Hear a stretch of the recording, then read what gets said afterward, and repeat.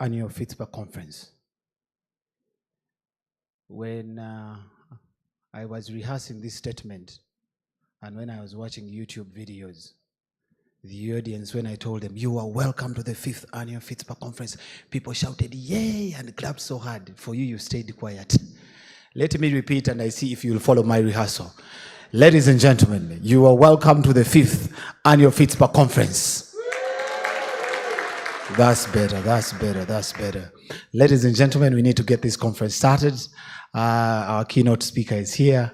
Our Honorable Minister is here. I am going to request for volunteer within you to give us the opening prayer. Do we have a volunteer to give us the opening prayer? Yes, we have a lady over there. Feel free to come and step to the podium and give us the opening prayer. And as she's making her way, I will request that we rise because immediately after that, we'll have the anthems.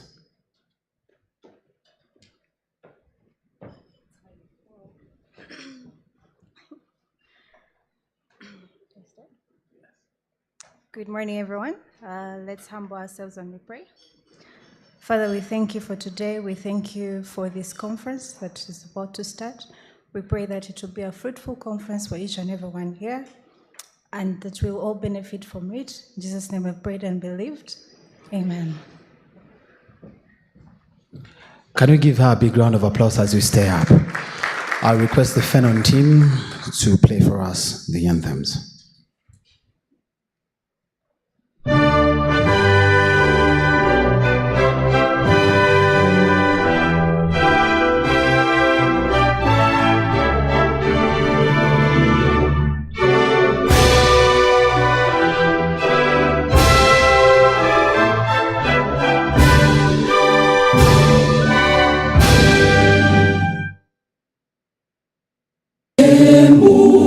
Twaomba uilinde Jumuiya Afrika Mashariki, tuwezeshe kuishi kwa amani, tutimize na malengo yetu. Jumuiya yetu sote tuilinde, tuajibike, tuimarike. Umoja wetu ni nguzo yetu, idumu jumuiya yetu. Thank you very much. May we take our seats.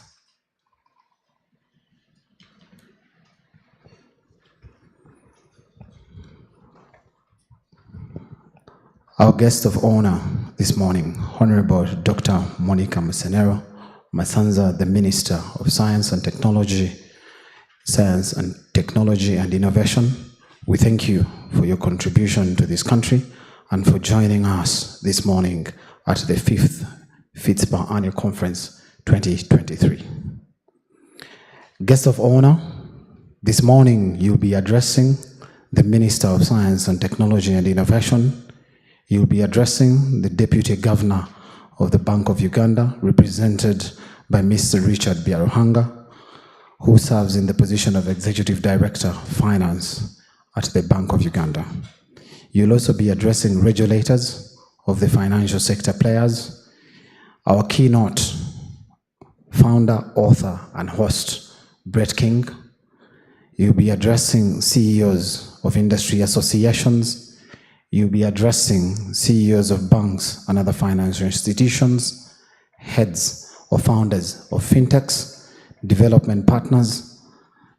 You'll also be addressing the chairperson, board members, and the staff of Fitspa, distinguished ladies and gentlemen, and members of the Fourth Estate.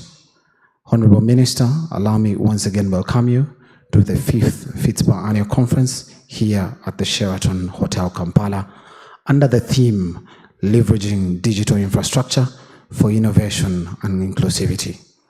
Allow me declare the above as the protocol for this morning, and therefore subsequent speakers can be at liberty to refer to the above as the protocol being observed. Honorable Minister, we thank you very much for joining us this morning. Ladies and gentlemen, it is clear that technology has had a lot of impact in our lives. And of course, when we talk about payments, we all can agree that today payments have been evolving over time, but also one of the things that came clearly in my mind was remittances. Back in the days when they used to have to send you money, especially from Europe, you had to have a particular code for you to be able to walk into a bank through Western Union. And if you forget any of the things that you were told, it will be very difficult to pick money. Today, it is seamless. We all can agree, for those of you who quickly remember, that once upon a time we had cameras that had films, and they used to take a picture and you'll stay with the film. And if you needed another copy of your picture, you'll take the film to a studio and they'll be able to, I think they used to call it washing, so that they give you another picture. Today, a lot of things have evolved. People can be able to use their smartphones to take pictures. Data storage. Data storage is also evolved over a period of time. There's a period of time when we're talking about floppy. You'll forgive me, it is dependent on how old you have been or how long you have stayed on Earth. Some of the things I am talking about, depending on how long you have been here, will vary. But I'm talking about in my regime. In my regime, there's something called a floppy disk. A floppy disk if you were holding a floppy disk and you move into the community, you'd be looked at as a celebrity. Then came a CD that was blue in color and white. And then after the CD, we've evolved. Now there's what we call cloud. So a lot of things really, ladies and gentlemen, have evolved. And so that is why we continue to have these conversations at Fitspa, to make sure that we bring you here to converse and share about the relevancy of technology. Allow me to remind you that today is the World Sight Day. So being the World Sight Day, ladies and gentlemen, the focus this year is on the importance of eye care. In workplaces, love your eyes. So it's very, very important that, ladies and gentlemen, we celebrate ourselves by looking at each other, and we are sure that all of us now can be able to see. Can everyone look at their neighbor and greet them and welcome them to this conference? Because it means they are seeing them. Tell your neighbor to take care of their eyes. Yeah, because if we're not seeing each other, then it will be a problem. And please continue to remind them that they are people, specialists in taking care of eyes, so they need to have an eye checkup. On many occasions, we take that for granted, but it's important that I remind you that today is the World Sight Day. Do we have any farmers in the building? Subsistence or commercial? You may have your home and you have a small garden which only has about 2 tomatoes and, vegetables. Do we have some farmers? Please raise your hands if you're farmers. We don't have any farmers here. Okay, can we clap for the farmers? Can we clap for the farmers? Yeah, okay. Do we have some people that try to rear chicken? You're also a farmer in your particular way. Today is also the Farmers' Day. And ladies and gentlemen, we continue to focus on the essence of agriculture as a profession because of its economic contribution, but also because it's very important for our survival. Ladies and gentlemen, immediately to begin this conference, I want to get the ball rolling. And to get the ball rolling this morning is a lady that has been in the industry for 25 years, a co-founder and a developer of software solutions. She has developed a number of strategies that have and led projects in the oil and gas sector, banking, telecom, and many others. The defining moment of her life was when her father went into exile and her mother was arrested for a period of time, but this taught her nothing but courage and leadership, especially when she was faced by a life-changing scenario. What makes her feel relevant is mentoring and providing impactful insights for businesses, creating both social and financial value in a short and long run. Ladies and gentlemen, can you join me in welcoming the chairperson of Fitspa, Josephine Olok, to open this conference?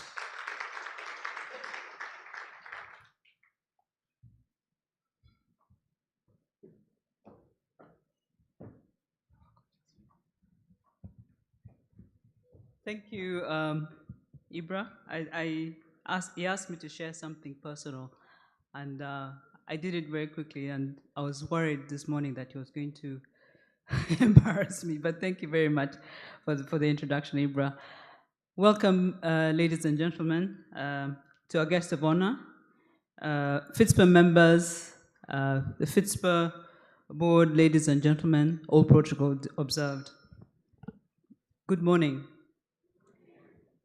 Welcome to the 5th edition of the Fitspa Fintech Conference. I was hoping that we'd get some. Thank you. My name is Josephine Olok, as already introduced, and I'm the chair of the Fitspa board. It is really with great pleasure to host all of you different stakeholders from the private and public sectors, industry associations, government agencies, as well as our partners and friends from the development sector. I want to acknowledge the presence of our guest of honor, our keynote speaker, Mr. Brett King. I think, as Ibra said, he's an Amazon best-selling author, award-winning speaker, founder, executive chairman of Neobank Moven. You'll certainly hear more about who he is as he delivers his keynote speech today, but we are honored to have him with us today. Fitspa, I want to also acknowledge the presence of the Fitspa Board of Directors and our Secretariat who have made this possible. And here I'll pause and embarrass them and say, please stand. If you're a Fitspa board member and a member of the Secretariat, please stand. I don't see the Secretariat ladies. Okay, I've seen one of our board members, Peter Kawumi. I've seen Benoni. Thank you, Doreen, our VC, Kevin Wava, Kenneth. Where are the FinTech Secretariat ladies? I don't see them. They're the ones who have really put this together. They've worked tirelessly, and I need to recognize that they're here. Esther, Fitina. Okay, I think they want to remain behind the scenes, but I want to acknowledge their presence. And I want to acknowledge the presence of our members, all of you here, our partners, our exhibitors, and our sponsors. We're so grateful to you for being here, and we thank you for your support in making this event possible. I would like to particularly thank our partners and sponsors for their generous support. We have Bill and Melinda Gates Foundation, who's our great partner, our platinum sponsor, ABI Finance. Thank you, ABI Finance, Mona, very much for the support. We appreciate it. It's platinum sponsored, by the way.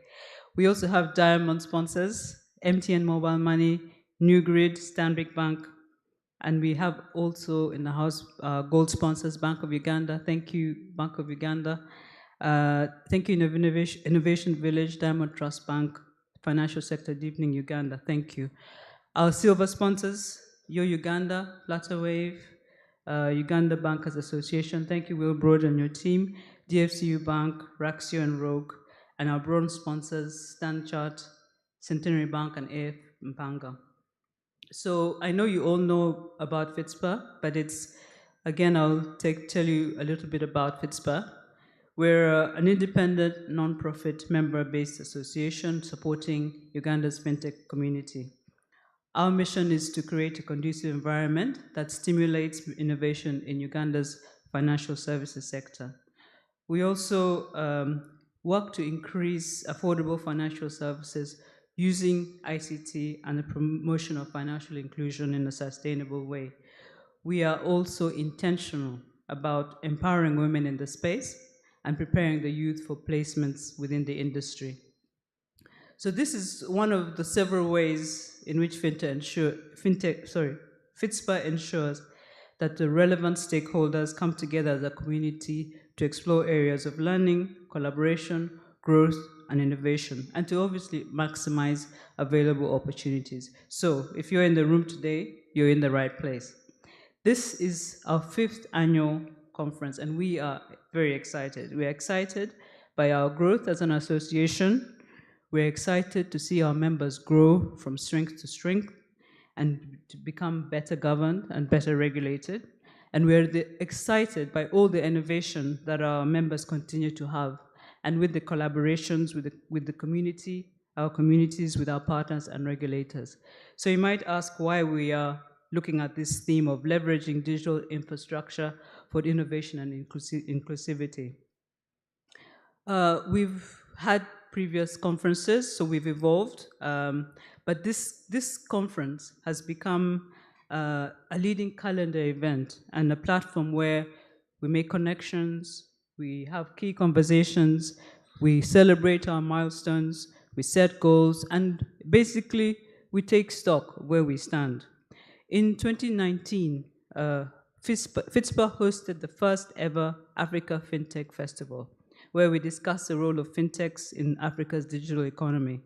This attracted fintechs and industry players from Africa. In addition to strengthening, sharing knowledge, strengthening relationships on the continent, we provided great networking and business opportunities to our members and partners. In 2020, we talked about, in partnership with Bank of Uganda and the Uganda Bankers Association, we discussed the evolving landscape and also the National Payment System Act, which had just been passed. In 2021, we held a third conference under the theme, Building a Safe and Regulated Ecosystem. Our members had started getting licensed and the industry had started to appreciate the value of regulation. So we've built strong relationships with and we continue to engage with our regulators.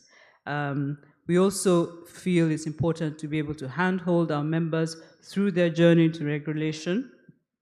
And today I am very glad to report that we have 27 fintechs regulated and several are in the process of being regulated. Last year our theme was investments and partnerships. This was meant to align our members to the growing investor interest from the region and beyond. It's been evidenced by investor interest in our fintech community, and we are very excited that we have seen many of our members receive funding. This year, our theme speaks to how much the sector has grown. Over the next 2 days, we want to focus the discussions on innovations and that are possible within and what is now commonly referred to as a platform economy. But more importantly, we want to look at inclusivity. As industry stakeholders, I think our appeal is that we remain cognizant of our evolving consumer needs.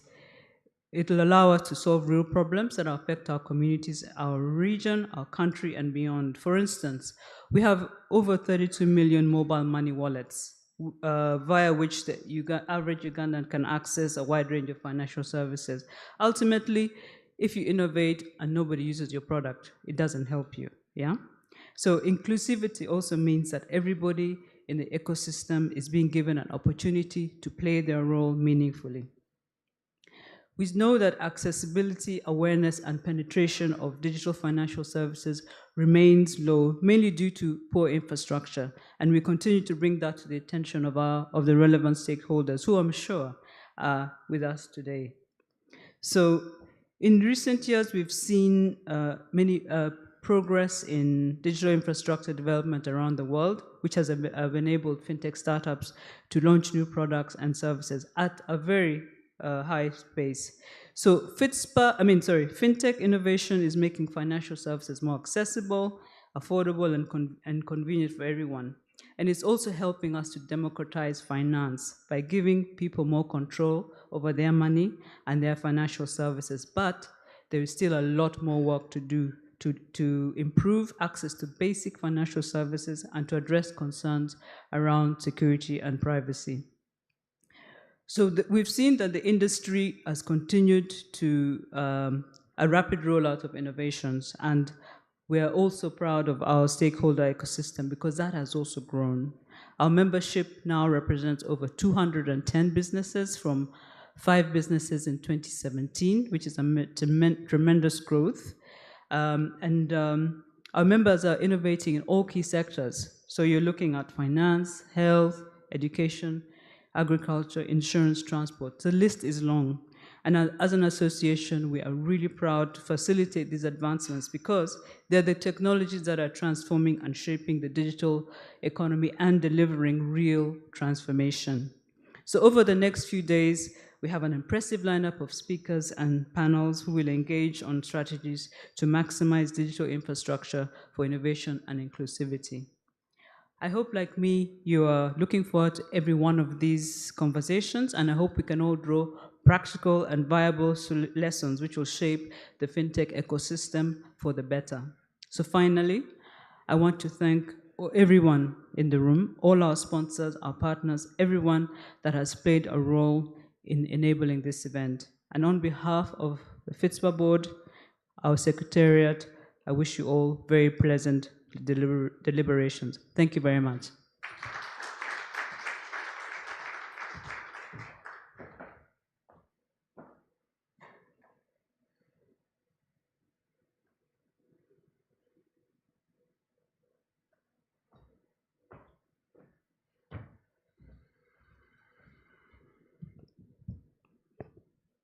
Can we give Josephine another round of applause?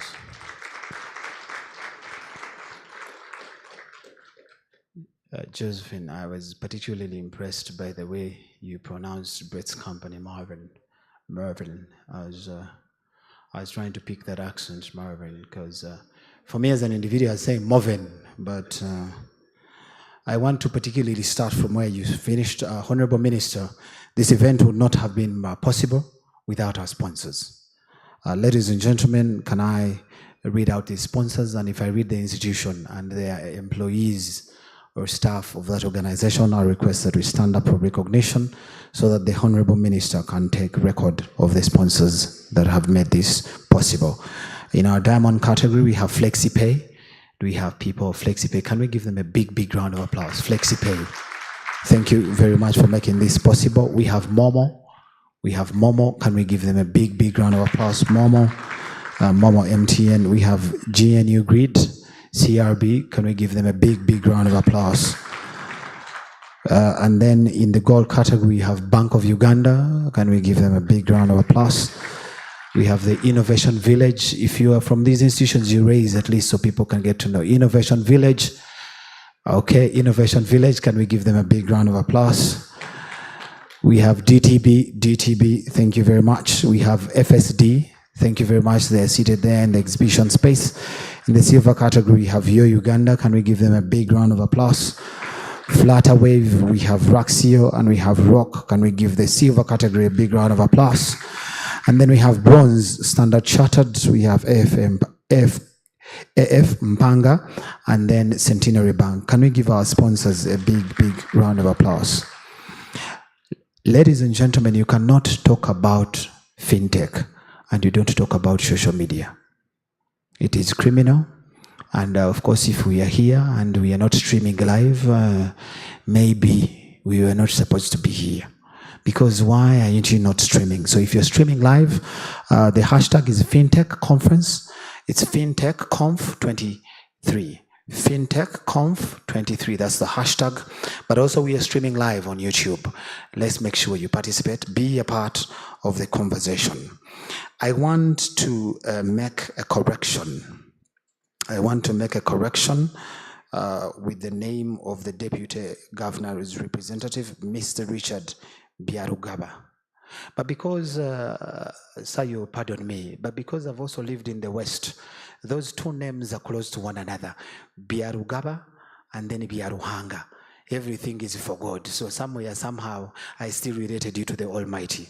But you'll pardon me for not reading your name correctly. Ladies and gentlemen, this morning, when I was going to take my child to school, I found the teacher teaching how to cross the road.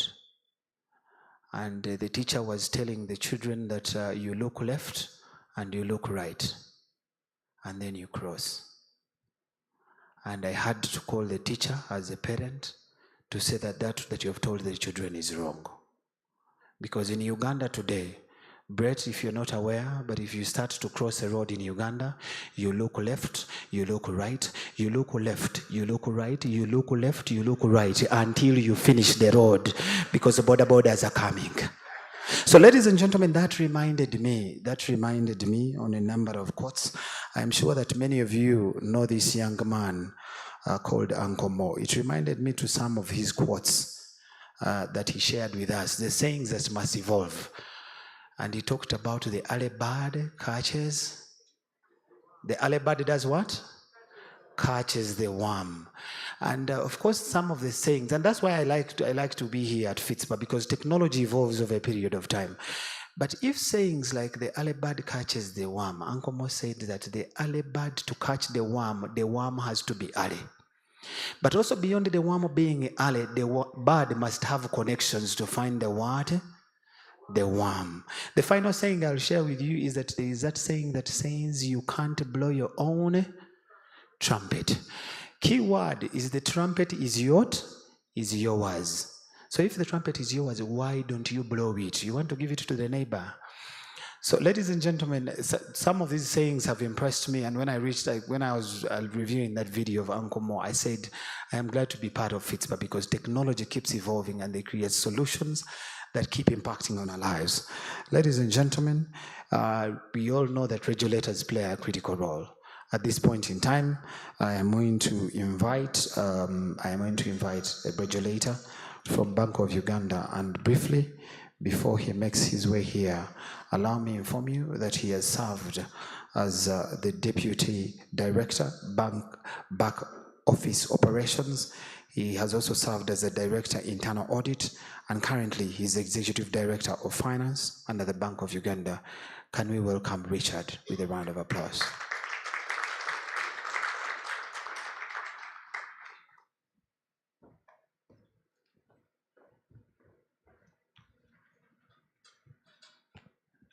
Thank you very much, Master of Ceremonies.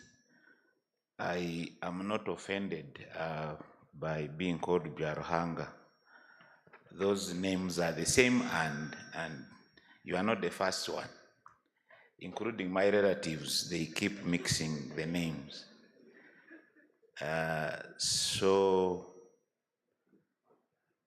I'm going to speak on behalf of the Deputy Governor. He is not able to come, but I think he was not given the right protocol. I can see the Minister here. Madam Minister, we recognize your presence. And as I was introduced, I'm in charge of finance, but finance also supervises the National Payment Systems Department. So I'm here in that capacity also as a regulator. But the speech is for the Deputy Governor. And as you know, I have to restrict myself to his words. I can't put my own, but I'm happy to be here and to speak to you. The room is a bit intimidating, a lot of computers, a lot of very high-tech people. But yeah, that's where we are, because if you don't have a license from us, then it will be difficult for you to be here. So, Madam Minister, the keynote speaker, Mr. King, members of the Fitspa Board of Directors, development partners, CEOs present, distinguished invited guests, ladies and gentlemen, good morning to you all. It's my pleasure to welcome you to the 5th Annual Fintech Conference. I think it was supposed to be Fitspa Conference, and an honor to deliver a few remarks. Again, I convey the apologies of the Deputy Governor who is unable to join us. He would have loved to be with you, but he had some other prior arrangements to attend to, so he requested me to make these remarks. I would like to thank the Financial Technology Service Providers Association, Fitspa, for consistently offering the practitioners an annual forum in which they discuss fintech matters. This annual event is an excellent opportunity for stakeholders to share perspectives on how to advance digital financial services. I also applaud the Fitspa leadership for the well-chosen theme, leveraging digital infrastructure for innovation and inclusivity. This theme is well aligned to the ongoing policy initiatives aimed at scaling up digital financial services. Some of the ongoing interventions include opening up of the credit reference market to accredited credit providers, the eKYC initiative, the national switch, among others. We hope that this conference will come up with policy proposals which the Bank of Uganda and other stakeholders can consider as we advance digital financial services. Evidence before us indicates that technology-enabled innovation has accelerated the growth of financial services in Uganda through innovative business models, which have particularly enhanced access to the underserved with good financial inclusion outcomes. According to the World Bank Global Fintech Report 2021, access to financial services in Uganda stood at 66%, and this was largely driven by the fintechs. Financial inclusion remains a high priority area for Bank of Uganda, and the recently approved second National Financial Inclusion Strategy 2023-2028, which is yet to be launched by the Minister of Finance. It has laid out the following focus areas. 1, to further reduce financial exclusion and access barriers to financial services, to deepen and broaden the usage of quality and affordable formal financial products, to strengthen financial consumer protection and financial literacy, to develop an inclusive green finance market, and number 5, to promote gender inclusive finance. The Bank of Uganda is also implementing the Financial Sector E-Payment Strategy 2021-26, which aims to promote infrastructure development and interoperability, strengthen stakeholder collaboration, ensure an adequate legal and regulatory framework, and foster innovations, competition, consumer protection, and digital financial literacy. These initiatives are at the core of Bank of Uganda's digital transformation efforts to promote price stability and a sound financial system in support of social economic transformation. In the same vein, we are developing staff capacity to leverage big data analytics to improve financial and economic modeling, forecasting for monetary policy and market operations, as well as adopting SupTech and RegTech solutions to more effectively conduct financial institutions' supervision and regulation.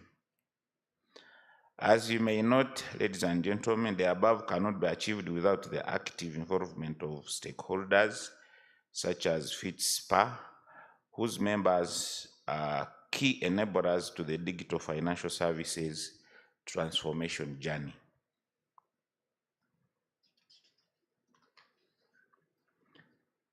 It is worth noting, however, that as more financial transactions move to digital and online platforms, our reliance on IT infrastructure grows, and so do the IT and cybersecurity vulnerabilities.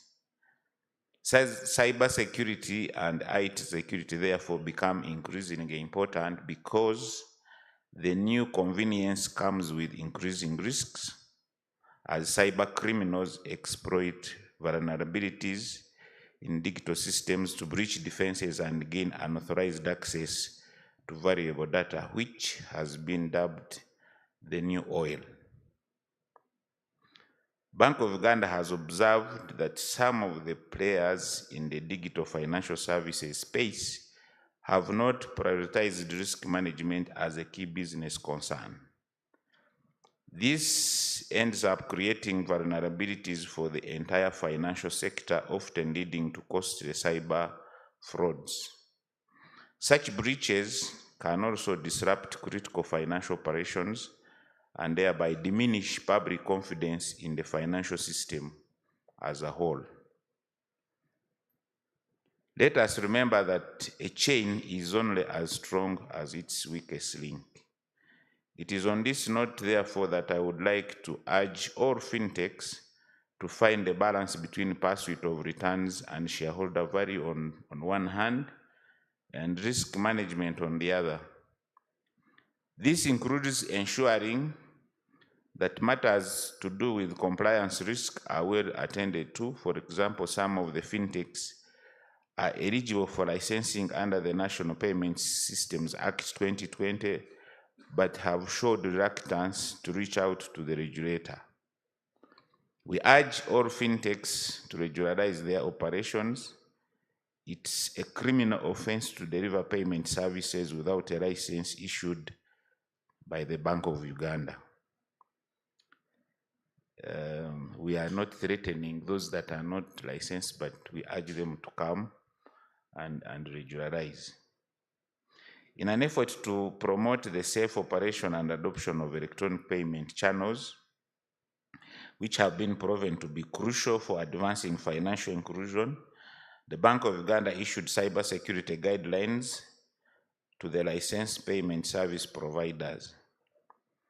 The bank also issued guidance on the minimum requirements for conducting systems audits and penetration tests, and directed strengthening of terms of the agents agreement to pave way for blacklisting errant agents.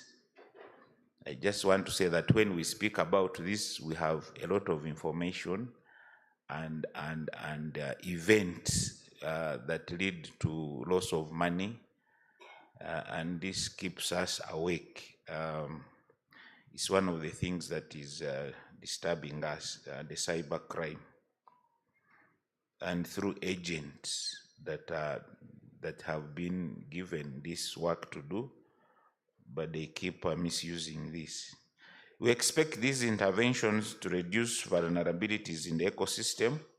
The Bank of Uganda is also working on the national switch as a measure of supporting interoperability in the financial sector. We expect the national switch to reduce the transaction costs across the financial sector, and also to support innovation to enable the rollout of centralized anti-money laundering and cybersecurity capabilities. As I wind up, ladies and gentlemen, let me emphasize that the ongoing technology revolution and the related digital innovations offer a wonderful opportunity for us to extend access to financial services to the underserved. It also offers an opportunity to improve efficiency and service quality in financial services delivery. However, realizing that these fruits require a concerted effort amongst different stakeholders, both in the public and the private sector. On our part, as regulators, we do commit to strengthening collaborative arrangements with stakeholders, provide a predictable regulatory environment that supports financial innovation and financial inclusion while safeguarding the stability of the financial sector. With this, I thank you for listening to me, and I wish you fruitful deliberations. Signed, Mike Atingego, Deputy Governor.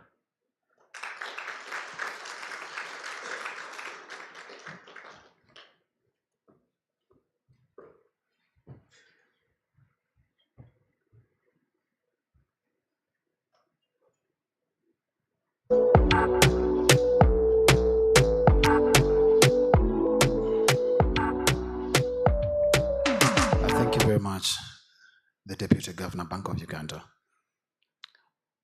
Ladies and gentlemen, our next speaker is the Honorable. But before I invite the Honorable, I am extremely impressed by how the Honorable and Brett walked in the room. Because as I was busy outside there thinking, where are they? Whoever came to me and said they are already inside. And I told myself that 10 years from now, if I become Brett or if I become the Honorable Minister, ladies and gentlemen, you will know that I am coming in. But also it continues to show how humble they are. On many occasions, when you talk about the name Musenero, for me, when they told me that the name is Musenero, what came into my mind was thereafter 21 days, thereafter 14 days. Honorable, I don't know if we are happy for keeping us in our homes for such a long period of time, but can I request this audience to give you a big round of applause for your contribution? For some of us, you made us understand how to love our wives better, to understand that cleaning is a part of being a man, but also to understand our neighbors. So, Honorable, I would like to thank you. No one of us saw that coming, but through your wisdom, you kept on telling the president, let them stay home longer. And of course, when they said you're coming, I don't know if I was supposed to be happy or not, but would like to thank you. Ladies and gentlemen, please allow me, I would not be the best person to introduce the minister, but please allow me to introduce the minister. Honorable Minister, allow me to inform you that all the information I am going to talk about is from Wikipedia, is from LinkedIn and Google. So if your PR team has not done a substantial job, it is up to them, not me. So what I'm reading is purely from there. Ladies and gentlemen, our next speaker is a veterinarian, is a microbiologist, an epidemiologist. I don't know what that means, but all those are things. In the early 2020, before Uganda recorded her first COVID patient, Dr. Musenero was appointed as the senior presidential advisor to the pandemic. Our next speaker was referred to by the head of state as a well-decorated person, and he further went ahead to warn citizens not to talk ill about her. I think we need to clap. It's the first time the president comes out to defend a particular individual. Honorable, we would like to thank you, because if the president can come out to defend you, that means that you have done very well to this country. Honorable Monica Musenero, please allow me and the audience to congratulate you upon launching the PALSAT Africa, the PAL Africa Sat-1 Uganda satellite to the international space, an event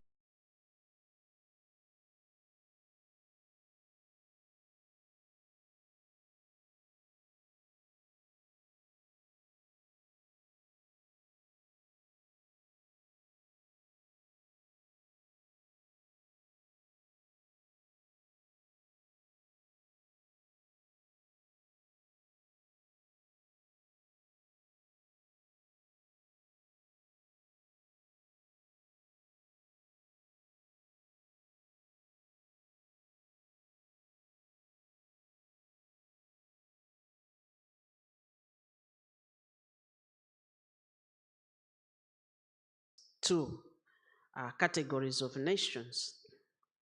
The developed nations are prosperous, and the underdeveloped nations are in poverty.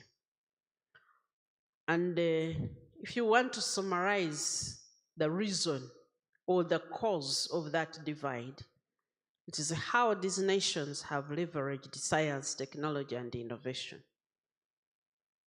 That's what separates those who have leveraged it very well. They are developed and prosperous. Those which have not done a good job, they are poor and underdeveloped. And we now know that at least at the minimum, 50% of every nation's development is ascribed to how they harness science, technology, and innovation. To many of us, sometimes it is not very obvious.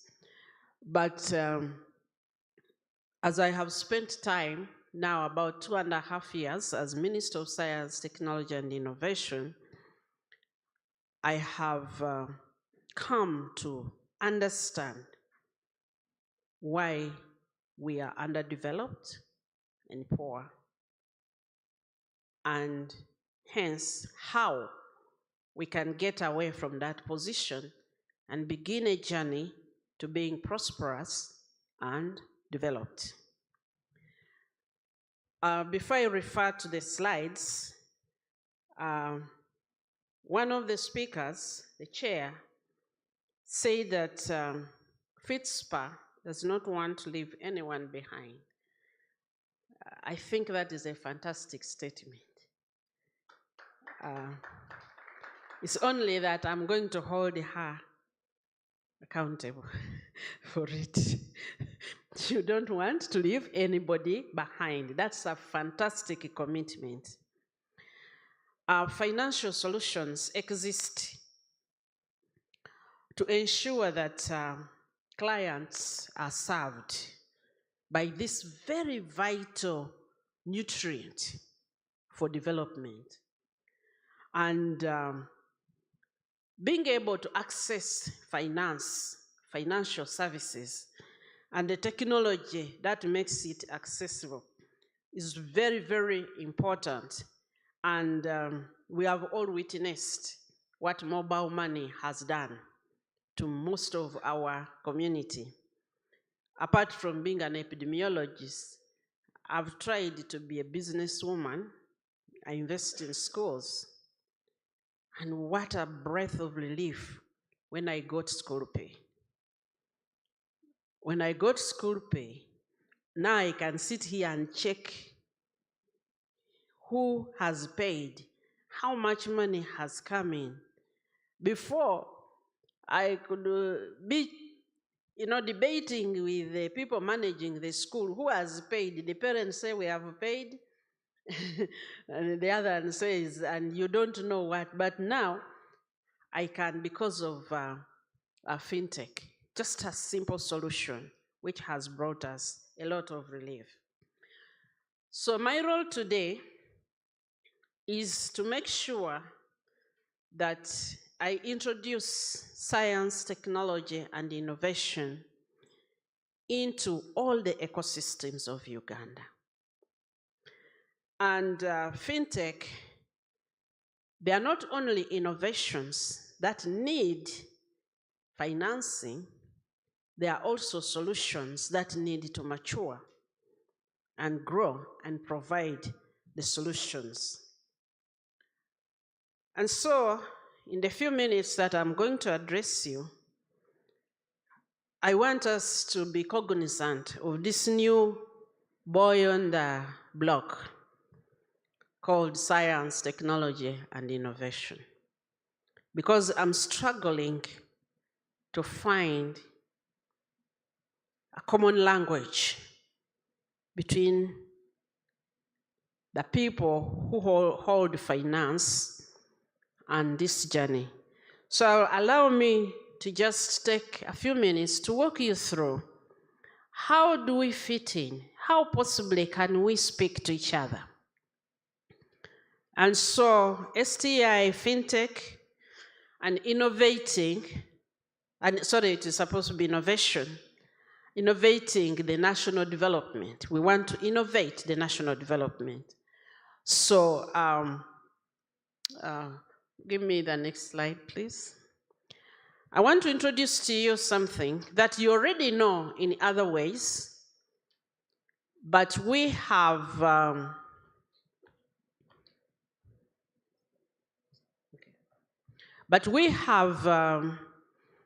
christened something called the STI Economic Highway. Remember, I mentioned that without science, technology, and innovation, at the best, a nation can only harness 50% of her potential. That is, we are marking you from 50%, but the pass mark is 100. And I think more than anybody, the people in finance, you really value technology. You go to every end, there is cybersecurity, there is this, there is reaching, cutting down costs, there is ensuring you recover. So you leverage this. However, we have to make sure that as a nation, we understand how science, technology, and innovation works along with us, both as a solution provider, but also as a technology development ecosystem. And So if you look over there, I have a highway marked by 5 milestones. And we start with science. There has been a very vibrant debate in this country over the past 1 to 2 years about scientists vis-a-vis non-scientists.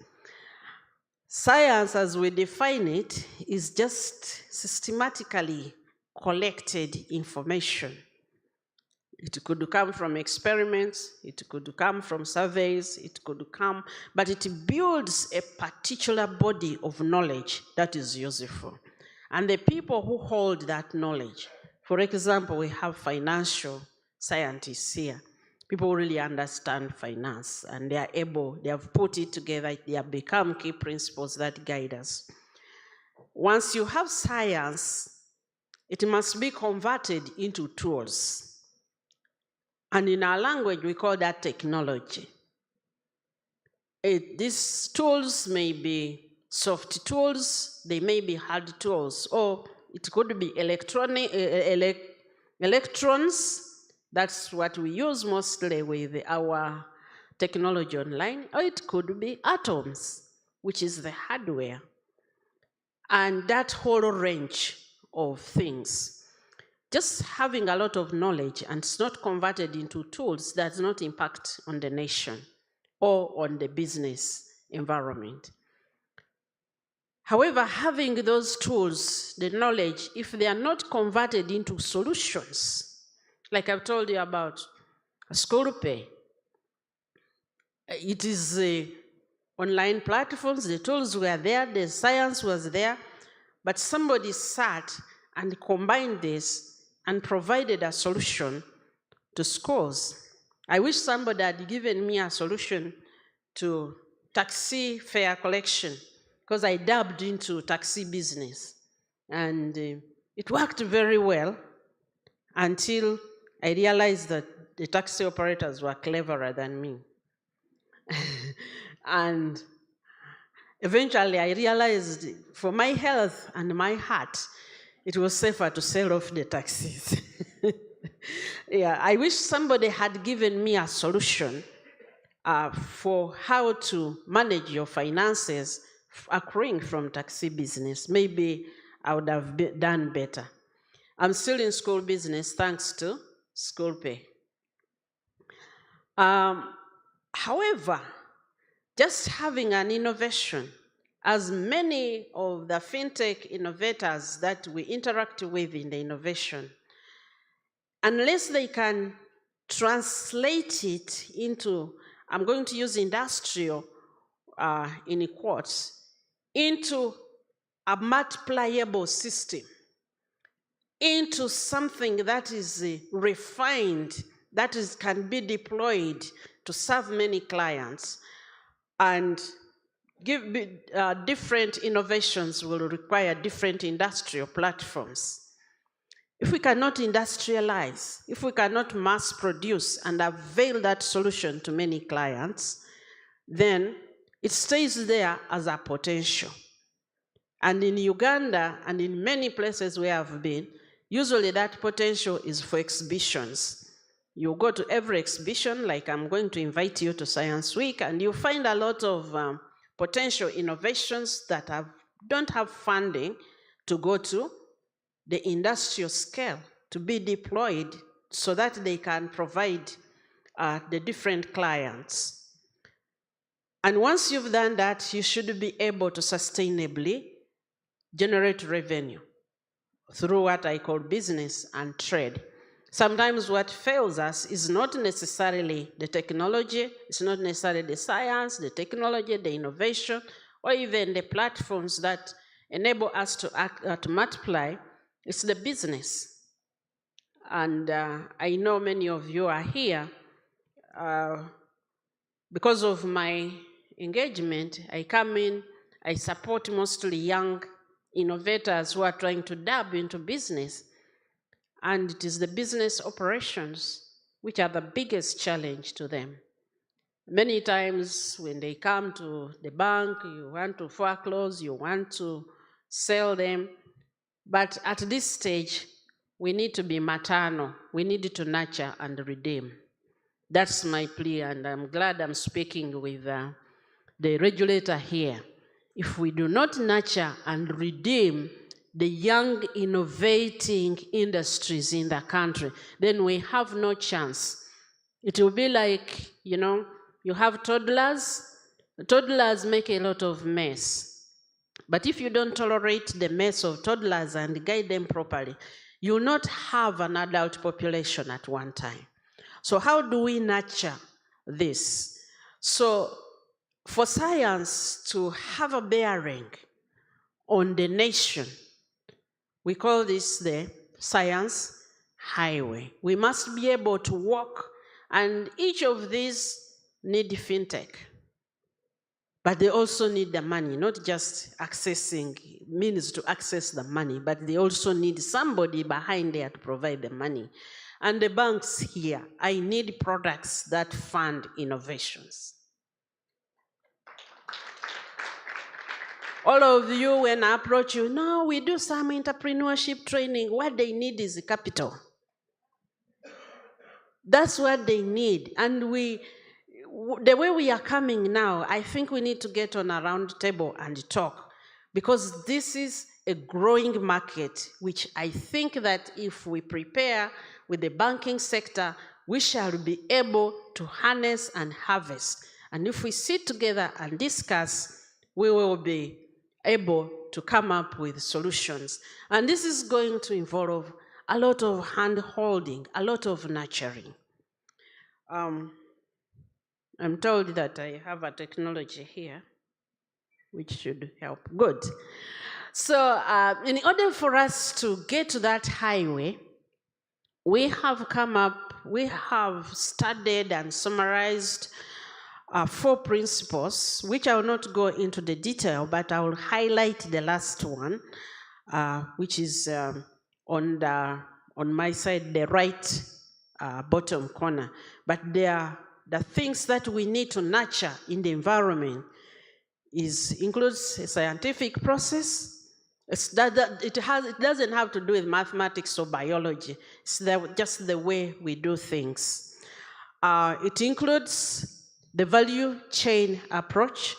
Value chain makes sure that we have a supply chain taken care of, because failure of financing at one point of a new innovation will fail all those innovations that we are dependent downstream on this innovation. So looking at it, and I need us to sit together and understand. And I was saying, Bankers Association, I'm going to invite myself to your office so that we can sit down and discuss. Even Bank of Uganda, I'm going to invite myself. How do we work on regulations to nurture these toddlers? Toddlers make a mess. We cannot treat them like we treat adults.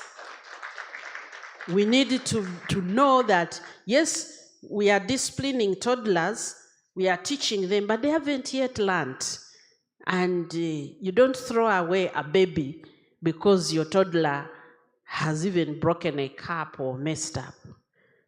So the only time you bury a baby is when you have confirmed them dead. But if there is still a heartbeat, you put on oxygen, you resuscitate, you wash, you do everything. And that's what I request that we do. Now, I want to talk about those 2 squares on the right of the screen. This is directly applying to many of us who are here. We call this the STI journey. How do we move ideas of a product from an idea or from a university professor, from a young entrepreneur, a young innovator? How do these ideas grow? What we've done is to make an attempt to create an understanding of what takes place in the different phases. I discovered that many of our innovators struggle because they also didn't know where they are going. They're ambitious, they start a journey, but they have no idea where they are going. Or sometimes they see a mature person there, but they don't know the footprint between where they are standing and where they are going. And many of them might have some innovation, some product. They come to the bank, they get a loan at a commercial rate, thinking that they will make money and pay back in 24 months. And then they find that there is a ditch in the middle.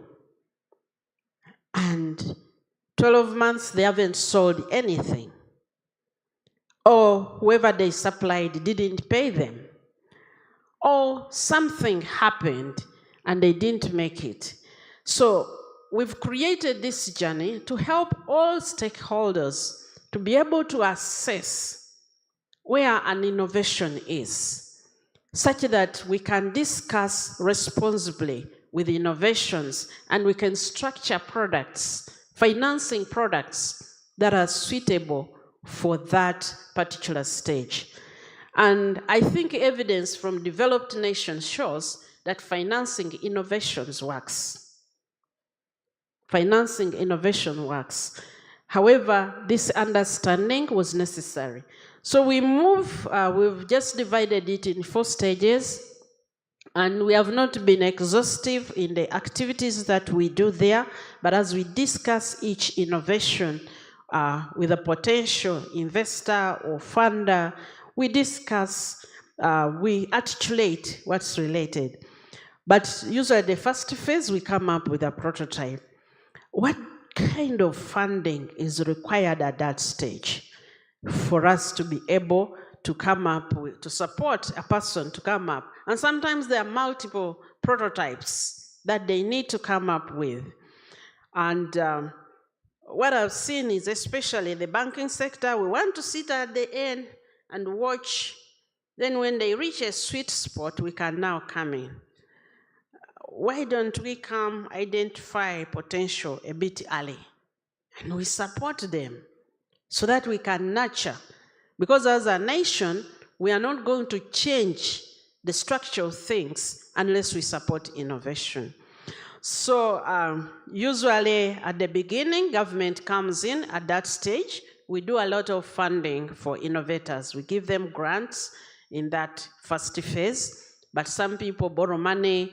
I've discovered people, I'm trying to make a helicopter, and then when I go and ask them, so what do you need? I said, if I could only get 20 million. And in my understanding, of course, that would be nothing. And if they went to a bank, they could tell you a different story, not even tell you they are making a helicopter. But if we can understand this, then we will know how to evaluate those. So at the first stage, we have a prototype, and different prototypes will qualify for different, because although this is articulated this way, not each one of them needs to go through each and every one of these. Now, what I've discovered is there is, in our ecosystem, there is unproportionate financing for training in entrepreneurship and minimal financing in capital. We need to balance such that the people we train in entrepreneurship, they have access to the funding. In phase 2, there are some products in phase 2 where we could have good financing products. Some of them, like you saw, we launched Bingwa on Independence Day. I think that's something people should run, and we are, even before we produce one on the road, we already have more than close to 100 pre-orders. The interest is so big, and when I look at the investing in innovations in the developed nations, here they recognize the potential. So there we start looking at angel investors, we are looking at business financing, some beginnings. We are, I think we are finalizing some discussion with UDB, taking a risk on us on this. But we have a lot of fantastic products that you can judge at that point. And what's limiting us is access to financing. And at this point, let me introduce the lady who is at the forefront of this at Science, Technology and Innovation, Madam Kathy, please. Stand up, I want people to see you and give them a good smile that we will get new products in all these institutions to support innovations, because if we really had the financing solutions, we can grow this country very fast. So you can read the different financing at some, not all of them, but some of them at that point. And if well understood, they can actually take on some debt. However, it needs to be patient debt and it needs to be sufficient. There is nothing as bad as underfunding an innovation. Then money gets stuck in there, they cannot reach the market, and you cannot recover the money, and this is the biggest source of challenges.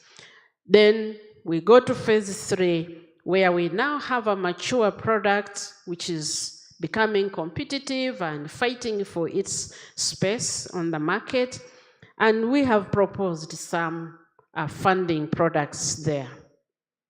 Where we can have now, we are moving to a profitable enterprise. Because by phase 3, most of the sunk capital, most of the sunk investment, putting up pilot plants, production, building a minimum human capital for this new innovation, we have covered that in phase 2. And early investors begin to see the value of their investment grow. If you got equity, its value is now growing.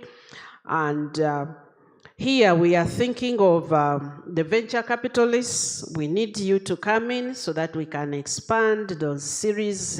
You understand them a lot. And then at phase 4, we are now a mature brand. We are a mature brand of that particular product. And as you know, business always will ever need money. Do banks also need money? They also need money. They also get money from somewhere. So I wanted to share with us this because it's no longer blind. Now that we have opened this, we can discuss products and fintech and innovations in the financing that can then spur the whole ecosystem of, okay. So I have 2 categories of needs related to this. The first is we have a lot of young fintech innovations that have stayed in the ecosystem unnecessarily long. They really need to mature. Sometimes I sympathize with these young innovators because you meet them this year, they are struggling, they are fighting, they have this fighting spirit. How do we support them to bridge a gap, to grow, to mature? They are part of this family. How do we make sure that we have products to fund fintech innovations? But also, fintech funds something. It is something you fund there. Yeah, I have Bingwa, I need money. So the financing solution and technology is coming to support me to do something. So we should be able to come up with products that fund innovation as a whole. And that was my attraction to being here. This is a whole new area. And between the 6th of November to the 11th of November, we are going to be at Kololo for the Science Week. It's those of you who came there last year, I think you saw something. Are there some people who were there last year?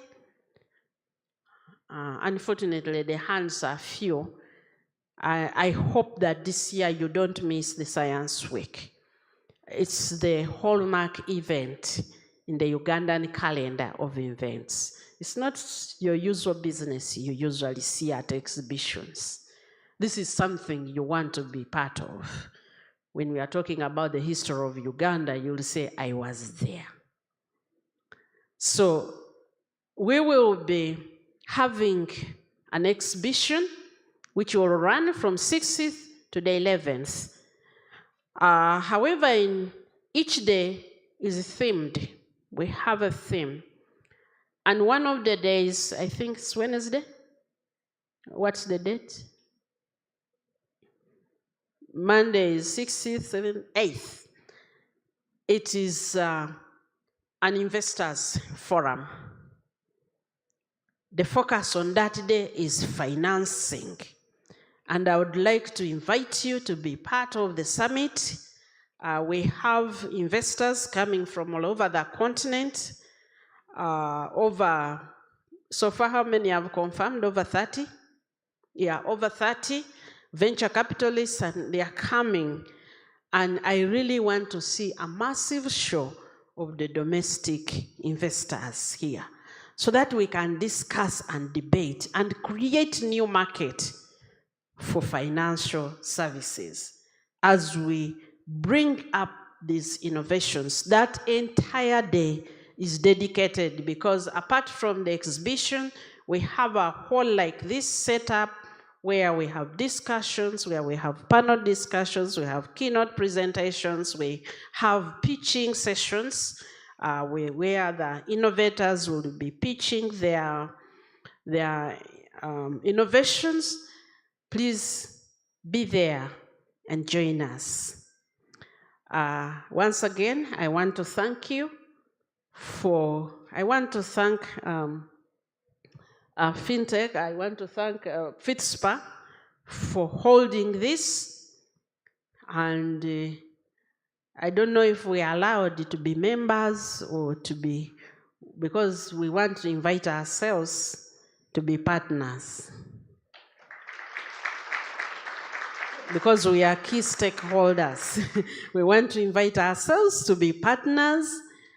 Kathy Mumuza will follow up to see how we work out a formal relationship so that we can be partners, because I see a long journey together as we move forward. I wish I could stay and listen especially to the keynote speech, but I'm supposed to be in a meeting with the Vice President and I'm a bit late. So with this, I'm assuming you have invited me to open the conference officially. So I declare the conference formally opened. For God and my country. And at STI, we have a slogan. We say, making Uganda the best. Thank you so much.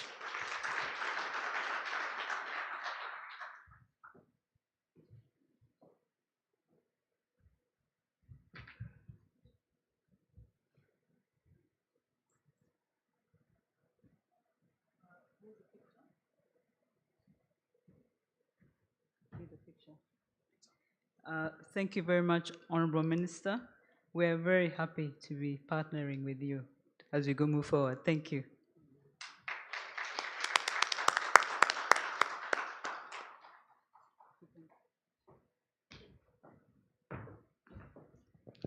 Ladies and gentlemen, we're going to have a picture session. So I'm going to invite the photographers to get ready. The pictures session is going to have first the Honorable, the keynote Brett, together with the Bank of Uganda. Please come and have the first picture. And the rest of us, I keep telling you that the way we participate in these pictures is by clapping, because these people are representing you. Thank you very much. Yes, together with UBA, yes, please come. Wilbert, Mr. Wilbert, or please come. Wilbert, I don't know where you'll stand, but find a way. Don't stand in the middle, that I'm very sure. Don't stand in the middle. Exactly. Thank you very much, Wilbert.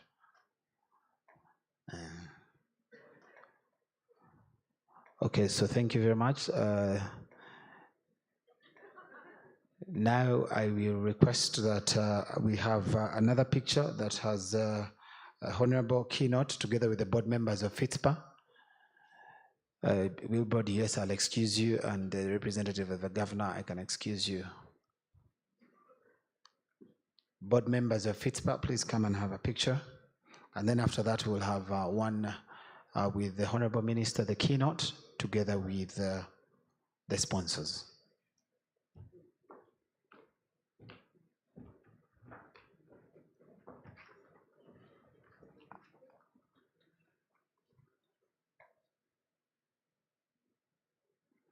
People, this is the board of Fitspa. Can we give them this possible?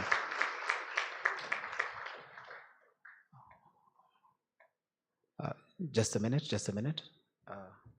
Benon, because Benon is my Benon, it is nice to smile in pictures. So they give it a cool look. Okay, so thank you very much. After that, we'll have the sponsors, keynote, and the honorable. The sponsors in the different categories. The representatives of those institutions, please make your way here. All our sponsors, please come and have a picture. I see no one standing up. Hey, okay. Thank you very much, Mona of ABI. People, these are sponsors. They've made this possible. Clapping is good for us.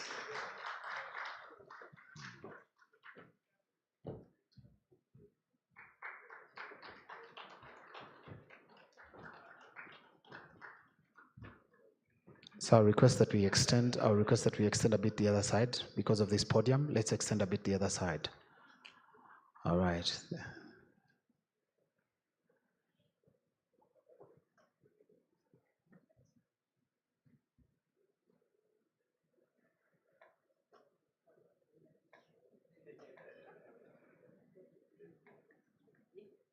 Thank you very much, the sponsors.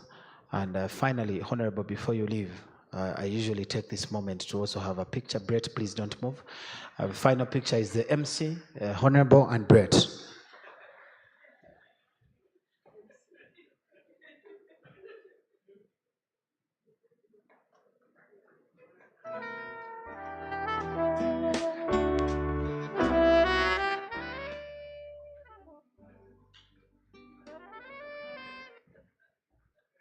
Honorable Minister has challenged me to pronounce the word epidemiologist. Have I tried? Epidemiologist. It is worse, eh? Honorable, allow me to inform you that I did Hague stroke entrepreneurship.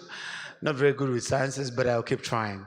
Thank you very much, Brett and the Honorable Minister. Honorable, before you take your leave, I would like to sincerely apologize. Sorry about your taxi business, but I'm grateful that you didn't try out Boda Boda, because had you tried out Boda Boda, you would be in Molago now when they're announcing. But we would like to thank you very much for your commitment to nurture fintechs in the space of regulation together with credit. And at this point, I'm going to request the Fitspa chairperson, Wava, to escort the minister. And the rest of us are requested to rise and give the Honorable Minister a round of applause as she makes her way out. Thank you very much.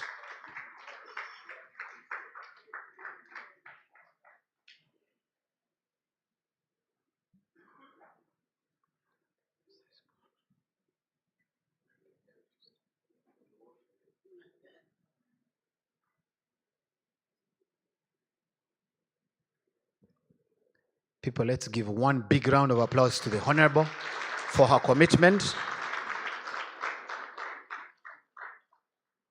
Thank you very much. Unfortunately, you've taken your seats, but my roadmap says you stand up again. I want us to do one small thing before we sit. Can we rise? Can we rise quickly? So, we are going to do a small counting game. We are going to count from 1 up to 5. And I request that I'm not part of you, so you do the counting. Eh? So we are going to just say once we reach the higher number, we go back. So I'll give you an example. 1, 2, 1. 1, 2, 3, 2, 1. We're going to count up to 5. Is that okay? Right? Okay, for me, I'm not going to be part of you. So we are going to start. When I say start, we start. 1, 2. We are going to count from 1 up to 5. Once we reach 3, we go back until we reach 5, and then we'll take our seats. Is that okay? Okay, 1, 2, 3, start. People, I can't hear you. I can't hear you. Some of you are afraid of making mistakes. Let us start again. Let us start again. It is 1, 2, 1, 1, 2, 3, 2, 1, 1, 2, 3, 4, 3, 2, 1. Is that clear? All right. 1, 2, 3. Let's start.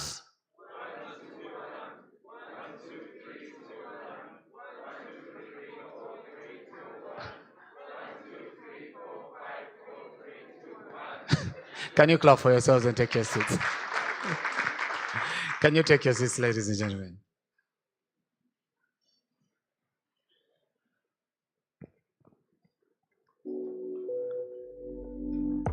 Ladies and gentlemen, please do not forget to follow with the hashtag. We are streaming live on YouTube, so feel free to participate in the conversation. Our next speaker, ladies and gentlemen, really needs no introduction, because I'm sure that all of us can Google, but we also know him very well. But for purposes of this event, allow me briefly take you through what I managed to gather.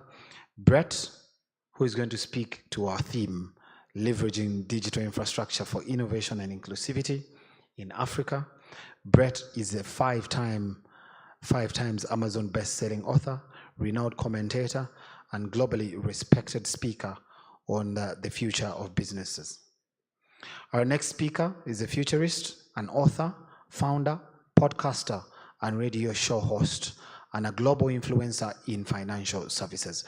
Brett, here in Uganda, we call you Omuyiribi. Omuyiribi. In English, literally translated as Yiribist. But say Yiribist. Yiribist, yes. That's how we call you here, because of this number of jobs that you do. Due to his contribution to the banking and the Banking Exchange magazine named him as the King of Disruptors. In addition to this, King was named the godfather of fintechs by an Australian bulletin. He is a Fintech Hall of Famer who was voted by the American bankers as the Innovator of the Year. Brett was an advisor not only to the Obama government on fintechs, but also continues to provide guidance to regulators and banks around the world on financial technology transformation. Brett has spoken on a number of platforms in over 50 countries on how technology is disrupting businesses, changing behavior, and influencing society. King believes that in the year 2050, banks will be running as a decentralized autonomous organization based on AI. And this is one of the things I picked in his interview. And he continues to say that the need of branches and a higher number of staff would be long gone. In the near future, one will be able to ask Siri, for those iPhone holders, one will be able to ask Siri if they can afford dinner tonight or hire a car, or even ask Siri if they're able to take a loan. And Siri will respond, "Dear Joseph, because of your poor expenditure, you are unable to take the loan." A lesser known fact, ladies and gentlemen, about Brett King is that he started his career as a rapper and coder before transitioning into project management. Brett, I want to specifically underline, bold italics, the word rapper. And I hope that when you come here to speak to us, we start with the rapping. Ladies and gentlemen, can we welcome Brett King?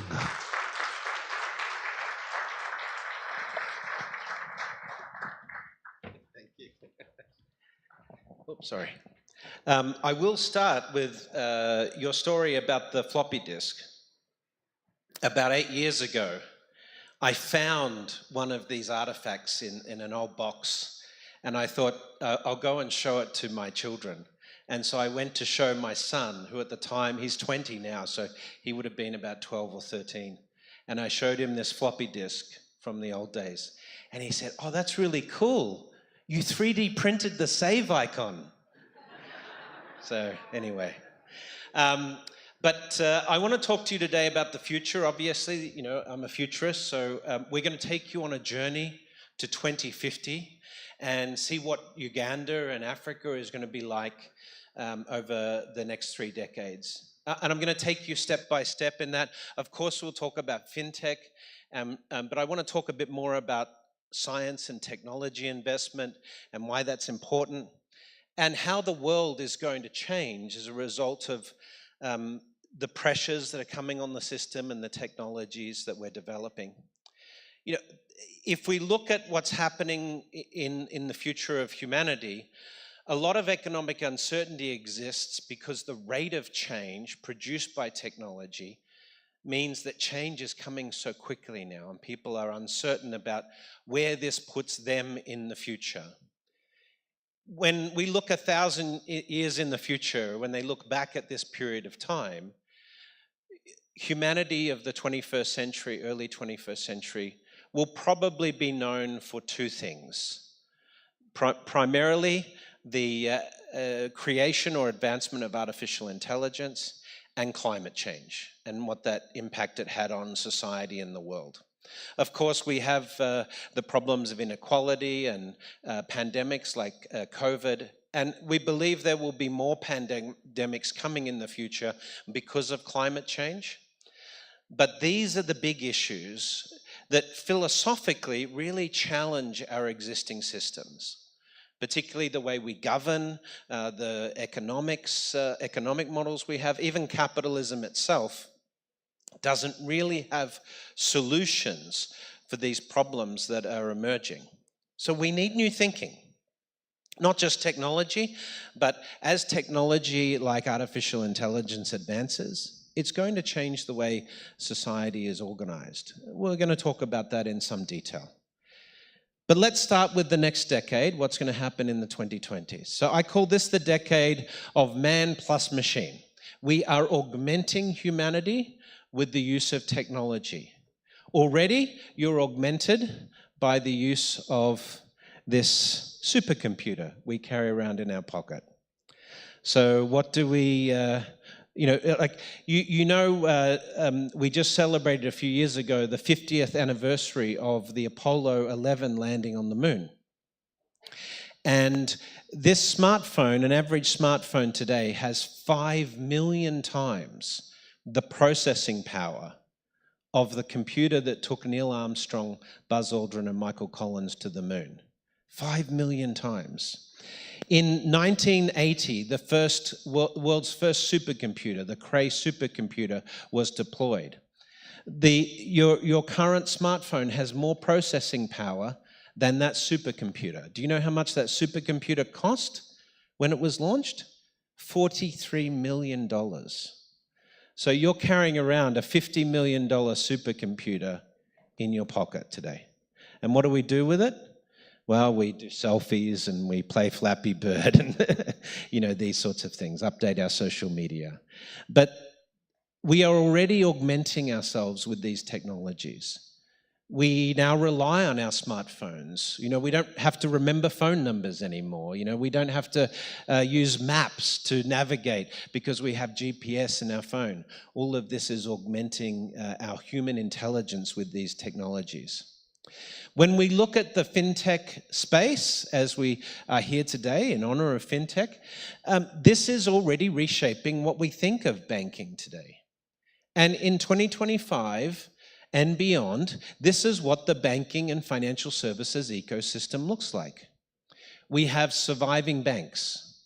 I say that with purpose, because banks who don't digitize will not exist beyond probably the middle of next decade. People talk about branches in banking. If you're a bank that's reliant on branches, then you're going to go out of existence, because all of the fastest growing financial institutions today in the world are digitally based. So we have tech players, we have telcos, mobile money operators in this region. We have specialized fintechs. We have some of them here today, like Flutterwave and others. And of course, emerging will be these AI players and data players coming to this ecosystem. If you're a bank or a tech giant, you have to work in this ecosystem, open to partnerships and coordination with these other players. As a bank, you can no longer stand on your own, because if you do that, you'll be shrinking in your market share. Why? Because the technology is the way we access banking today, increasingly. It's the way we do payments here. You know, the mobile payments landscape has changed the world, as we're going to find out later in the conversation. So I talk about the eras of banking as 5 distinct eras. The era of Bank 1.0 was traditional banking. 2.0 was the era of self-service banking. This was the introduction of things like the automated teller machine, the call center, and in the 90s, the introduction of internet banking. But when the smartphone came along, we created this new category of bank-like organization, a Fintech, a financial technology company. And this era, starting in 2007 with the smartphone, led to the first changes in the way we thought about design of banking in 500 years. You know, before the smartphone, if you wanted to get your bank balance, you had to drive down the branch, find a parking spot, and go and ask a teller for your balance, or go to an ATM machine. But now we have this smartphone, we could get the balance in real time. You know, this is part of the design changes that were happening here. And since 2017, we've been moving into this ubiquitous embedded banking era. So now, instead of having to get a credit card to get access to credit for your groceries, for example, or go to the bank branch to get a car loan, now you can get drive now, pay later, right? You know, this is now this era of embedded financial services. The utility of the bank embedded in the technology layer. You don't have to any longer go to the bank to get access to the utility of the bank. And finally, the Bank 5.0 era, which will be in the 2050 era, will be autonomous banking, AI-based banking, where essentially, you know, if you have a bank today with 100,000 employees, you know, like JP Morgan Chase has 160,000 employees. In 2050, if they still exist, JP Morgan may have 2,000 employees, and the rest of the bank will be run as an algorithm. How do you give an algorithm a bank charter? Right? This changes the way we think about banking structure itself. But this is the timeline we're on. And already today, with the introduction of mobile money and so forth, it has changed the landscape of banking considerably. But what we do know is that all of the fastest growing financial institutions in the world today are not traditional banks or traditional financial institutions. They're all digital. Whether you're in China with Alipay and Tencent WeChat Pay, whether you're here with Momo or in Kenya with M-Pesa, whether you're in Latin America with Nubank, the largest bank in Latin America today with 85 million customers, etc., all of the fastest growing financial institutions in the world are digitally competent technology-first organizations, not traditional banks. Which obviously means in the next decade, market share is going to change, and banks will be smaller players in the market than they have ever been before. And this is the first time in 500 years that this balance between technology and traditional banking will have shifted. And so this is important. This is important because if you're a traditional player in this space and you're not becoming a digital organization, you are going out of business because of technology-first players. Let me give you some examples. This is the largest fintech in the world in terms of a challenger bank. You could count Alipay and WeChat Pay and others as larger, but some would argue they're tech fin. But the largest challenger bank in the world today is based in Shenzhen in China, 380 million customers in just 9 years. Nubank in Latin America, 85 million customers in just the last 8 years. A blended customer acquisition cost of just $5. And both in the case of WeBank and Nubank, their non-performing loans ratio is better than the best banks in the traditional market in China and Latin America. And that's interesting because when these fintechs started, you know what the bank said? You know what, they might be able to do the nice apps and acquire customers rapidly, but they'll never be able to manage credit risk as well as a bank. Now we know that's no longer true. We know that technology-based companies manage credit risk far better than traditional banking systems. Why? Because of their data stack and their tech stack. So this is changing the landscape of the world. Some of the largest banks in the world already are fintechs. And this is not going to change, this is only going to increase. We see the likes of Revolut, Monzo, Starling in the UK and others taking these monikers around the world. Here, of course, we've seen the success of players like Flutterwave and others, the mobile money plays here. We see fintechs now starting to acquire banks. So the lines between banks and fintechs are blurring as fintechs mature and they look for more credibility and more sort of regulatory infrastructure, if you like. So this is the ecosystem that is emerging across the world. And it's certainly happening here in Africa. In fact, in many ways, the technological development of traditional banks in Africa has been relatively slow, and the fintechs and the tech fins and the telcos have come in and closed that gap much faster than the traditional players. This is also the case in other markets. In the United States today, the traditional banks are not as innovative as many of the players in Africa.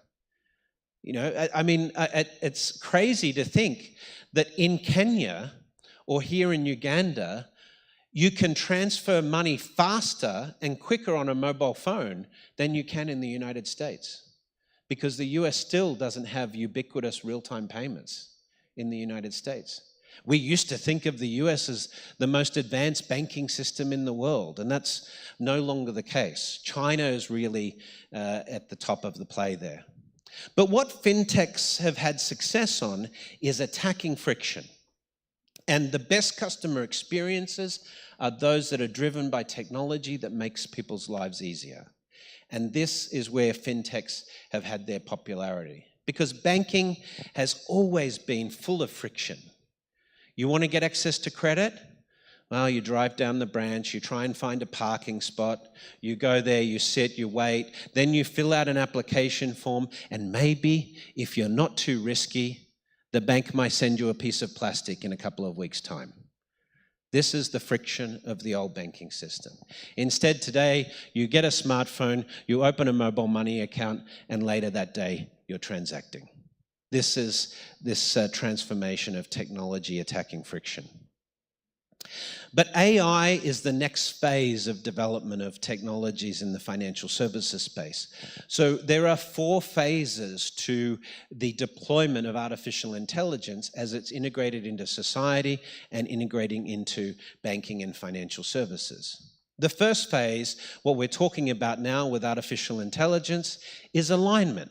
Where does artificial intelligence fit in the world? Does it need rules or laws to govern the ethical operation of artificial intelligence? These are some of the questions we're grappling with. How should we deal with an autonomous vehicle operating on the roads, to make sure it deals with driving safely and so forth? These are the elements that we're talking about today. And we have some teething problems. For example, we have biases that are in the old world that are transferring through to the new world, such as facial recognition bias. So in China, which has the largest facial recognition systems in the world, it has trouble recognizing African faces because their models have been trained on Chinese and Western faces. In the United States, we hear reports of some African Americans not being able to unlock their iPhone because it doesn't recognize the face of African Americans because the models have been trained on white skin. So we need to be more inclusive with this type of technology. And when you ask Midjourney or Stable Diffusion, show me a nurse in an emergency room, it shows you a picture of a woman. a funny-looking woman, but this is a prompt from AI.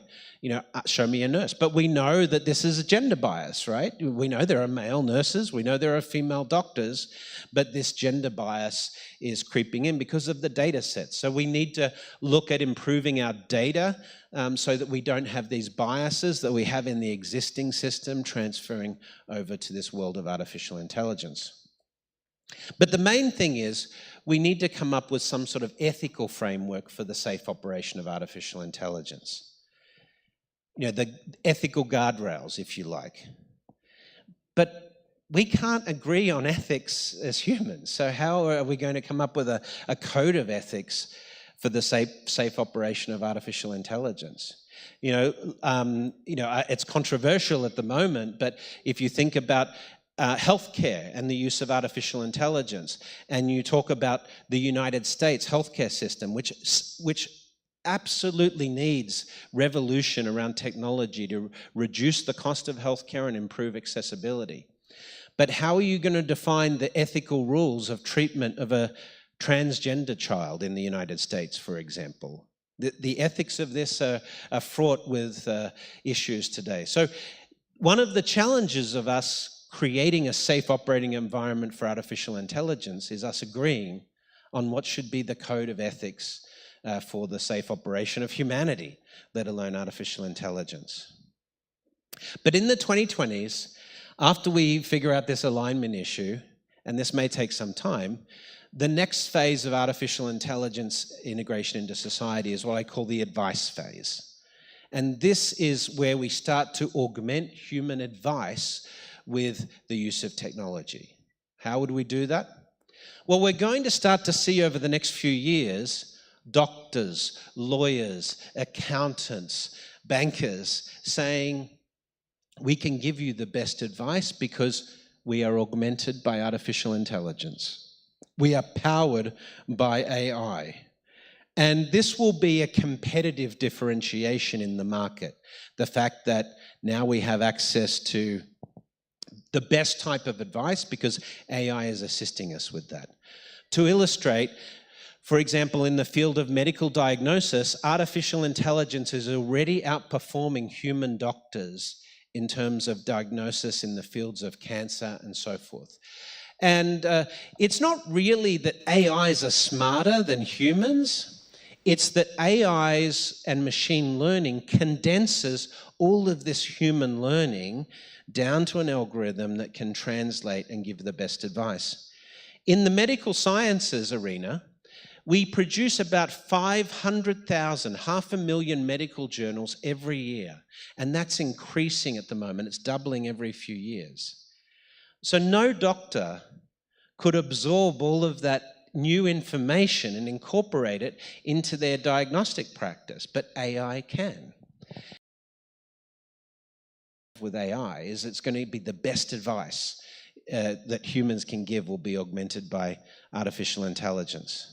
Even Google, who has some of the best engineers in the world, when they looked at reducing their energy bill for their data centers, and they had 300 engineers working on this project for many years, when they applied artificial intelligence to the problem, AI produced a 40% improvement in their energy cooling bill, over the top of the work that the Google engineers had already done.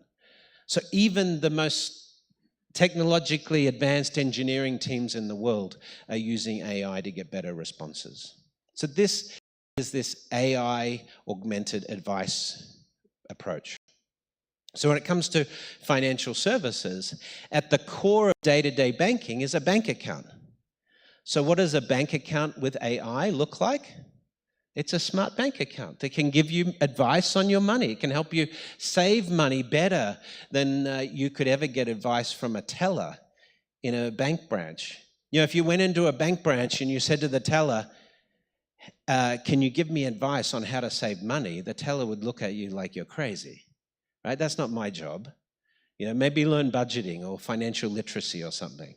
But actually, shouldn't that be what every bank account does, help you manage your money? And so AI is going to really create this. And so mobile wallets are the new generation of bank account. You know, you're not going to go to a bank to get a plastic card or a checkbook in the future. Your smartphone is now your bank account, and in the future, this will be integrated into the world around you. You might have a AI that you speak to at your home with a smart speaker like Amazon Alexa or Siri, and your AI will be integrated into your smart bank account. It'll be part of it. Your car, you know, will have your AI embedded in this, linked to your bank account. So your smart bank account will be with you everywhere you go. Now, this assumes digital inclusion to have financial inclusion. And we are seeing the cost of smartphones in Uganda come down, but certainly we think by the end of this decade, we can get near 90-95% digital inclusion in Uganda. And this will help us with the last mile of financial inclusion as well. But really, the services that we look for, the best services in the future, will be driven by AI. So you want the best healthcare, you'll have to have access to some form of computing or technology to do that. If you want the best form of education in the future, it's likely going to be through this technology layer. So digital inclusion is necessary to solve many of the problems that faces the developing world. But here's where it gets really interesting. Already, we're on a trajectory where mobile wallets have exceeded traditional banking artifacts. By 2025, 55% of all retail payments will be done using mobile wallets. This is not 2040 or 2050, this is happening right now. In fact, today already, the number of people using mobile wallets around the world to pay for basic things exceeds that of using plastic cards and tokenized plastic cards. The 30% includes things like Apple Pay and Google Wallet with MasterCard and Visa card tokens in them. But value stores, like value store-based mobile wallets like Momo and Paysa, Alipay, Tencent WeChat Pay, this is where the action is. So today, when you say, what is a bank account? It's not like you walk into a bank anymore and get a bank account. The most common form of bank account in the world is on a mobile phone. And that changes the way we need to design financial services. Now, our honourable visitor from the bank, central bank, was talking about fraud, you know, as an issue. Let's look at the numbers on this for the best mobile wallet ecosystem in the world. This is Alipay. And you probably heard, you know, this came out of Alibaba. Jack Ma was the founder of this. It's the most successful mobile wallet in the world today with 1.6 billion users on this mobile wallet. And last year at Singles Day, November the 11th, which is the largest day of shopping online in China, they call it Singles Day. It's like Cyber Monday or whatever you would call it in the West. They had 500,000 transactions occurring per second. Now, to compare, Visa card has a theoretical maximum of 30,000 transactions per second across their network. So Alipay is already operating at more than 15 times that rate today. And even at that rate, they had such small fraud, just 0.0006 basis points of fraud. Very low. Almost nothing, right? How does that compare with credit cards in the United States, for example? Card not present fraud in the US today is 11.2 basis points of fraud. That means using a credit card in the United States is 10,000 times more riskier than using a Chinese mobile wallet today. Right? This is pretty crazy. So to put the numbers in perspective, for every $10 million worth of payments on Alipay, their fraud rate is just 64 cents. This is phenomenal. How does Alipay get this incredible rate of reduced fraud? The key is two things. It's their technology infrastructure and the way they deal with KYC and identity. And this is the big change.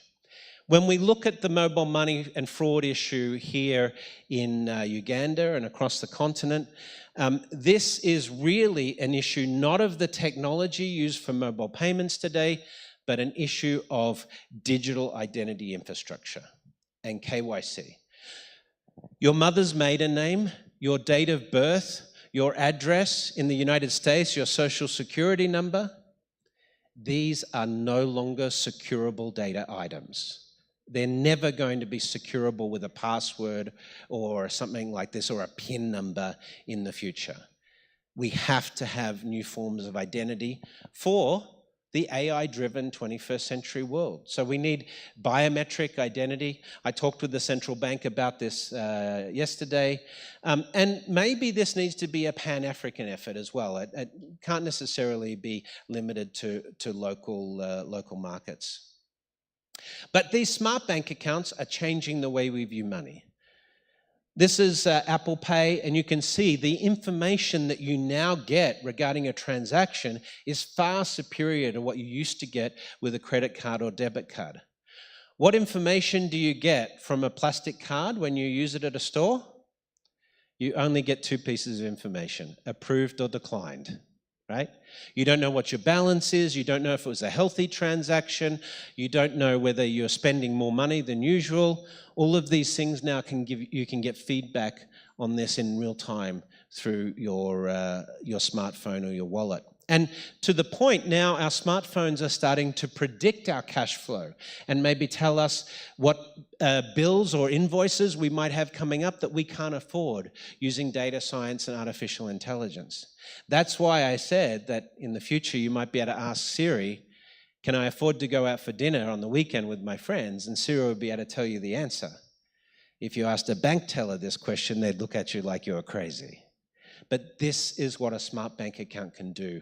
And this is why when we think about financial literacy in the world of AI, it's not about educating someone on banking products or services. It's just giving them the right tools to manage their money more effectively. And this works not just in retail, but it works in commercial as well.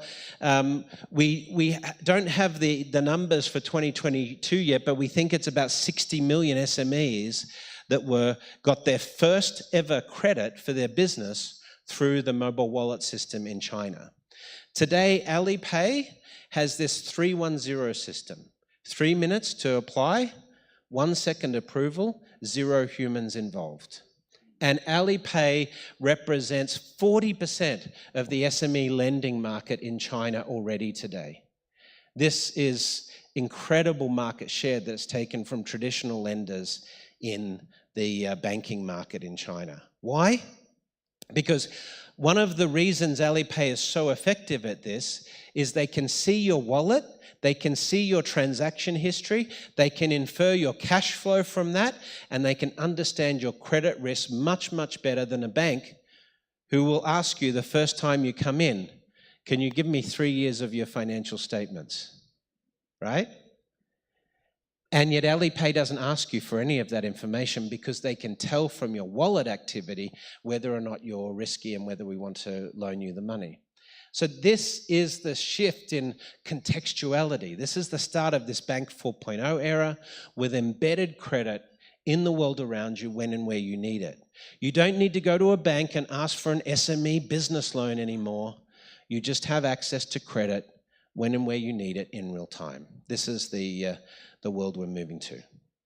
But the next technology that we're going to see developing over the next few years, and granted this will take a little bit longer in Africa, but this is the next consumer tech, is smart glasses. Whether you talk about augmented reality, virtual reality or mixed reality, these smart glasses are the next technology. You may have seen Meta, previously known as Facebook, released their first generation of smart glasses just a few weeks ago. Mark Zuckerberg was demonstrating that. You can now have your smart glasses translate a foreign language in real time. So if you're speaking Swahili to me, I could see the English translation of the Swahili conversation on my screen in a head-up display on my smart glasses. So let's think about what would banking and financial services look like in a world with smart glasses where you wear a computer on your face instead of a smartphone in your pocket. Well, you might go to a grocery store and your smart glasses say to you, alert, it looks like you don't have enough cash in your wallet today to do your grocery shopping. Here's some extra cash if you need it. The fee for this is, 100 shillings or 1,000 shillings for the extra cash that you might need. Now, this is pretty interesting because if you think about how things would work today in a grocery store or a supermarket, you fill up your cart, you put your food in, you go to the cashier, the checkout. I'm sure many of you have had this happen. I've had it happen to me. And you give them your card and the cashier, I'm very sorry, sir, your card has been declined. And you're like, can you try it again? Hopefully, magically, more money will come into my bank account. Right? And then you realize, oh no, my mortgage payment came out, or maybe my salary hasn't come into my account yet. Now, a banker's solution to this is, you need a credit card. Come down the branch, find a parking spot, fill out an application form, and maybe if you're not too risky, we'll send you a credit card so you don't have this problem again. But a technologist says, we don't need any of that. I can determine, I know how much you spend.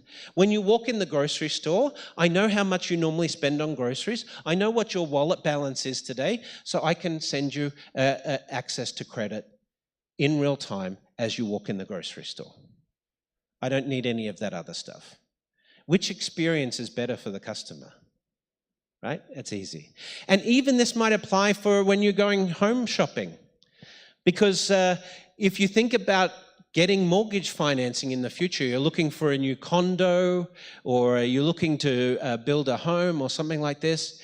And today, how does a bank know that you're going to buy a new home? The only way they know is if you come and ask for a mortgage. But Google knows you're looking for a home because you've done searches on it. Apple knows because you've downloaded a real estate app on your phone. So they now become the gatekeepers of access to mortgages and home financing in the future. It's all about the data. Do you know the customer's intent to buy a home? Because that's the most important piece of data if you're in the mortgage business. If you're a bank and you're waiting for someone to come and ask you for a mortgage, you're not in the mortgage business in 2030. You're no longer able to compete. So this is embedded finance. But the 2030s is going to be the era where artificial intelligence really ramps up. And for the first time, we enter this period of man versus machine. Whereas in the 2020s, it was man augmented by AI and machine. The 2030s, we're going to start to give agency to artificial intelligence. So we will have learned over the years to trust artificial intelligence because it gives us the best advice. We can always trust our GPS to give us the best traffic route, although the traffic's pretty tough in Uganda, I hear, in Kampala particularly. But we will learn to trust the best doctors, the best advice will come with AI. And in the end, we'll say, well, why do we need the doctor? We'll speak to the AI first, and then if we have a problem, we'll go and speak to the doctor. This is the way we'll think about it. And if you think about AI, AI is really this core infrastructure, and this is important. Just as the Honourable Doctor was from Science and Technology was talking about technology as infrastructure, when we look at the success of the US economy in the 1950s and 1960s, it really was due to two things: investment in core infrastructure to enable trade, and the growth of the middle class, which created consumption. And when we look at this next generation of economics, we're talking about smart infrastructure. Infrastructure that's powered by technology to enable trade and commerce much easier. Like mobile payments, mobile money technology that enables us to, as a merchant, to now accept payments far easier if we have a mobile phone. Autonomous vehicles on the road in the future. Ships that travel the ocean on an automated fashion, robots that deliver goods and services. This is the type of smart infrastructure that's going to differentiate the economies of the 2030s. And number one amongst them is going to be China. the world's #1 economy in the mid-2030s. Why? Because of their investment in next-generation infrastructure. The US is still trying to defend fossil fuels and, the traditional infrastructure of the Industrial Revolution. This is one of the reasons China will surpass. Today, for every one PhD graduate in science, technology, engineering, and math in the United States, China produces 8 PhDs.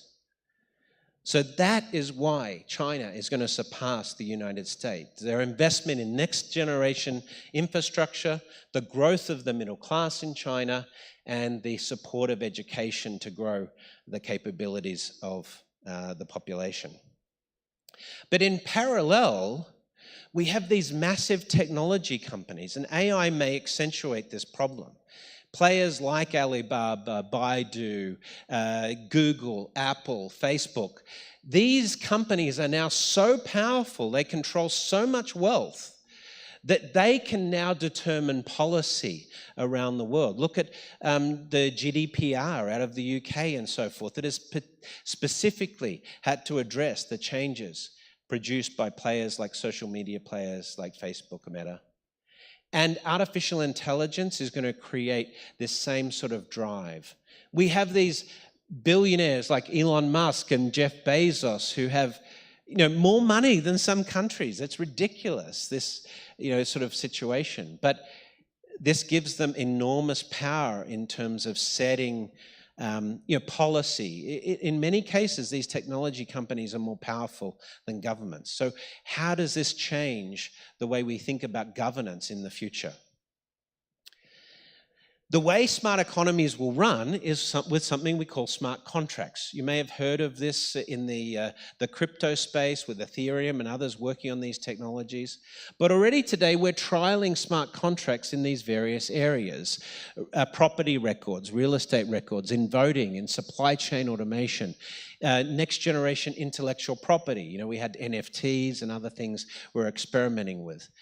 But smart contracts is machine-readable legal contracts or machine-readable businesses. So if you want to have automation at a high level in society with AI running businesses and commerce, you need smart contracts and you need smart money. You need programmable money.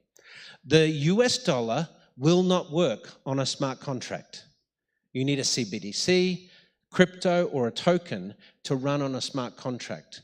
And the US at this point has no plans for a CBDC. They're debating whether or not they're even going to have a CBDC in the future.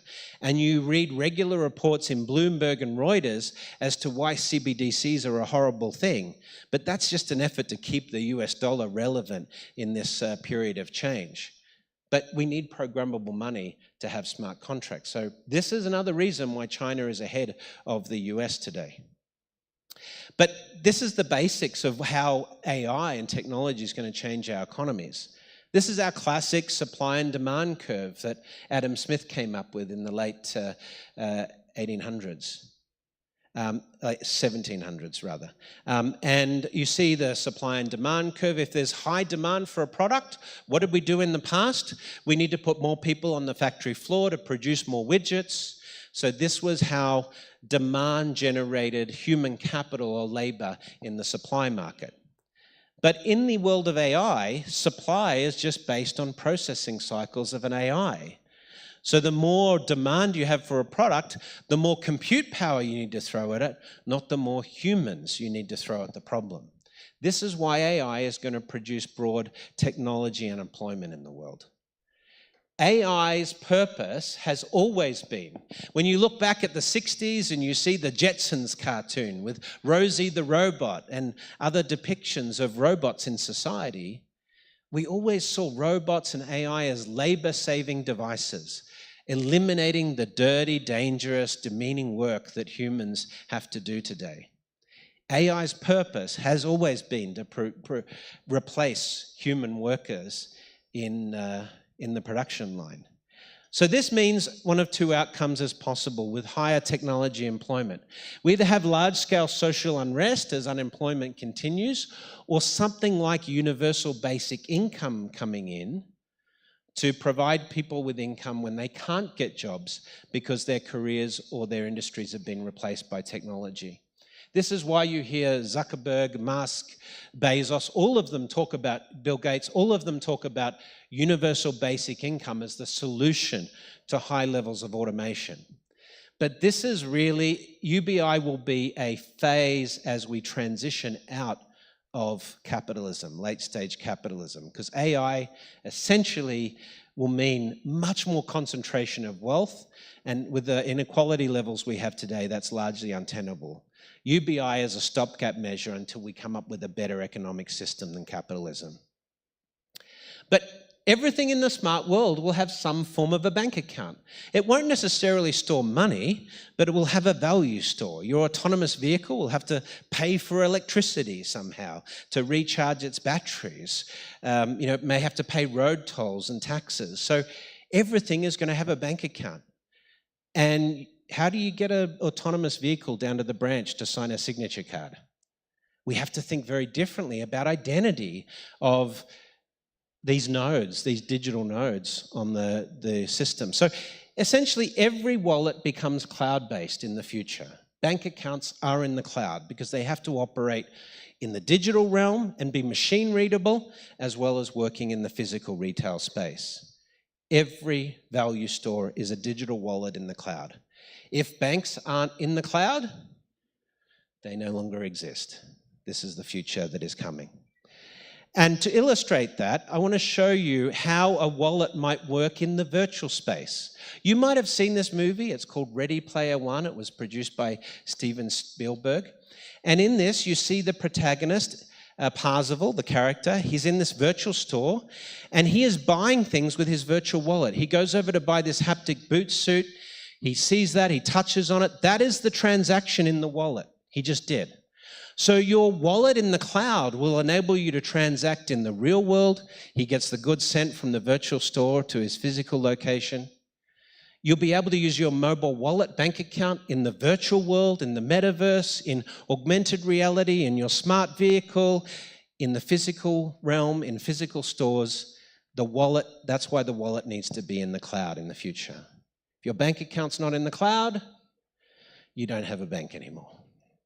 And so this is why digital currencies are also important, this emergence of this digital money to operate smart contracts and smart economies. And today, China leads the world. They're at least 10 years ahead of the United States in development of central bank digital currencies today. Over 60 cities in China are already rolling out CBDC trials. Hong Kong and Singapore have entered into partnerships to use the yuan, and the BRIC nations are talking with China about integrating cross-border trade on their CBDC rails as well. If you want to trade with China in the future on the Belt and Road, when Africa is trading with China in a few years' time, you're going to be using a wallet with a CBDC. You might have a local CBDC or a local cryptocurrency or digital money, but it's probably going to convert into yuan if you're trading with China, because that's the rails that they'll be sitting on. And this is part of China's effort to take the world off the US dollar with cross-border trade, de-dollarization. And it's not just China is seeking this, Brazil is seeking this, Russia and other economies have explicitly said they want to wean the world off US dollar trade. OPEC is now accepting payments in euro and Chinese yuan for oil, for example. Why is this important to China? As China becomes the world's #1 economy, the US is likely to try and use sanctions to try and slow down the success of the Chinese economy. So they don't want the sanctions to be able to damage their cross-border trade. That's part of the reason they're looking at CBDCs. So now we're heading into the 2040s. Well, the big theme of the 2040s is going to be climate mitigation, because the worst effects of climate change will be upon us by then, including large-scale eco-refugees, flooding, and resultant food scarcity problems. So there's some bad news, but there is some good news, I promise, at the end of this. The #1 city in the world for impact by climate change, particularly sea level rise, is going to be Miami-Dade County in the United States. The 5 top cities in the world affected by climate economically: Miami, New York, Calcutta, Shanghai, and Guangzhou. They are the top 5 cities that will be affected economically by sea level rise. In Miami, 2.2 million people displaced, 90% of the population there affected. The impact is fairly conservative estimates of 400 billion. Some say it's in the tens of trillions of dollars. A few years ago, there was a governor in Florida called Rick Scott, and he very famously banned the mention of climate change amongst the Florida state government. Why? Because the Republican Party knows this is going to happen, but they have no intention or no political power to fix this at the moment, spending money on climate mitigation. So they're probably just going to let Miami go underwater. New York, though, New York is too valuable as the world's financial capital. So New York already has plans. And you might have seen 3 weeks ago, there was massive floods in the south of Manhattan Island. They had Superstorm Sandy back in 2016 that did $70 billion of damage. Climate mitigation of New York, southern Manhattan, is expected to cost about $35 billion. Half of the damage that Superstorm Sandy inflicted. So we know that in China and New York and so forth, there's going to be climate mitigation efforts there. The biggest problem for the rest of the world, I think Uganda's probably fairly secure here, but with lots of flooding in places like southern India and Bangladesh, the flooding in agricultural areas means food production is going to be affected significantly. Already, erosion and soil pollution are a problem globally. We've lost 40% of our farmland in the last 50 years because of over-farming, pollution, and so forth. So food scarcity is going to be a big problem. You combine this with flooding and sea level rise, what do you get? You get crop failures such as in France, where they won't be able to produce wine in the Bordeaux region anymore because it will be too hot in France. England and Scotland will become wine-producing countries as the temperature increases there.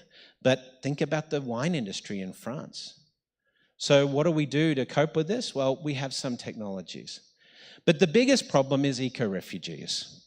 The estimates range from 500 million to 1.6 billion eco-refugees because of sea level rise and food scarcity by the year 2050. Right now, Europe is having to cope with 37,000 immigrants coming into Europe this year, and it's called a disaster. Imagine 1 billion refugees. So at some point in the future, in the 2040s or the 2050s, we will get to the point of so many people displaced by climate that the question that you hear asked today, which is, who is going to pay for this?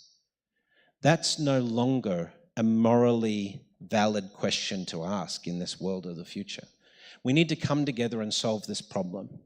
At the same time, immigration is going to become competitive because as population growth starts to shrink, we need to attract immigrants because immigrants bring consumption to the market. They spend money, they buy homes, they buy clothes, cars, smartphones, and so forth. This is the way we increase economic activity.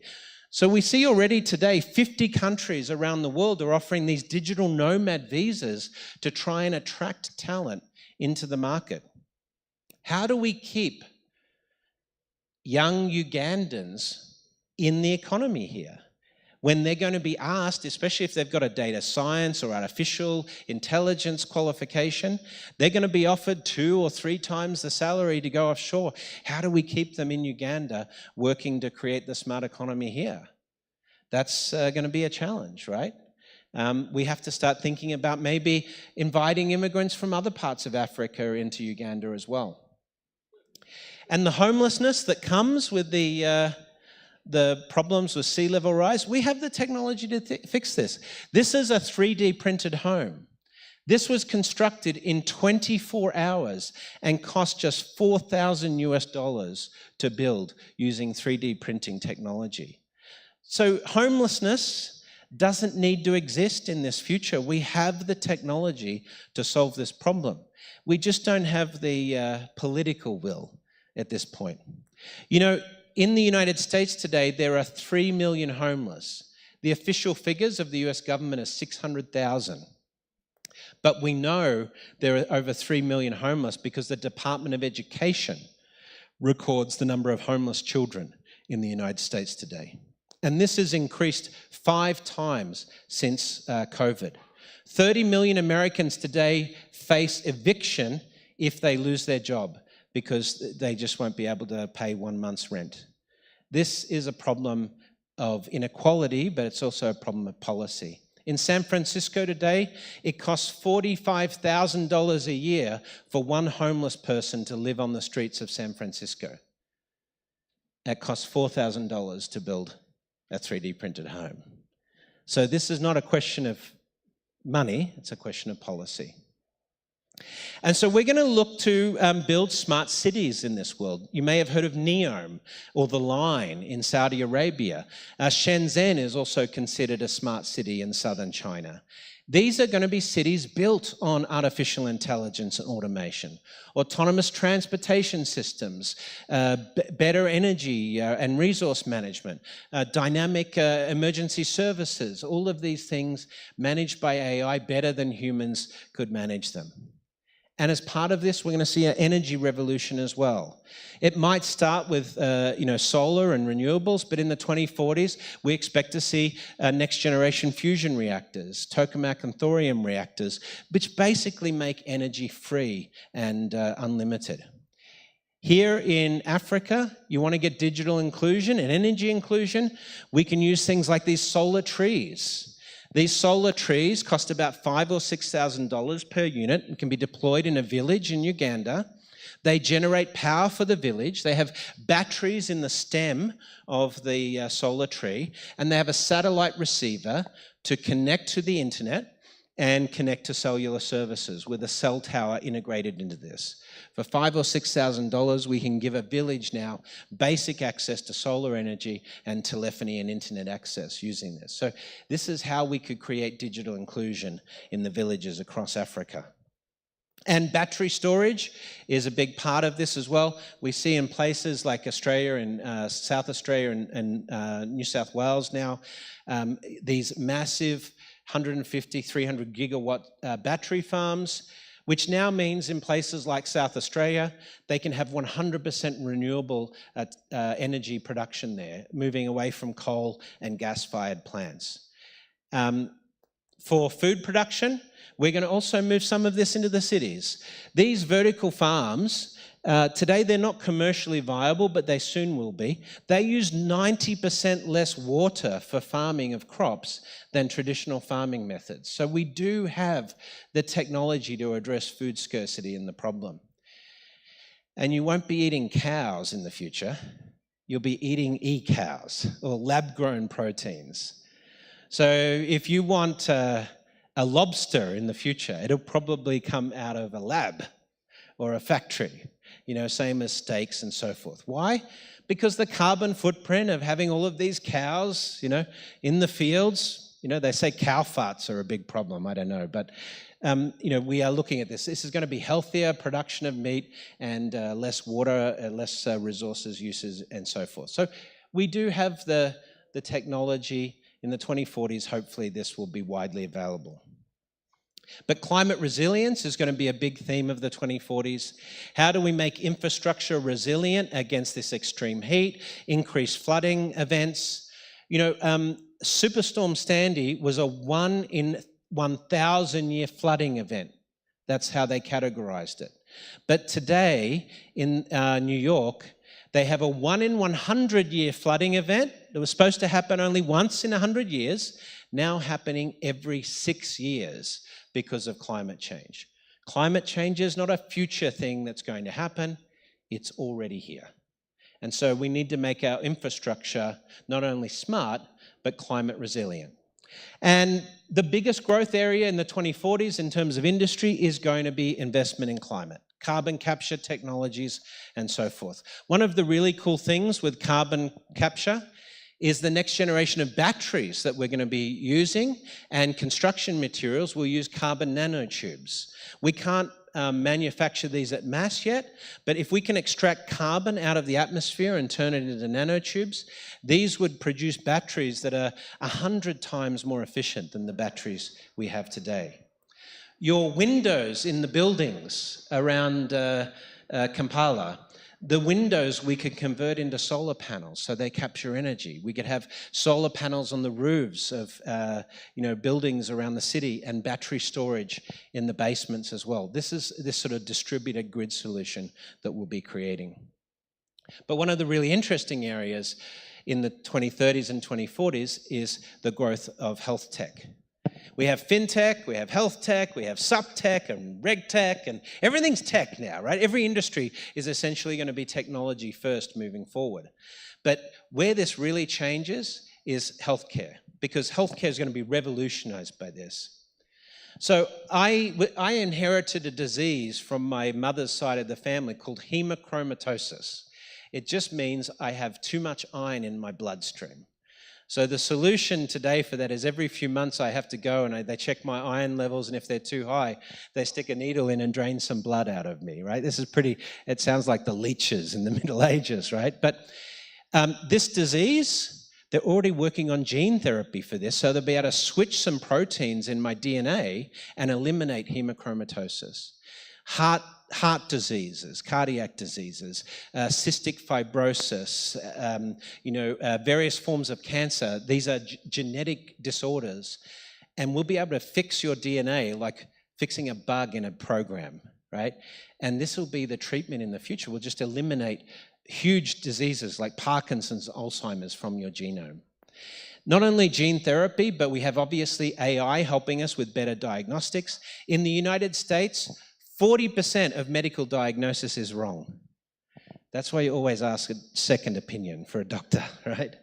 But AI is going to eliminate those diagnostic problems. If you do need a replacement organ, we'll 3D print it in the future, 3D bioprinting. This is already happening. We're having organ transplants done that are produced with 3D printers.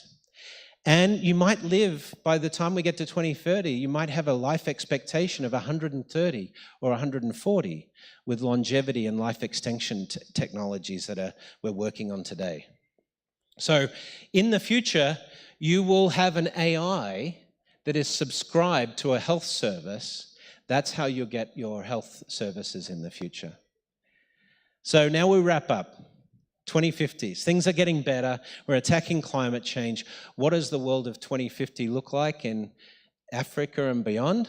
Well, in Africa, 25% of the global population will be from Africa in 2050. So most of the growth that will be occurring economically in the 2040s and beyond will be here in Africa, which means a lot of investment is going to be coming into the African continent. This is going to be the only growth area in the world in the 2050s. China and India will have maxed out in terms of their population. And, it's fair, probably about 70% of global output will be based in Asia in the mid-2050s, but the up-and-coming region from the 2040s onward will be Africa, for sure, because of the population growth that will be happening here. And, when we think about the final phase of AI, alignment, advice, agency, we get to large-scale AI implementation or AI autonomy, autonomous artificial intelligence. These are large-scale systems operating our government, operating our economies more efficiently than humans can with the use of artificial intelligence, making these complex systems that humans can barely understand, making them much more efficient than we could as humans today. It would also get rid of the bureaucracy and corruption in government with this automation. So this is a side benefit of this. And to illustrate, this may be how you'll order a meal in the future. You'll go on your smartphone or a kiosk and you have a smart chef, a smart restaurant that cooks your meal, and then it flies off with a drone to deliver your meal via drone. In this movie on Netflix, the character, he wakes up in his apartment and there's the drone. It's just dropped the meal on the table and the drone lets itself out the window. So how would you feel about that? No more delivery people delivering your meals or your groceries. Now it'll be just robots. So I only have one piece of advice for you. By 2040, there are going to be more robots on the planet than humans. So be kind to robots. You never know what's going to happen in the future, okay? So this machine-to-machine economy, in economies like China and the United States and Europe, over half of the economy in the 2050s will be run through AI-based markets and commerce. And, you know, this will be largely a black box. This is, again, why we have to work on the problem of inequality and wealth capture, because with AIs running this amount of the economy, so much wealth capture will go to the billionaires or the trillionaires at that time who own these technology companies, rather than being distributed more effectively than it is. But this means the world is very different. We'll have to focus on very different things, from just working 9 to 5 to put food on the table.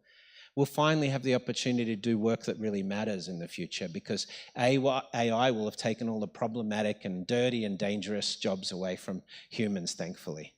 It just changes the nature of work.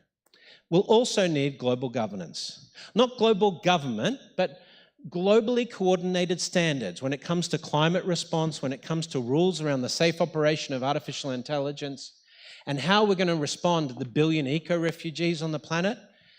A national Ugandan policy on climate is no longer going to be enough.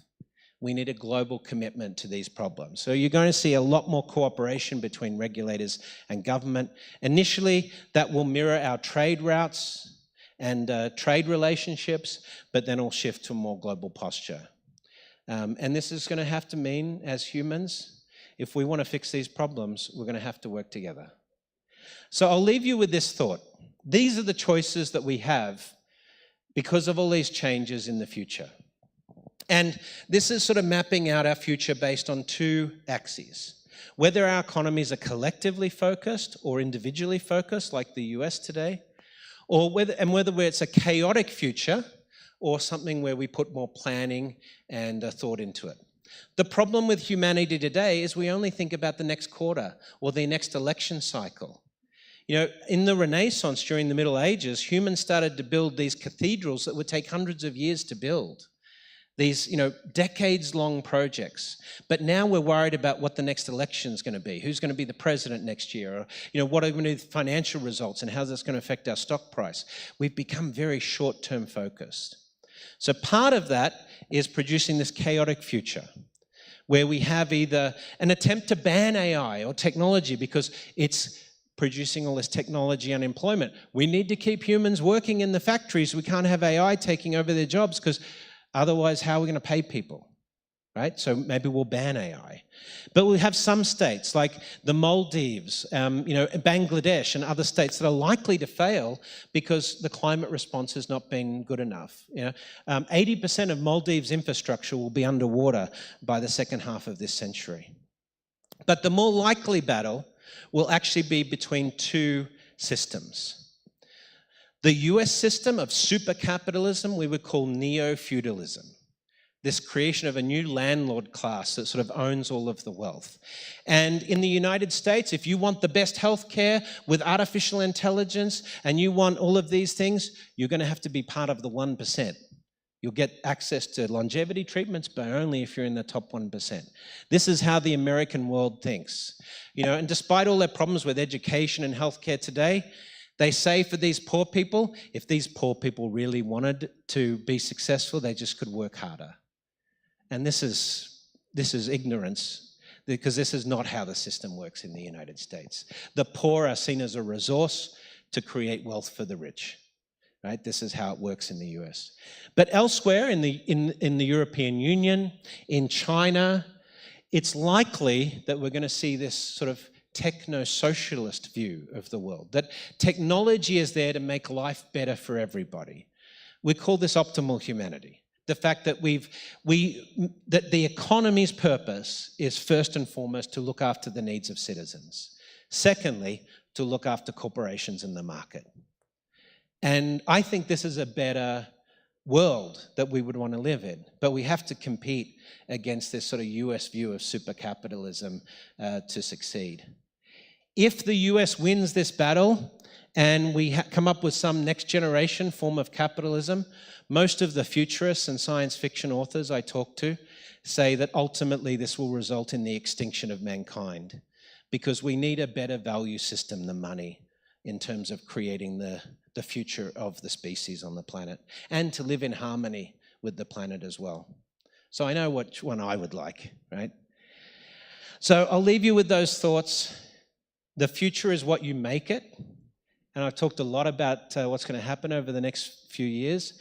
But I will say that the success of humanity, our ability to cope with all of these changes, artificial intelligence, climate change, inequality, and so forth, only requires one thing: that we work together as a species, as one big family. And that's really what optimal humanity is. If you want to check out more, you can check out The Rise of Techno-Socialism, my new book. But thank you all for coming today. I appreciate your time.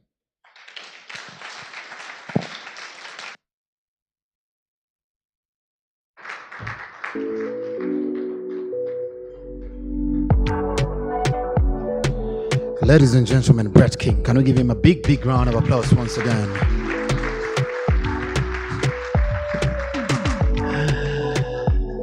Brett. The future of AI, smart glasses, autonomous transportation system, AI augmented advice, smart bank accounts, 3D printed homes, and the rise of smart cities, and so much more. Ladies and gentlemen, ask your neighbor, are we together? Ask your neighbor, are we together?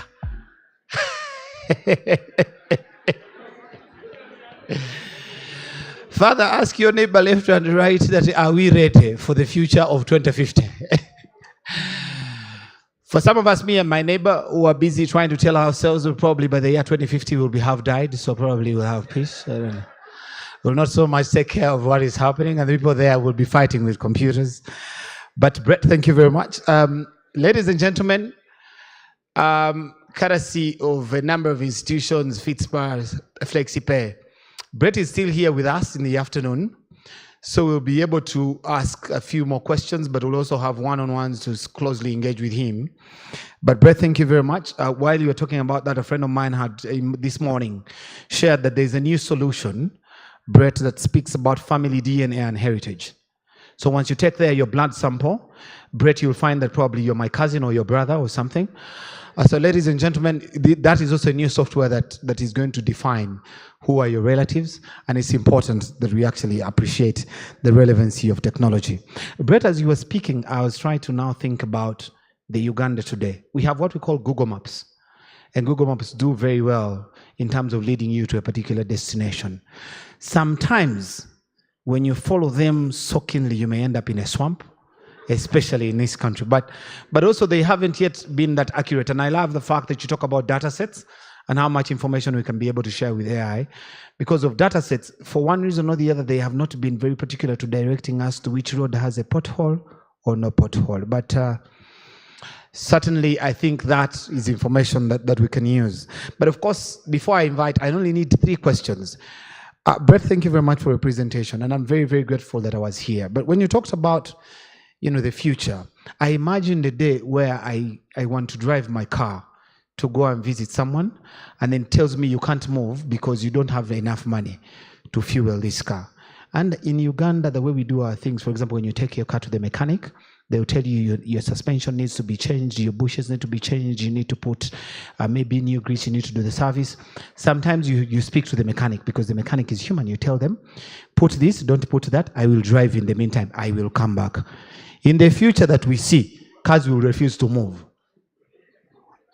That's going to be very difficult, but we hope we'll be there. Friends, ladies and gentlemen, can we have some questions? 2, 3 questions for Brett.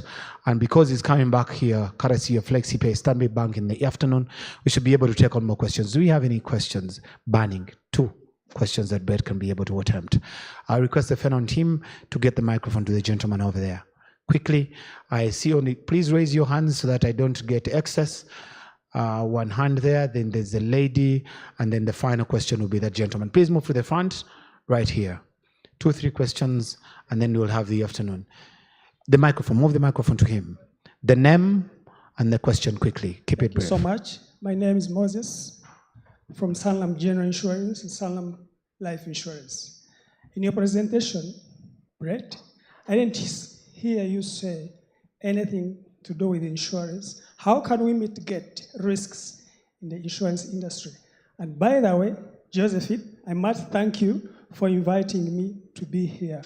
However, I can only see banks, and there's no representation of the insurance industry or prayers, and I know banks are here, and it's one of the channels that we sell insurance, but I'm a business risk advisor with Sanlam General Insurance and Sanlam Life Insurance. For those of you that are very, good on LinkedIn, I'm there as Moses Karima. Thank you so much. Thank you very much, Moses. Moses, I must say insurers are here. It's just that you see a number of people that are not putting on suits. Those are fintechs. That's how they operate, tech guys. Yeah, I'm But surprised insurers he has a hoodie on, Okay, quickly, thank you very much, Moses. So let me give you the answer on insurance. Let's take two examples of insurance. So let's take automotive insurance. So automotive insurance will be broken into two categories. You'll have some insurance protection for collision, but that will be paid for by the manufacturer because it will be based in the software of the autonomous vehicle.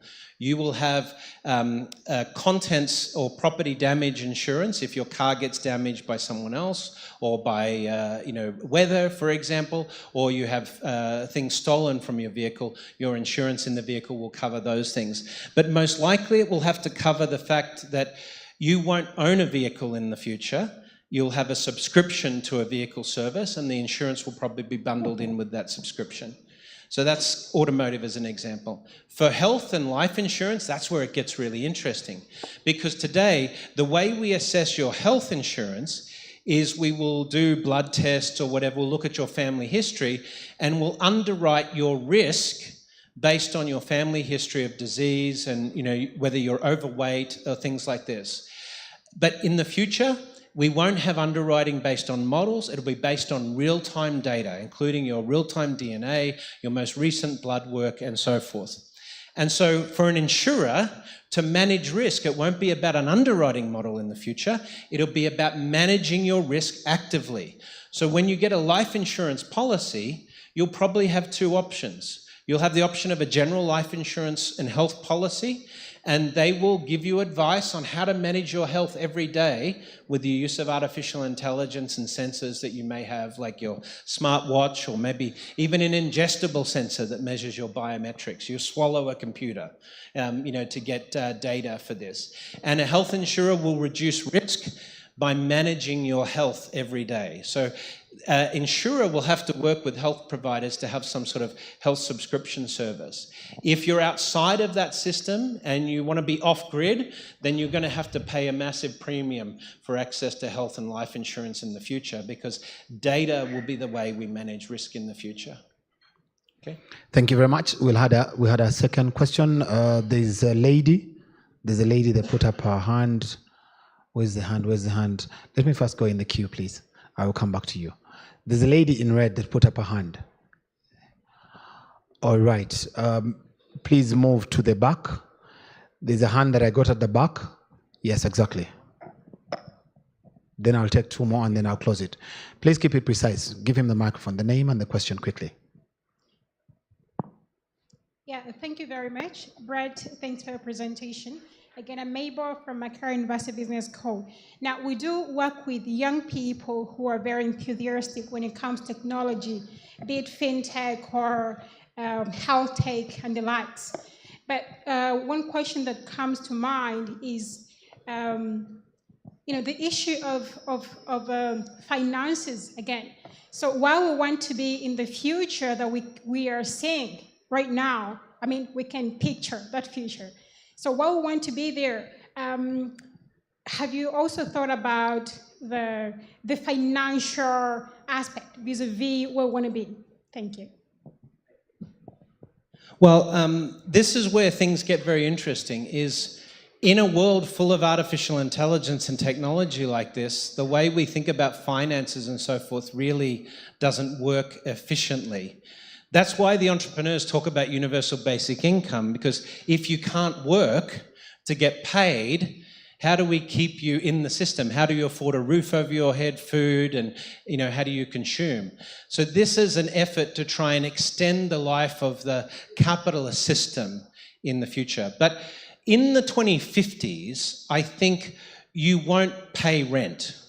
Now, we hear about the Great Reset and things like this with, the WTO and others, Klaus Schwab, and there's very conspiracy theorists around this. But I think the job of the economy in the 2050s is to give people the best quality of life they can, and as part of that, you will have access to basic housing, food, healthcare, education that will be provided as part of the core output of the economy. And that will be the priority. Let's make sure all of the citizens are looked after, because if you don't have that, inequality will mean social revolution and collapse of government. So we will reprioritize the economy to look after the needs of citizens first and foremost.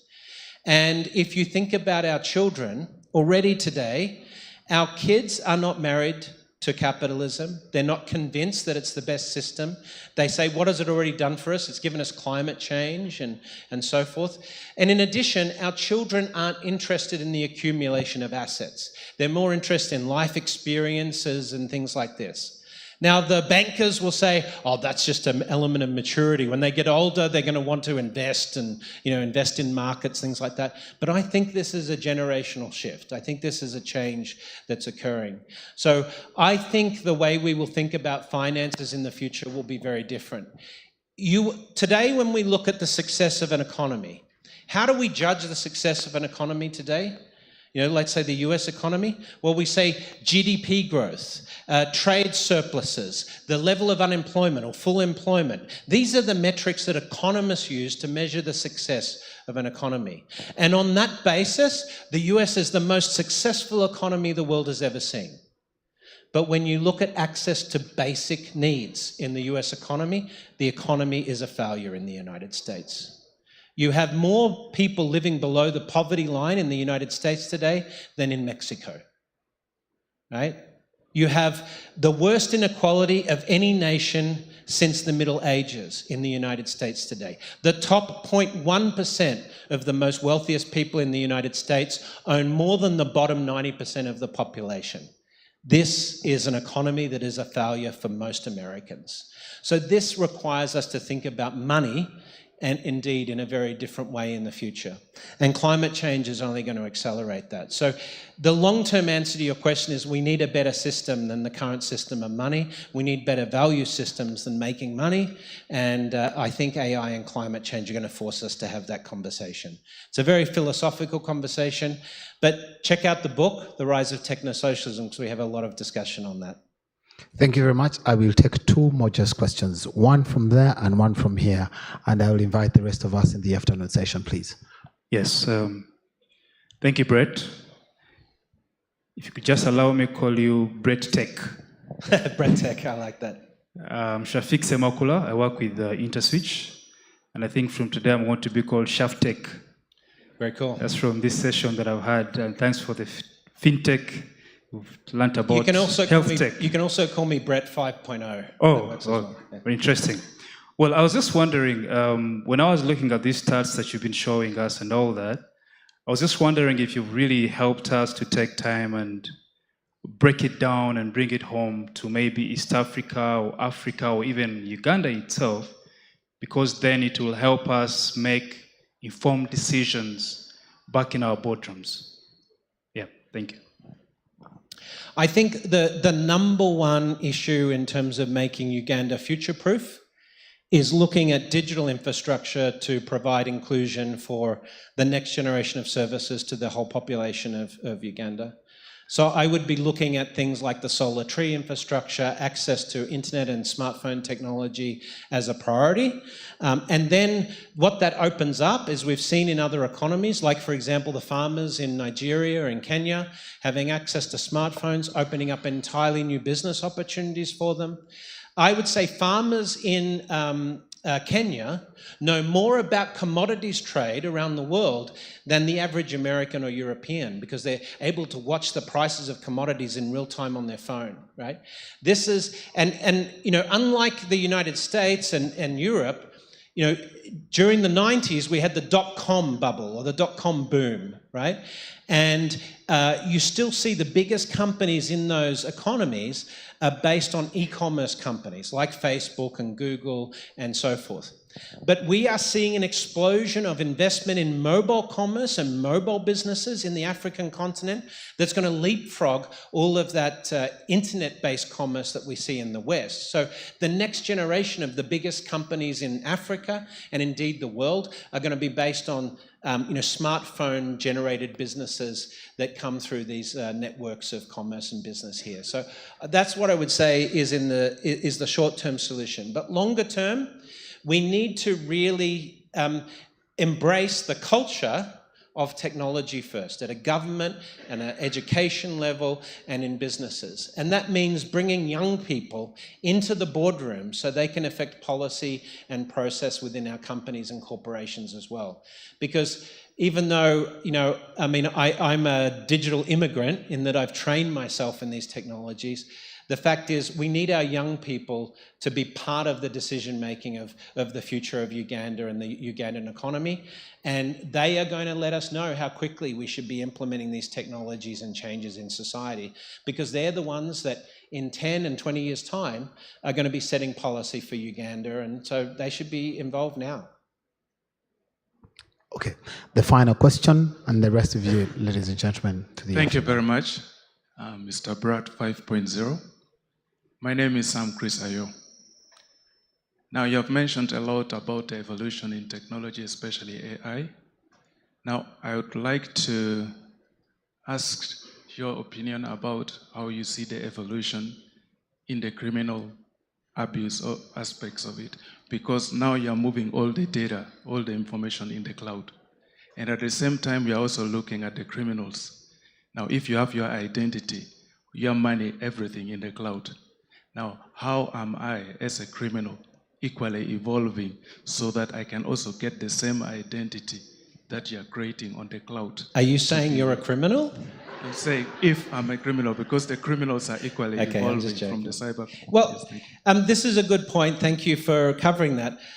What I can tell you is when we look at fraud, for example, and I was talking about with the central bank yesterday, is that the biggest frauds that we have now are internal, are employee-based frauds within financial institutions and so forth. So, you know, if you want to stop that sort of fraud, you need better systems internally, you need better technologies. Technology generally, as you saw with the fraud rates in China, fraud rates in China are 1/10,000th of using plastic cards or using cash-based economies. So this feeling that cybersecurity produces more crime is actually not statistically what we see. The more technology we put in, the more safety we have. But we have a problem right now in that we have old world 19th century systems like driver's license and passports and signatures, and those things don't work in the 21st century world. So we have crime because people are using technology like AI to social engineer, and they can use those things to get around and, you know, trick, you know, spoof your identity and so forth. So the only real solution to that is a digital identity infrastructure, as I talked about. But ultimately, I know people are concerned about things like facial recognition. If I have facial recognition, you know, everyone knows who I am. And, you know, Jack Ma, who was the founder of Alibaba and Alipay, he said, our kids don't care about privacy, and in the world of the future, privacy won't exist in the way we think of it today. And if you want to be off-grid and not be a part of the system, if you want to keep using cash and not be subscribed to digital identity, the outcome of that will be you will have access to the worst systems. You won't get access to the best healthcare and the best education. You'll have to suffer to have that that privacy and that independence. But there are solutions like crypto and tokens and other things that will allow you to transact outside of government payment rails and things like that if you want to. And that was partially why Bitcoin and things like Ethereum were created, to create sort of an independent payment rails, an independent payment system outside of the central banks. You know, many of the crypto guys you speak to still say there won't be central banks in the future. Sorry to tell you that, Deputy Governor. But I do think that in this world of the future, we can fix these problems, and ultimately it'll be a much safer place. Crime rates in China have plummeted because of the use of facial recognition systems there, but now the AI guys, the criminals, are getting smart. So they're now using artificial intelligence, and what they're doing is they're calling people on video phone, pretending to be a relative, and saying, I'm stuck in jail in the village in China, you need to send money to the policeman to get me out of jail. And it's completely fabricated through the use of artificial intelligence. The voice is copied, the image is copied using this. So we, even though the regulations around AI in China are quite strong, the enforcement technology is not yet caught up. So the solution to all of these problems essentially is tech, I'm afraid. You live outside the tech, you're going to be subject to far worse crimes and issues than if you're on the technology platforms. That's my view. But I'm a techno-optimist, so there you go. Thank you. All right. Ladies and gentlemen, can we give Brett a big round of applause? Brett, you can take your seat.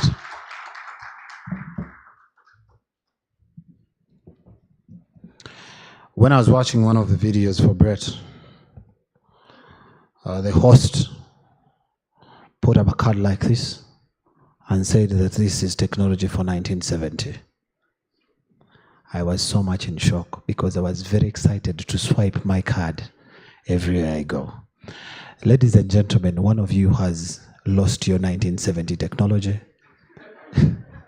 courtesy of Equity Bank. Please look for me. I'll be right there, and I will give you your old technology to continue swiping. Ladies and gentlemen, our next speaker is a consultant.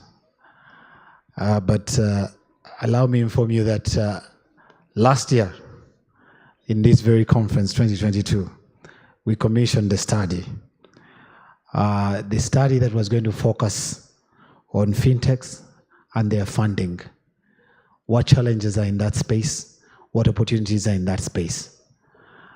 And of course, Fitspa, together with ABI, made it possible. So our next speaker is one that is coming here to share the completion of the study, to share highlights of what they found in terms of fintechs and their finding. So our next speaker, ladies and gentlemen, has worked with a number of brands that are not limited to UNCDF, Stanbic Bank, Centenary Bank, Airtel to mention but a few.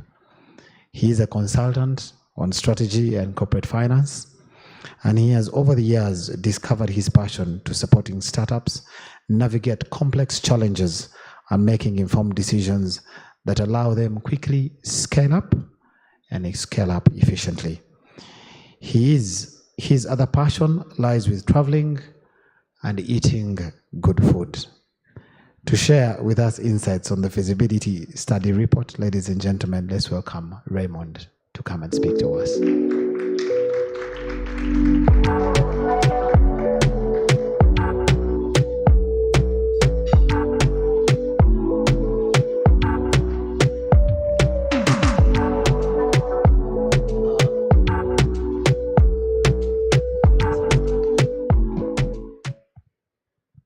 Good afternoon, everyone. Before I start, I would just like you to know how much I hate Brett King, because that's a tough act to follow. It's something like watching Lord of the Rings, Game of Thrones, and then someone like me comes to tell you about the weather. So please lower expectations. I'm not going to tell you how we're going to change the world in 2050, okay? Before I start, this is really important. we're a Fintech association. Please, if you can scan that QR code, you'll be able to download the feasibility study that I'm going to talk about. I'll give you a minute or two before I start. As I wait for you to go through that, and I will just tell you a little bit about how this whole project started.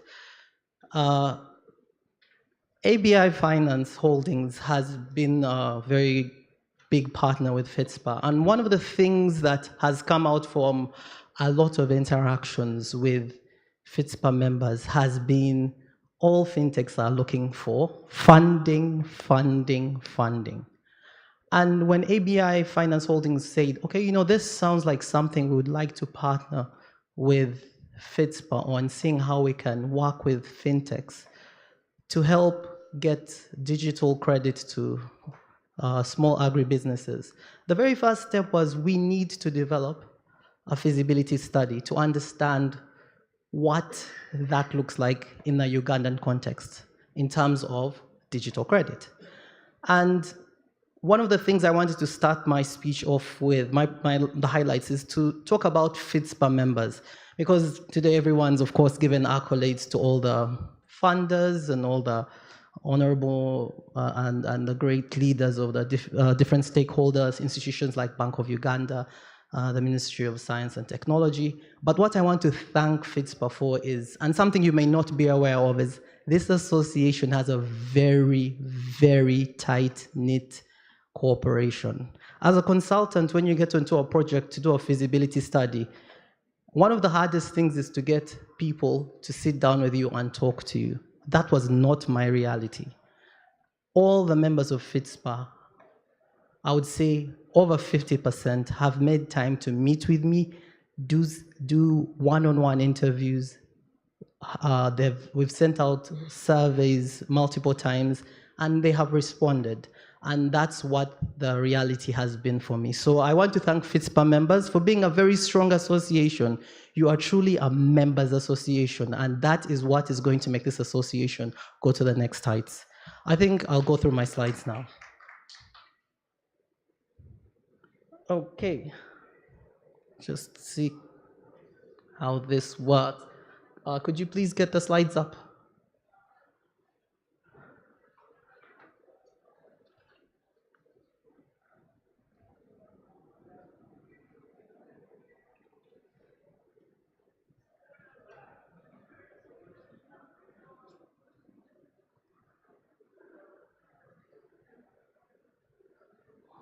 Okay. Oh, there we go.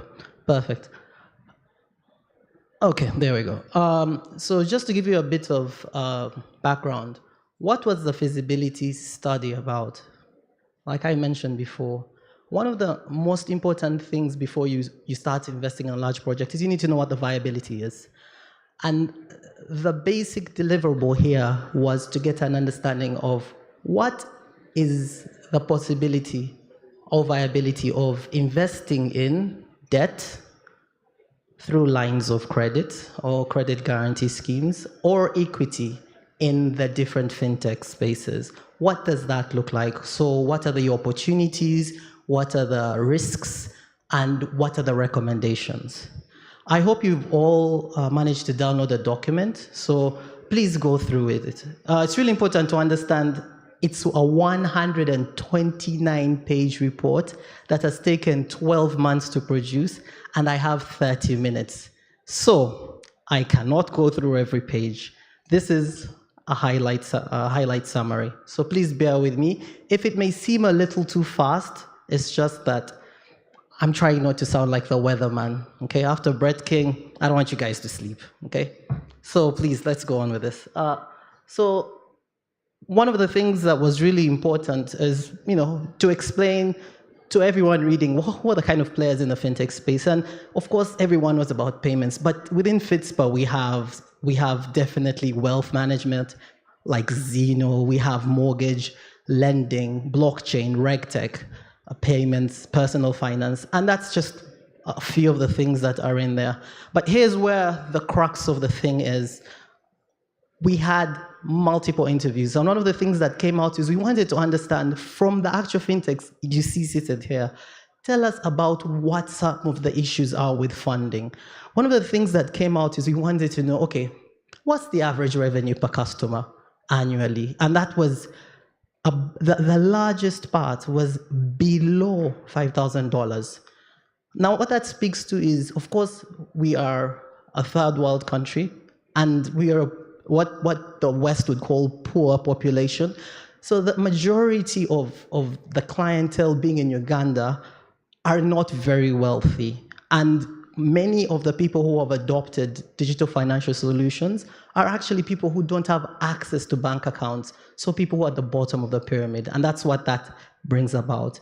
Then one of the things we also try to understand, what are the primary sources of funding for the fintechs? And surprisingly, it's not bank loans. That was just 12%. And you're probably wondering why. And that comes because a lot of fintechs, their value is intellectual property. And banks don't take intellectual property valuation. They take collateral. So a lot of fintechs, as amazing as their ideas may be, that doesn't fly with many banks. So a lot of them are self-financing, using, borrowing from within their circle of their network circles, or actually approaching venture capital or angel investors. Another thing that came out is what's the average duration it takes to get secure funding. And one of the largest things that it takes over 12 months. Over 48% of the fintechs said it takes more than a year to get the funding from when they start to approach the potential funders.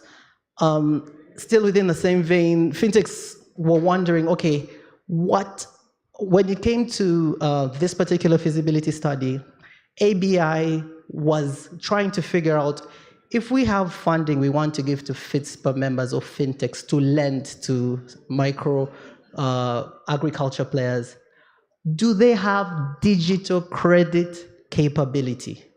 Do they have that? Because that's a big driver of their success.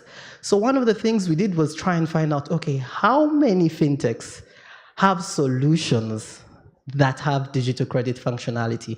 And here's a really important pie chart. One of the things that came out is over 76% said that they did have the functionality.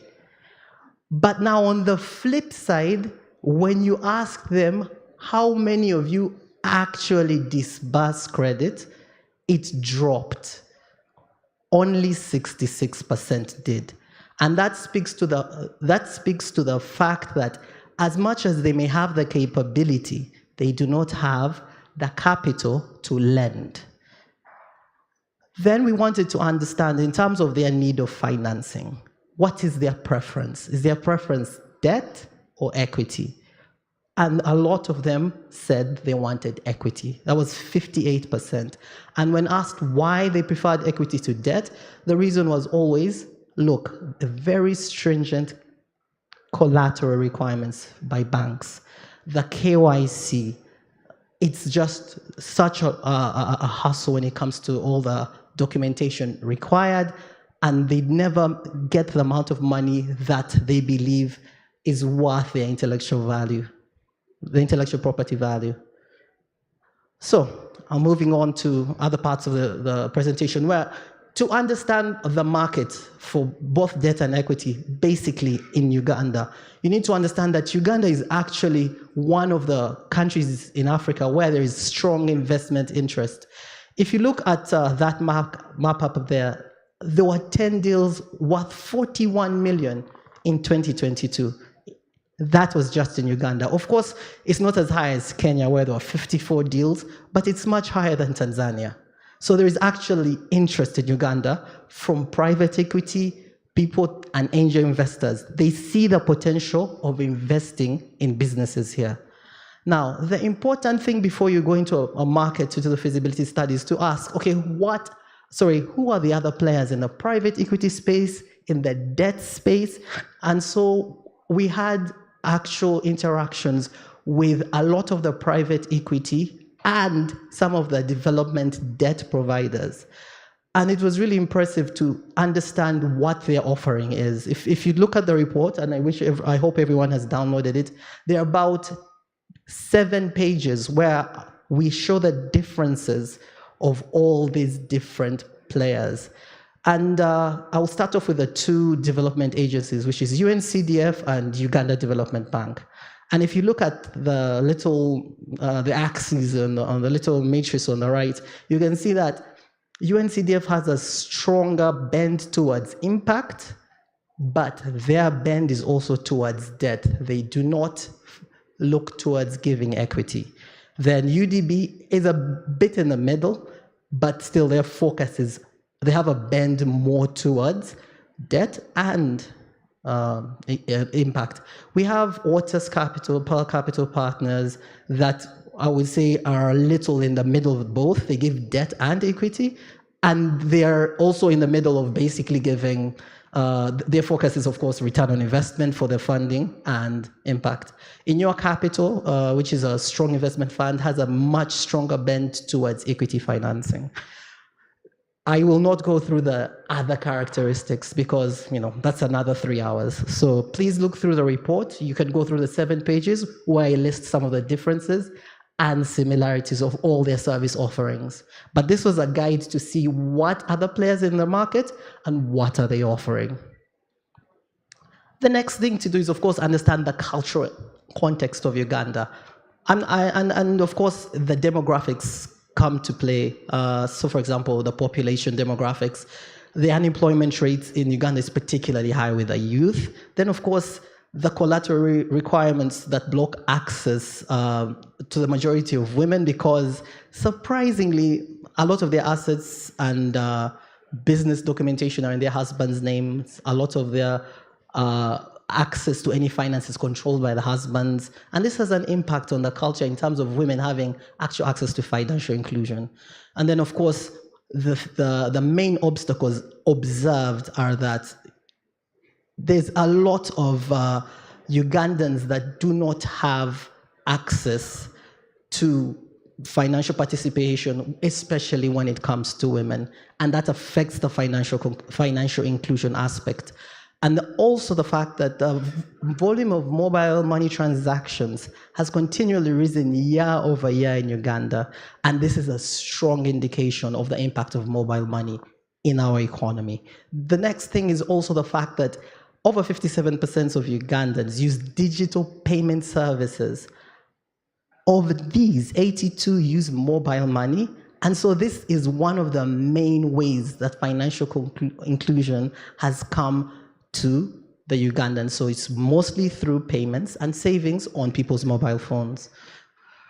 Then one of the other drivers is the, of course, adoption of technology and the debt repayment culture. So Uganda has one of the highest internet penetration rates within East Africa.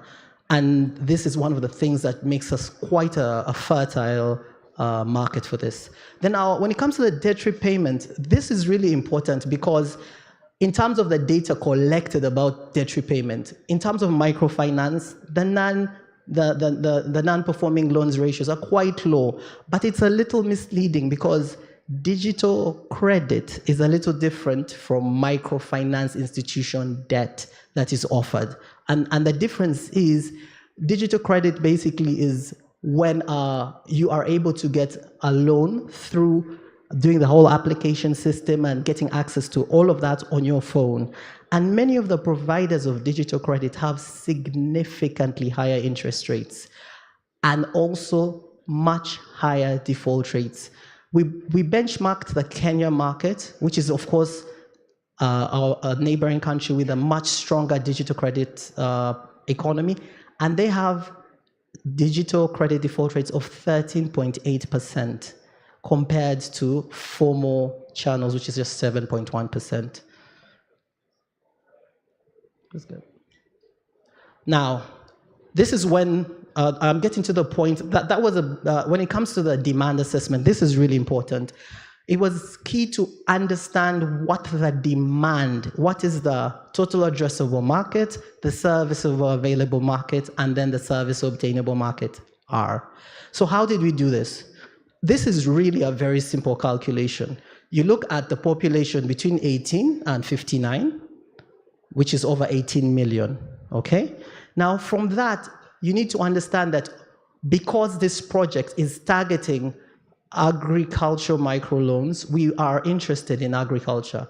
And 61% of the population is involved in agriculture.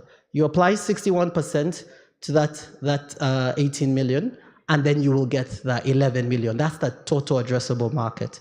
Then when you move to the next level, we need to figure out, okay, of these people between 18 and 59, how many of them will use digital credit?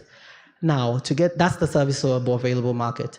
In Kenya, it is about 38% of the population access digital credit. So we applied the same percentage, 38%, to the 11 million to get the serviceable available market, which is 4.2 million. Then to get the serviceable obtainable market, and that's what that is fancy speak for what we believe we can actually reach out to. We then said, okay, we don't think we're going to reach all these people. So let's say, best case scenario, we'll reach 50% of them. And that's how we got the 2.1 million. And that's our serviceable obtainable market for digital credit to agro micro businesses in Uganda. And then to understand what does that look like in terms of loans disbursed versus the value, we just did basically a pro rata breakdown of the number of people to get the 2.1 million, and then the unit loan amounts from 150,000 per loan to 1 million a loan. And then the average number of loans a year. And this was very conservative. In Kenya, on average, people who use digital credit take it out 8 times a year. So in Uganda, we're like, let's be conservative and use it 2 times a year. And that's how we came to the loan disbursement and also the value. Then what were the drivers of access to digital credit? When an assessment was done on this, there are 3 main issues here. People will access digital credit because of 3 drivers. The first is ease of access. It was ranked first at 52.3%. The second is the interest rates. This was ranked second at 47.7%. And then, of course, the flexibility of the loan repayment. Now, I'm going to have to go a little in detail here. Trust me, it won't be long, but it's really important to explain. The three channels to give funding to fintechs that were assessed in this feasibility were equity, equity and debt, but within that, we looked at equity. Then within debt, we looked at lines of credit and credit guarantee schemes. I just want to explain what the equity stake means. And trust me, I'm going to make this as simple as possible. Basically, equity means I invest in your company and buy shares. The money I use to buy shares is my investment, right? That's basically what it is. Now, there are 3 main ways you can do this. The first one is basically you have to value. Before you buy the shares, you have to value the company. The 3 main ways to do this is, of course, you can get a company that's listed on the Uganda Stock Exchange that is similar to the fintech. Then using a ratio, you value it because you're in the same sector. That's the first. But it doesn't work for Fitspa members because there are not that many listed on the Uganda Securities Exchange. The second method is discounted cash flows. That's just a fancy word for you do projections of the revenues you will make 5 years from now in the present value today, and then that will be, convert them to the value of today, and that will be the value of the company. Now, the problem with using discounted cash flows is no one can go to every fintech in Fitspa and value them because it takes a lot of time. So that isn't a viable way of doing a valuation of equity stake of fintechs. The third valuation method for equity is precedent transactions. What does that mean? Basically, it's like hearing about what other people did in the past. So what does that mean exactly? So for instance, when you as a company, let's say this is company A, has sold as a fintech and had an equity transaction where somebody bought stake in them for $5 million. You can find out what rate, what valuation was used to value them. If they're in the same space, find another valuation of another company and say, oh, in his fintech, they valued it at 25 times the revenues, which would be EBITDA. EBITDA is a fancy name for a revenue calculation.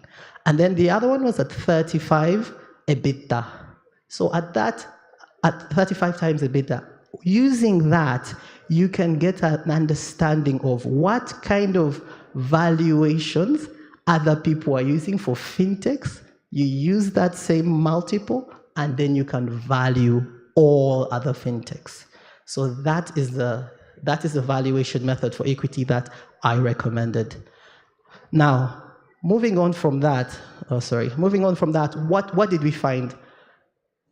We consulted some of the private equity firms in Uganda, and in the fintech space in Uganda, the last two transactions that have been at 25x EBITDA multiple and 30x EBITDA multiple. So those are the two multiples that have been used in the recent past.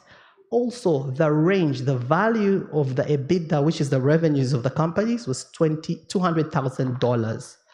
And so using these two, I was able to get an average of what the kind of value of a fintech in Uganda would be if it was being valued. And that, I hope, is not as complex as I think it has been. But anyway, moving swiftly along, there were two options that were important. How would we do the equity investment? Would we ask ABI to basically invest themselves, set up a whole investment arm, or outsource it? And so we did two use cases. One where you had a special purpose vehicle, that's a fancy name for have a separate entity, and then let that separate entity run the equity transaction, or as ABI or as any funder, use your own companies, hire staff, and actually run the equity transaction. You have the reports with you, so I'm not going to go into the cost-benefit analysis, but you can look at that. I'll just say this. The average amount I came up with was $500,000 per fintech.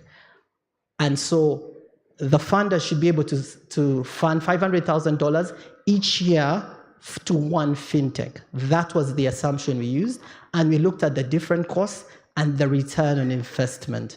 Then we also looked at the exit. An exit is a fancy name of how the funder gets their money back by selling their share of the stake they own in your company. And that's something I want to just go through. So basically, a lot of times people think, oh, I will buy shares in a fintech, and when I'm ready, when they've made money, or when 5 years from now, I will sell the shares and get out and make a profit. But that's not the reality in Africa. What we have found is that for most of the people who invest in private equity, the problem they face is it's very hard to find someone else to sell your shares to when you want to get out. And the reason is mostly because in developed countries, when people invest in fintechs, they invest in fintechs hoping that they will one day list, like Airtel, in an IPO, and from the IPO, they cash out.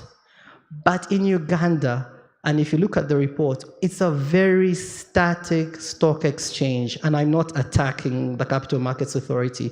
There are very few players, and they're very strict on how you can launch an IPO. So in the whole Uganda Securities Exchange, there are like 3 fintechs, if you count MTN, Airtel, and a couple of the banks. So that means if you invest in any fintech here, if they don't list on the Uganda Securities Exchange, you'll never get your money back. And so that's one of the problems. They fail to get the money they've invested out. The second option is you can say I'm investing in a company's equity, I'm buying shares, and I'll wait for them to be so profitable, they will pay me in dividends. But you're making the assumption that they will be profitable. or they will pay the dividend. So one of the things that most private equity companies do in Uganda is they actually offer another name that sounds a little fancy, mezzanine debt. What mezzanine debt is basically, I offer you debt with the condition that if you fail to pay it, I convert it to equity so that I don't lose all my money. And that's what we recommend for equity. The next, item is debt. So for debt, there are two lines, two propositions we looked at. The line of credit, which is basically asking, giving fintechs the ability to reach out to any funder, agree on an amount that they can have as a loan with an agreed interest rate prior to any, it's based on a fixed spread. And then what happens is that repayments are always the same for amount of time. And here in this case, it's very similar to a bank loan, but very preferential rates because people have the opportunity to renegotiate every year. And in this particular case, what we recommended is we give each of the fintechs 150 million. We give that we can lend to them at 14.3%, and it can be renewed annually. The next phase would, the next option would be a credit guarantee scheme. And here I'll have to explain this a little more. What a credit guarantee scheme is basically an organization or a funder has a charter with a financial institution. I think which bank is here. Okay, let's say Equity Bank. So ABI, I'll use that as my funder, has a charter with Equity Bank where they express that they are willing to cover any loans that are defaulted on by the fintechs. So the fintechs can then go to Equity Bank and say, look, we're coming here to borrow money based on the credit guarantee scheme with ABI Finance. And they lend freely. So if they default, ABI covers the loss to the bank. That's a credit guarantee scheme in a nutshell. And so with these three, we had to show what the viability was with the income statement, as well as the number of final beneficiaries, and that is also broken down. In the operational feasibility, basically here, I try to break down what it would take to set up all the three. What will it take to set up the line of credit? What will it take to set up the equity stake transactions? And what will it take to set up the credit guarantee scheme? And you can see that in the report as well. Now, in the technical feasibility, we're trying to get an understanding of, do we have all the facets ready here in Uganda? Are there some loopholes that are not addressed in terms of infrastructure? And our findings were, in terms of infrastructure, all the items that would be key, so for example, data management, IT systems, access, communication, data integration. In Uganda, you can get all those solutions. Same thing with risk assessment, same thing with compliance and financial resources. I'm going to spend a little more time on this. This is the meat and bones, because when ABI was doing this, they wanted to understand, what are the risks? What are the risks? How severe? What's the likelihood? What's the risk impact? Now, what's really important here is starting off with the financial. So here, the first one is, of course, the risk of default. And the honest truth is that would be more moderate, right?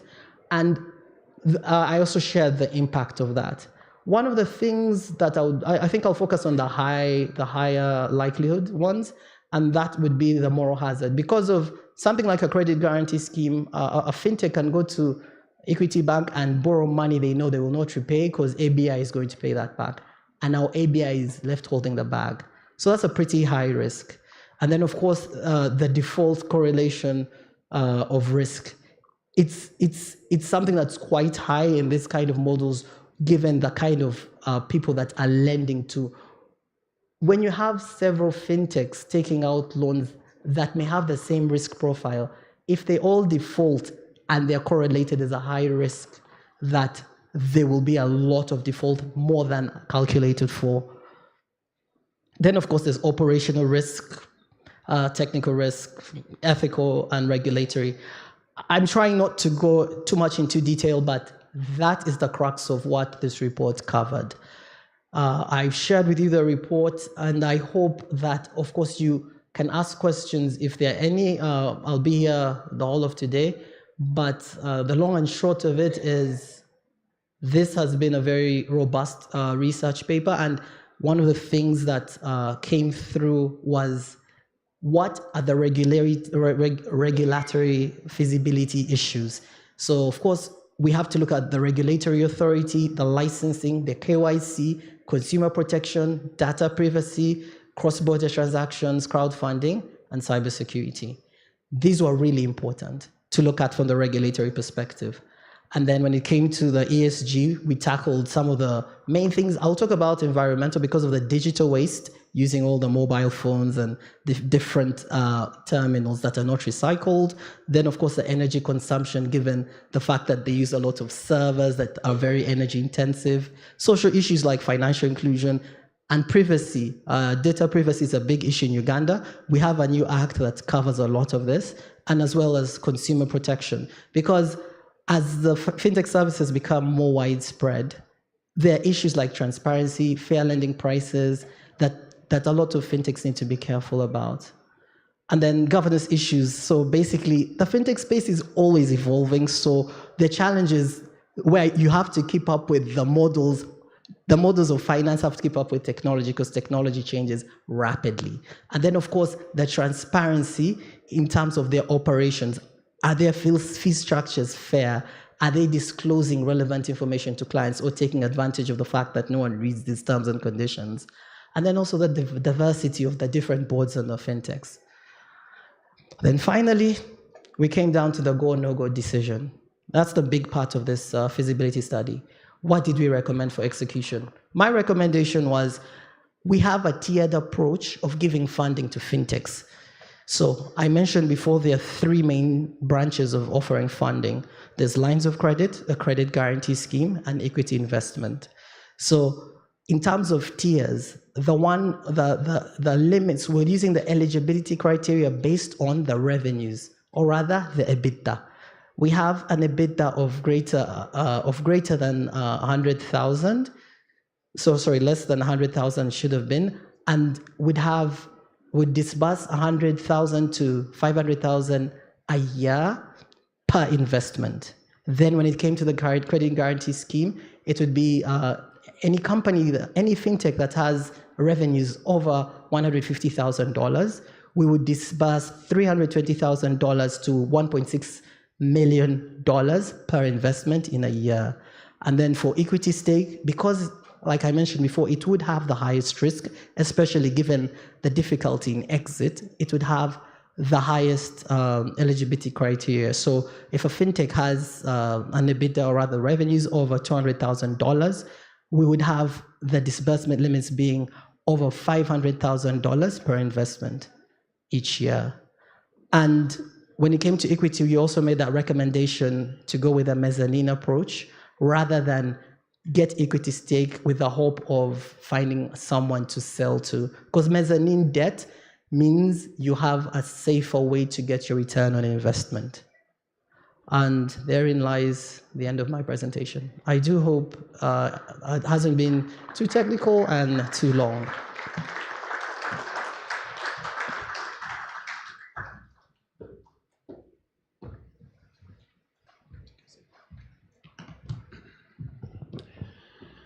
Raymond, I like the fact that you said you do hope that it was not too technical and it was simple for us to consume. I like the fact that there was a go decision. I think the go decision is very important for us, and that means that he also advises that we use a tiered approach as we are financing or finding funding for fintechs. Ladies and gentlemen, at this point in time, now that we have the go decision, I think the launching of the fintech funding feasibility study is ideal, and allow me invite the chairperson of Fitspa, Josephine, to come here. I'll also request the Fitspa team through Tina to ensure that the reports we are going to launch are ready. So Josephine, please come. And Josephine will be joined on stage by a board member of Stanbic Uganda Holdings Limited, board chair of the Renewable Energy Business Incubator, REBI, that is funded by the Norwegian government, and she is currently the CEO of ABI Finance Limited. Friends, please welcome Mona on stage.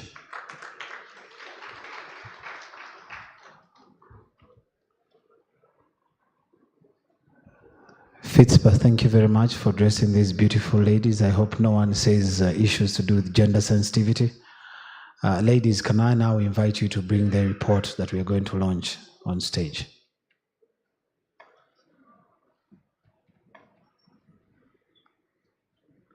People, can we clap for the people that are doing the report? But I don't think it's required. So, no. The instruction, bring it, don't hand it over. Yes. I'm going to request Mona to arise together with Josephine to officially please hand over. So before, ladies, may you. Thank you very much. So ladies and gentlemen, the report, I am going to request Mona and Josephine to pull the ribbon. The rest of us will participate by clapping. So you'll officially display to the people. Can you give them a big round of applause? Now you'll have one where you do a handshake from the funder to the one who received the funding to now implement. You put down one. Mona, you can put down one, then you have an official handshake. The photographers, please get ready. You're handing over. Yes, Mona is handing over the funder.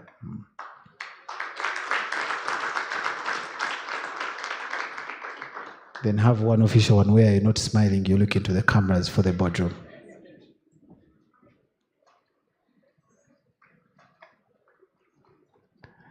Can we give them a big, big round of applause? So Josephine and Mona, that's your copy. Thank you very much for officially launching the report. Ladies and gentlemen, the report is alive and well on the Fitspa website. Feel free to get there and be a part of the conversations. And Raymond, together with the team at Fitspa, would like to thank you that partook in terms of making this work available for the fintechs.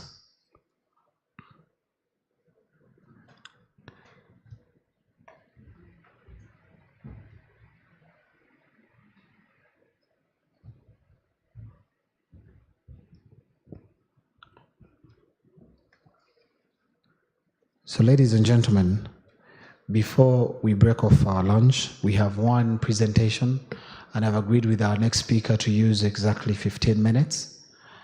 Please note that after lunch, we all return here to listen to Brett King, courtesy of FlexiPay. So please look at your neighbor left and right and tell them that we need to return here after lunch. My friend, this is not smiling. You look at your neighbor straight in the eye, tell them we need to be here for Brett King. The representative of the governor, Bank of Uganda, doesn't seem to have a neighbor, but please find a neighbor and inform them that we need to be back here. Ladies and gentlemen, we all can agree that warmer temperatures over time are changing weather patterns and disrupting our usual balance of nature. And this certainly poses risks to human beings and all other forms of life on Earth. Thus, each one of us has a role to protect the environment. Do not forget that today we are celebrating the Farmers' Day. To take us through a topic on greening Uganda's financial services sector, specifically the role of fintechs, is a gentleman who heads the green growth at ABI. He's the in charge of business development. He has attended a number of trainings on ESG with over 10 years of experience in with over 10 years of technical experience in green growth. Let's welcome Noah to use 15 minutes as he presents to us. Can we give him a big round of applause?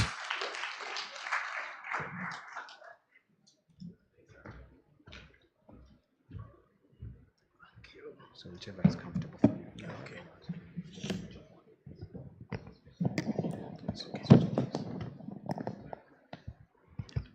Good afternoon, ladies and gentlemen. Yeah, this is not a very nice position to be in, being in between everyone here and lunch.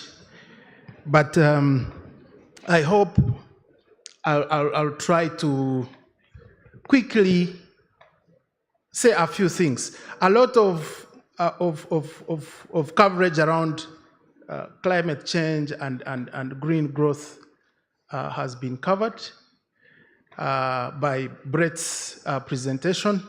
So we are going to plow back time on that. So I hope 15 or less minutes should be adequate. Then, yes, I'll be in a good place around here, so that I'm not accused of delaying lunch. So, yes, as you've heard, ABI is keen on not only enabling access to finance, but we are also transitioning into ensuring that the financing we are offering is not doing more harm. Because of the space we are in, agribusiness is impacted by climate change because you're basically rearing animals, you're growing crops, but we are also contributing. If you look at the global statistics about the role of agribusiness in terms of emissions, we are also there. So we are ensuring that whatever we do is, one, enabling everyone in the ecosystem to adapt to the changing climate. Adaptation basically means learning or doing business in a way that enables us to continue to thrive irrespective of the changing climate. Then we are not contributing to making the climate change problem worse, but also that we are ensuring that life is sustained. As you've heard, as air quality changes, as temperatures change, as rainfall patterns change, life is threatened. So we have to make sure that whatever we are doing enables us to proceed and do business without any challenges. My slides are not able to move. Yeah. So why greening? Global warming is here, and climate change has come as a result of the warming. Yes, you've heard a lot about greenhouse effect. I'm not going to bother you with that, but what basically that means is that by the way God created the earth where we live, it's a greenhouse. The sun is coming in, the rays are warming the planet, but for us to be able to live on this planet, we must be able to have some of the warmth retained. And that's the basis for what the atmosphere offers. The challenge, though, is that when the gases exceed the default, then the warming goes beyond what we need. And that's when real challenges start to happen. Those are some of the greenhouse gases. I'll not mention, I'll go through the list. Most of us already know. I'll quickly highlight this. So, warming of the earth is not a bad thing. The earth is supposed to be warm. The challenge is that because of what we are doing everywhere, it is getting warmer than it should be. And that's where the problem is coming from. So, we have the proof, of course. The weather is changing, the seasons are changing. Some diseases we previously did not have, we are starting to have them. Places which were good for production of some crops, for example, are no longer good for them. But also those which were, for example, too cold are now becoming warm, and we're having some of those crops growing. You heard the Brett mentioning about some agroecological zones that couldn't support, say, growth of vines, production of wine, but now, vines and grapes, but now we are able to, they will be able in the future to do so. So, climate change is here. What do we need to do? We need to do three things. One is to ensure that, like I said, we change with the changing times. Otherwise, we'll be like dinosaurs. We will get extinct. Secondly is we must make sure that in whatever we are doing, we do not make the climate change problem worse. The third one is to ensure that life is preserved. All the humanity aspects come there. But we are not only being humane to fellow human beings, but also to the other forms of biodiversity. You need the trees for shade, you need the bacteria for all products that we are using, be it we need the fungi for baking, we need rather the yeast and the rest. So all biodiversity has to be conserved because each organism is here for a purpose. Bees are pollinating our crops. The fungi is the mushrooms that we eat. We need fellow human beings to do work and to buy from us. So it's each one who's here, or each form of biodiversity which is here needs to be preserved. So what is then our role as fintechs in enabling this to happen? We have two roles. The first role is making sure that we push our innovations as much as possible so that we are able to have the efficiencies. Fintechs are able to reduce or even eliminate travel time, for example, to access a bank. When you do that, then fuel is not being burnt because you don't need a vehicle. And by doing that, you're reducing emissions, which emissions would worsen the global warming, and then it comes back to hurt us or to haunt us. Secondly, the technologies enable us to be able to conserve the resources that are mostly responsible for the emissions. We have the energy, we have the paper, cutting down trees to make the paper, we have the water, and all the other assets we use. So fintechs and the solutions that you push are offering that. And when the emissions go down, then we are able to address one of the other pillars I highlighted around dealing with the climate change problem, which is climate change mitigation that is focusing on ensuring that we do not make the climate change problem worse.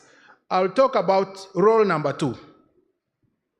Role number 2 is offering green finance. And what do we mean by green finance?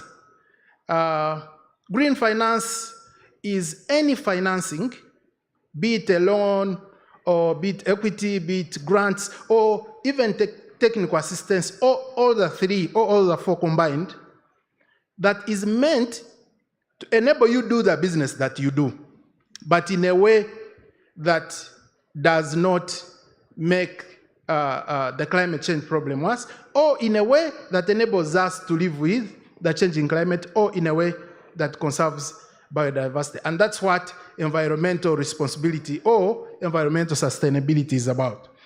So I'll then talk about green finance and its focus. You'll hear about most of us talking about triple bottom line.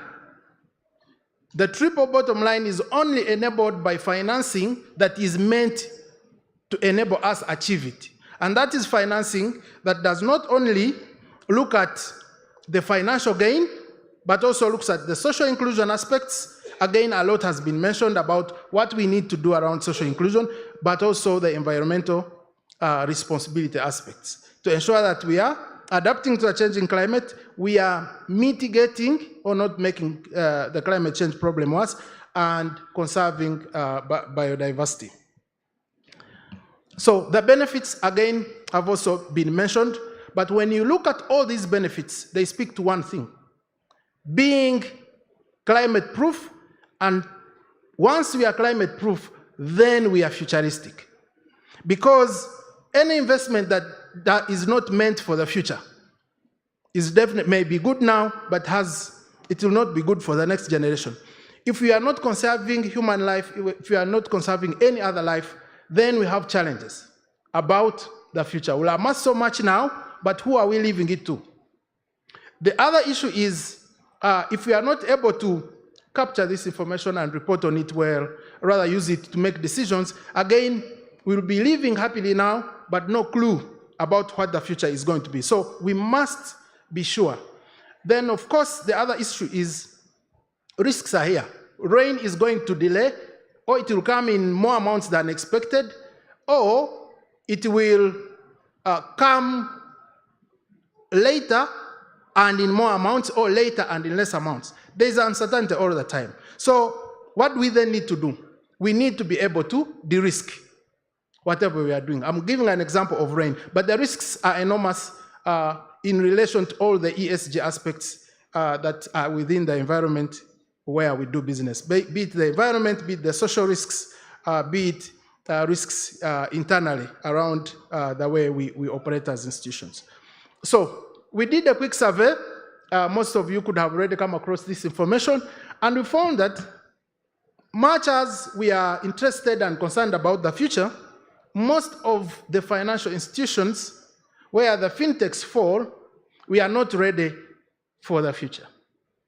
And that is worrying, because a lot of investment is going in to make sure these solutions work, but you find that in terms of financing, we are not ready to finance them, which means then we'll be stuck to being babies who are increasing in age, but we are not growing in terms of stature.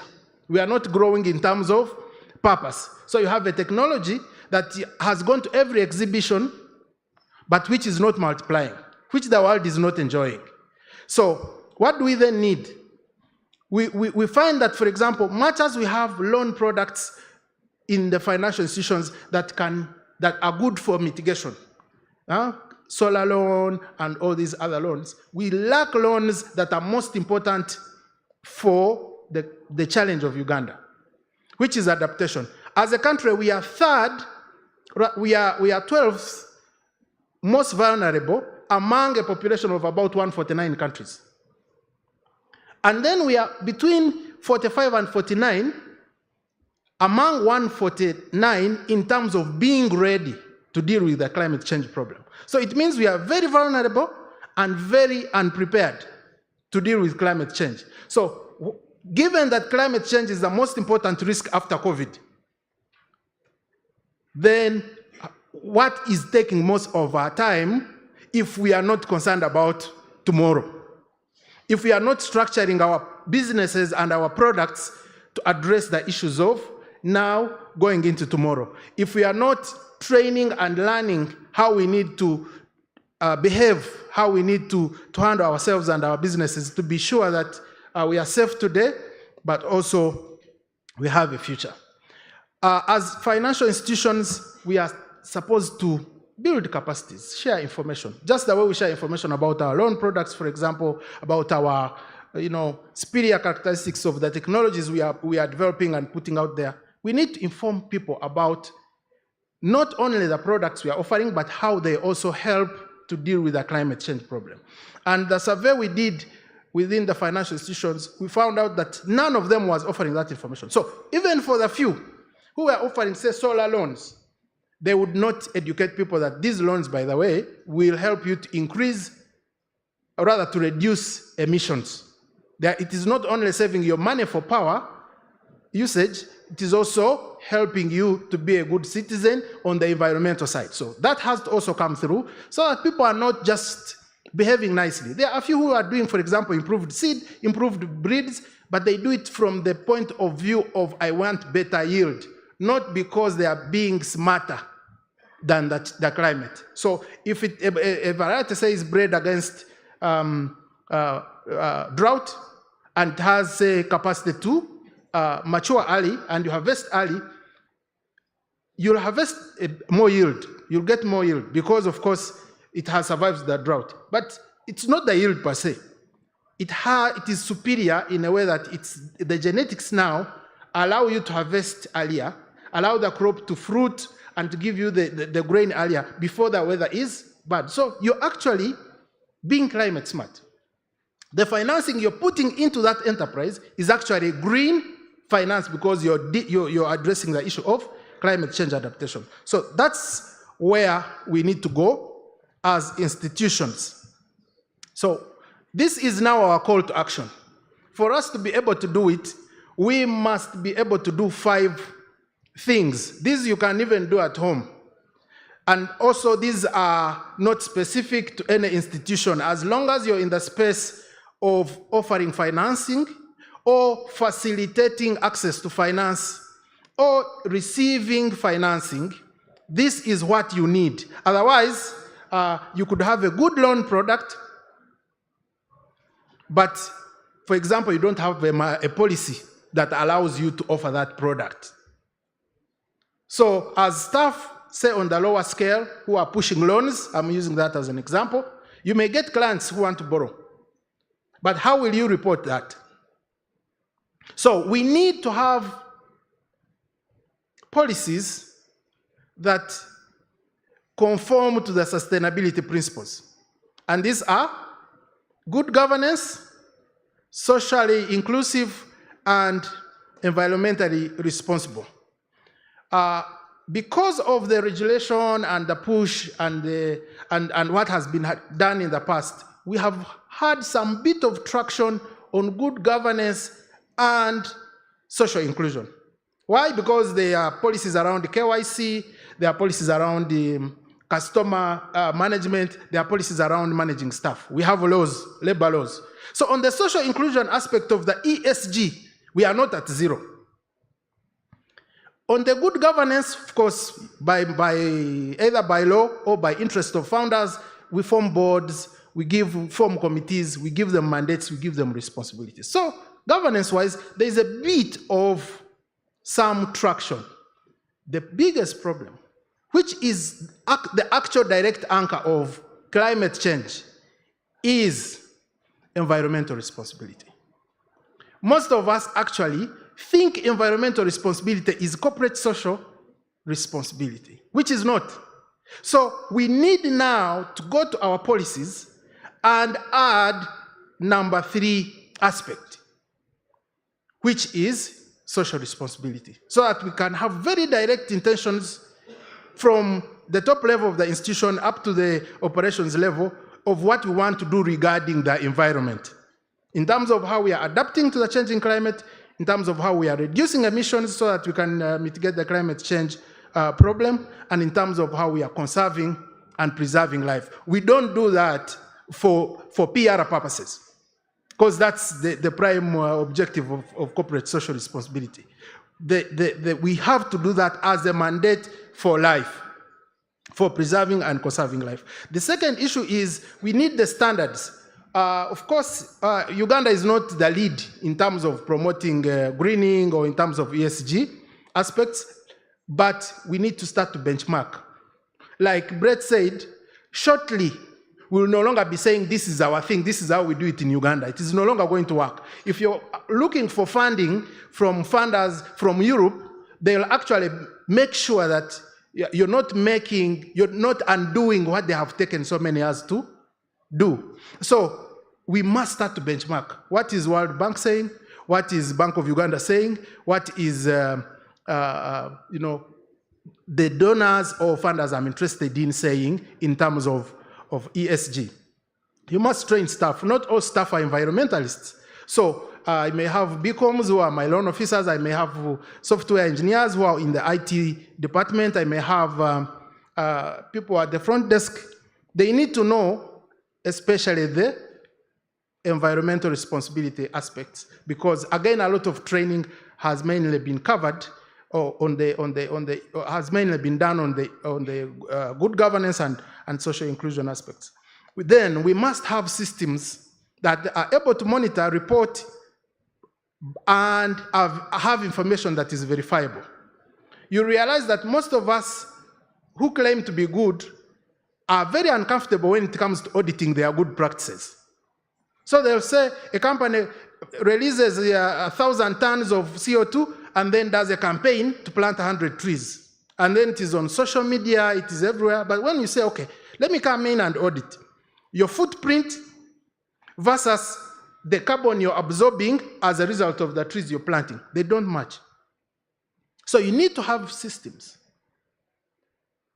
that anyone can come and look into. The way you allow Ernst & Young or whoever audits you to come in and look on the side of the money, we need to have systems that give us the comfort to allow those who are on the side of environmental responsibility to come in and look. Social inclusion aspects, again, those, we have systems now that have tried to streamline that, but that's one big area that we must focus on. So if anyone is to take anything from our presentation today, just have those. If you do those, then you'll be able to green. Then you'll become sustainable. Then you'll become futuristic. I'd like to stop here. I hope I've not killed you more than 15 minutes. Yes, so we are happy to take questions if the MC allows. Thank you so much, ladies and gentlemen. People, we are clapping for a funder of a report that is very important to us.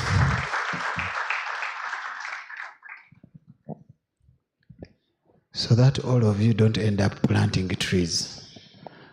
Like Noah mentioned, do we have any 2 particular questions that we can pick before we go for our lunch? It is critical that we pick these questions. It can be issues to do with capacity building. How do we make sure that conversations of ESG are mainstreamed?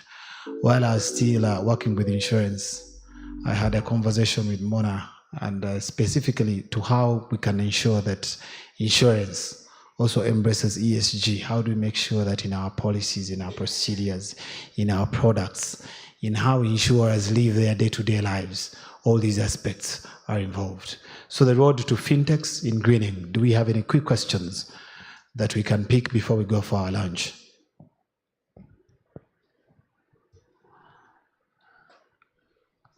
Okay, so can I assume that Noah deserves a bigger round of applause for making you understand?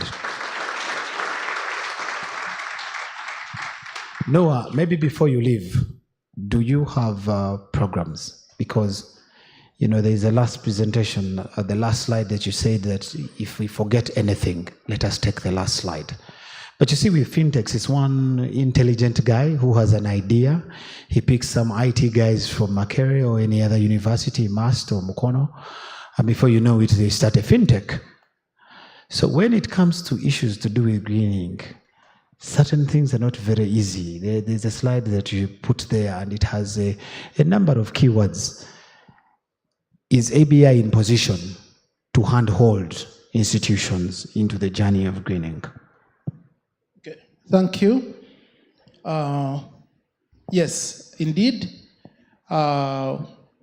Just maybe to take you back a little, we offer 3 services in the financial services sector. Or we have 3 products. One is lines of credit. That is the loans we give to financial institutions to on-lend to agribusinesses. The second product is we have agribusiness guarantees. That is a product where we commit to pay 50 to 70% of the outstanding balance of a loan booked on our scheme in case that loan goes bad. The third product is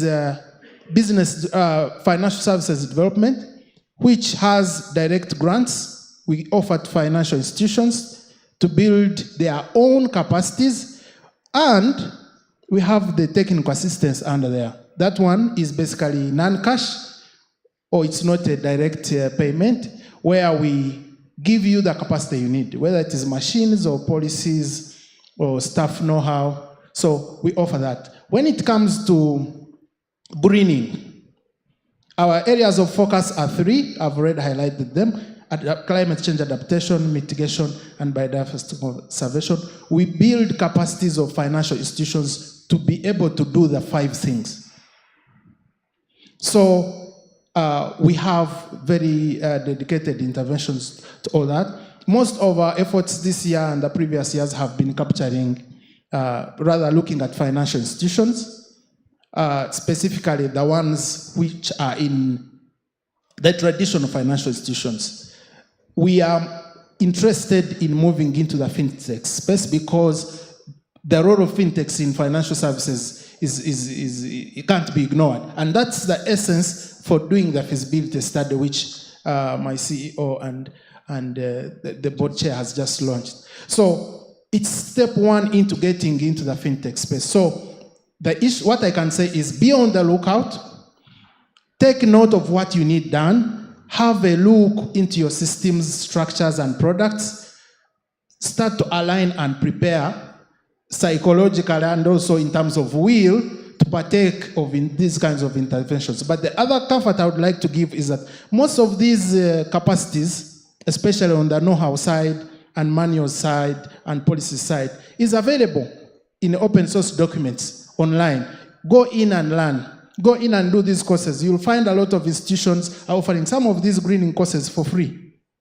If you look like at the UN Staff System College, so many courses. World Bank Open Learning Center, so many courses. We are working now on a curriculum so that we can localize some of that content, because we also realize that most of that content is focusing on the problem of the West regarding climate change, which is emissions. But here, our biggest problem regarding climate change is adapting to the challenges that are coming from climate change. That's why we want to tailor it more towards adaptation as a focus, just to be sure that we are, addressing the challenges we have here and, across Africa. So be on the lookout. That's what I can say. But most importantly, start to look at what you're doing as a business regarding the 5 pillars of greening that I've presented. Thank you.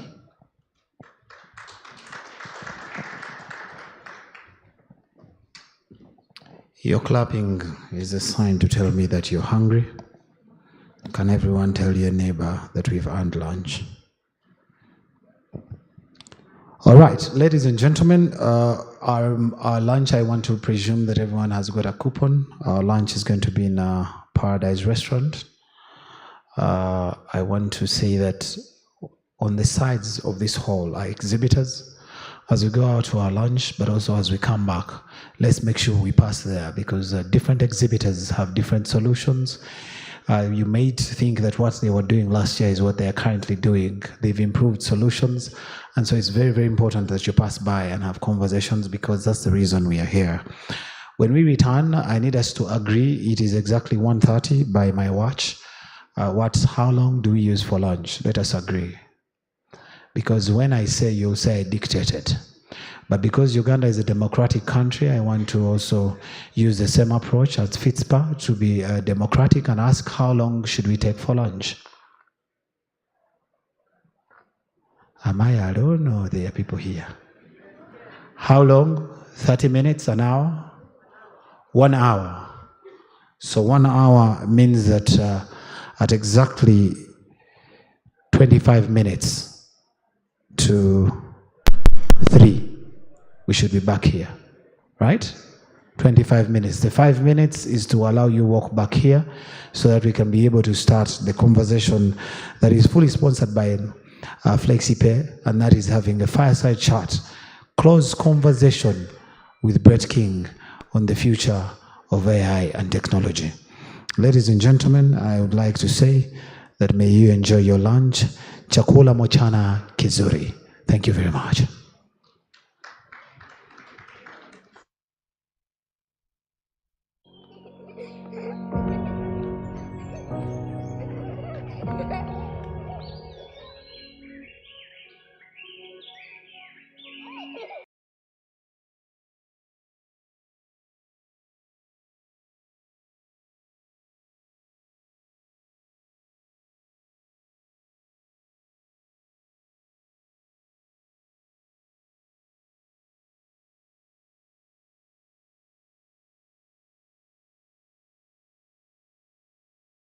With DFCU Quick Banking, our internet banking channel. Access your account on your mobile phone, tablet, or computer at any time from wherever you are for your personal or business banking, and live your life uninterrupted. DFCU, with pleasure. There has been a surge in private data usage across several industries in recent years.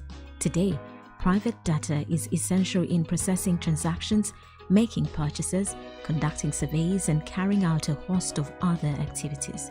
But while that is the case, many have fallen victim to the non-consensual threat of their personal details, as some sites have been found guilty of selling customer data to the efforts should be made to continue protecting our data through adequate regulation of its collection, processing, and storage. It is important to remember that our data is a valuable and sensitive asset that should be protected to the fullest extent. In today's rapidly evolving world, access to digital financial services at the grassroots level is critical to achieving the Sustainable Development Goals and Vision 2030. It's not easy for banks or even one organization to get to that level everywhere and solve everything. Introducing Astra, a program that allows the bank to partner with different entities offering different products at different levels. We do what we do best, which is to offer financial services, and they do what they do best, which is software technology and creating suitable products that are fit for the market. Astra offers more than just financial services. The bank also provides advisory guidance, support in the regulatory landscape, and organizational guidance on governance. We're creating products with you, for you, which means that you can also serve your customers just like the bank or any other financial institution. The bank will extend all its financial services such as store of value, cards, payment rails, lending services, investment services, insurance services, and other curated solutions. All you have to do is understand your product and the impact that you want to make in the country and regionally. DTBX is here with Astra. We'll provide you with the technology and platform you need, and we'll work with you on regulatory approval and cyber security. Once you're live and ready in the market, we'll work with you through business reviews to offer guidance, support, and walk the journey with you. With Astra, we're committed to supporting fintechs and tech-enabled entities to permeate digital financial services at the grassroots level and every level. Astra to the stars. Welcome to the Digital Economy Program, an innovative initiative aimed at bringing the benefits of the digital economy to underserved communities all over Uganda. Through a blend of digital infrastructure, tools, skilling, and channels, our program supports innovators in reaching out to young people, women, smallholder farmers, and small businesses across hard-to-reach communities. The program has 4 components: Digital Rails, Partnership Program, Agent Network, and Digital Skilling. With these components, we aim to achieve our goals of reaching 3.4 million people in underserved communities, including farmers, schools, young people, refugees, and other MSMEs, and creating 300,000 dignified and fulfilling work opportunities for young people, 60% of whom are women.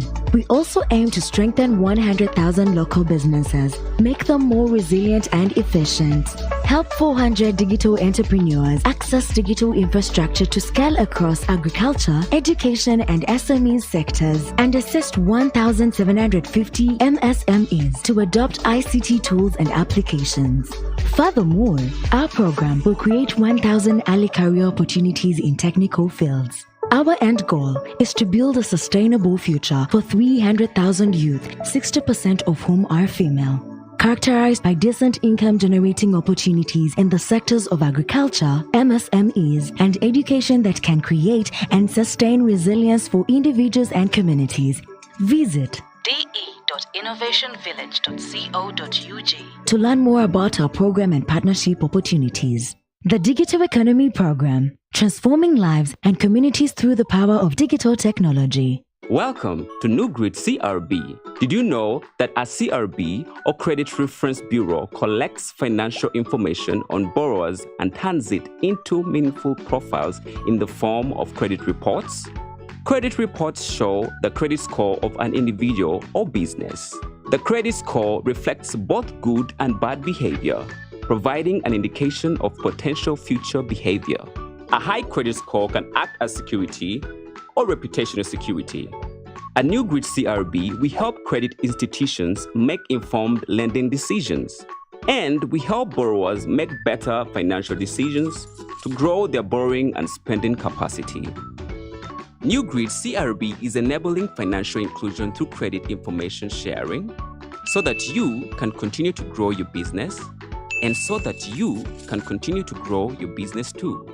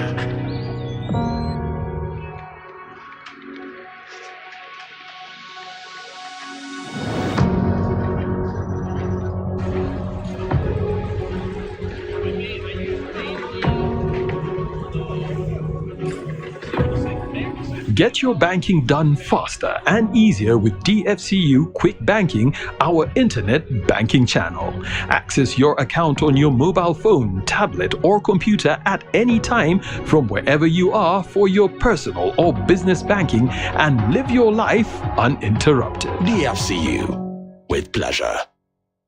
There has been a surge in private data usage across several industries in recent years. Today, private data is essential in processing transactions, making purchases, conducting surveys, and carrying out a host of other activities. But while that is the case, many have fallen victim to the non-consensual threat of their personal details, as some sites have been found guilty of selling customer data to the highest bidder. It goes without saying, deliberate efforts should be made to continue protecting our data through adequate regulation of its collection, processing, and storage. It is important to remember that our data is a valuable and sensitive asset that should be protected to the fullest extent. In today's rapidly evolving world, access to digital financial services at the grassroots level is critical to achieving the Sustainable Development Goals and Vision 2030. It's not easy for banks or even one organization to get to that level everywhere and solve everything. Introducing Astra, a program that allows the bank to partner with different entities offering different products at different levels. We do what we do best, which is to offer financial services, and they do what they do best, which is software technology and creating suitable products that are fit for the market. Astra offers more than just financial services. The bank also provides advisory guidance, support in the regulatory landscape, and organizational guidance on governance. We're creating products with you, for you, which means that you can also serve your customers just like the bank or any other financial institution. The bank will extend all its financial services such as store of value, cards, payment rails, lending services, investment services, insurance services, and other curated solutions. All you have to do is understand your product and the impact that you want to make in the country and regionally. DTBX is here with Astra.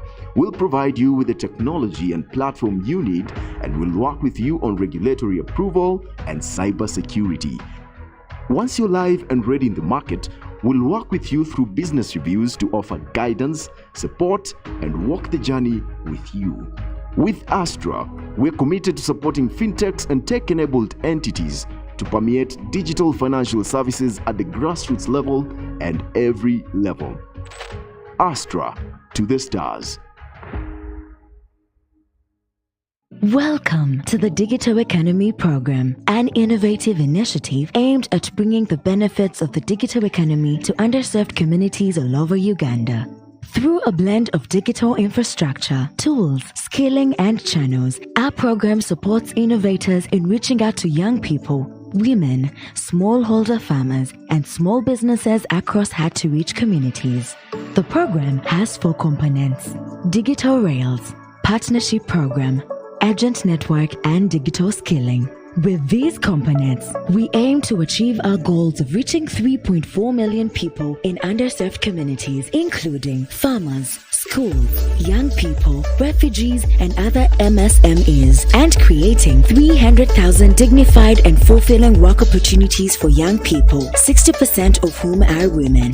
We also aim to strengthen 100,000 local businesses, make them more resilient and efficient, help 400 digital entrepreneurs access digital infrastructure to scale across agriculture, education, and SME sectors, and assist 1,750 MSMEs to adopt ICT tools and applications. Furthermore, our program will create 1,000 early career opportunities in technical fields. Our end goal is to build a sustainable future for 300,000 youth, 60% of whom are female, characterized by decent income-generating opportunities in the sectors of agriculture, MSMEs, and education that can create and sustain resilience for individuals and communities. Visit de.innovationvillage.co.ug to learn more about our program and partnership opportunities. The Digital Economy Program, transforming lives and communities through the power of digital technology. Welcome to New Grid CRB. Did you know that a CRB or Credit Reference Bureau collects financial information on borrowers and turns it into meaningful profiles in the form of credit reports? Credit reports show the credit score of an individual or business. The credit score reflects both good and bad behavior, providing an indication of potential future behavior. A high credit score can act as security or reputational security. At New Grid CRB, we help credit institutions make informed lending decisions, and we help borrowers make better financial decisions to grow their borrowing and spending capacity. New Grid CRB is enabling financial inclusion through credit information sharing so that you can continue to grow your business and so that you can continue to grow your business too.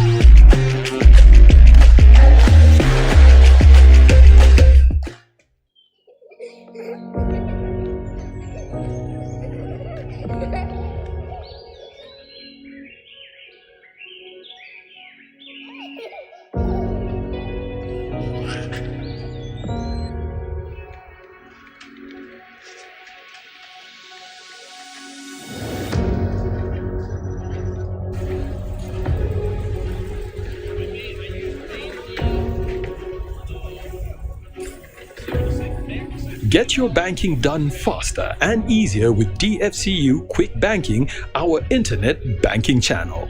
Access your account on your mobile phone, tablet, or computer at any time from wherever you are for your personal or business banking and live your life uninterrupted. DFCU, with pleasure. There has been a surge in private data usage across several industries in recent years. Today, private data is essential in processing transactions, making purchases, conducting surveys, and carrying out a host of other activities. But while that is the case, many have fallen victim to the non-consensual threat of their personal details, as some sites have been found guilty of selling customer data to the highest bidder. It goes without saying, deliberate efforts should be made to continue protecting our data through adequate regulation of its collection, processing, and storage.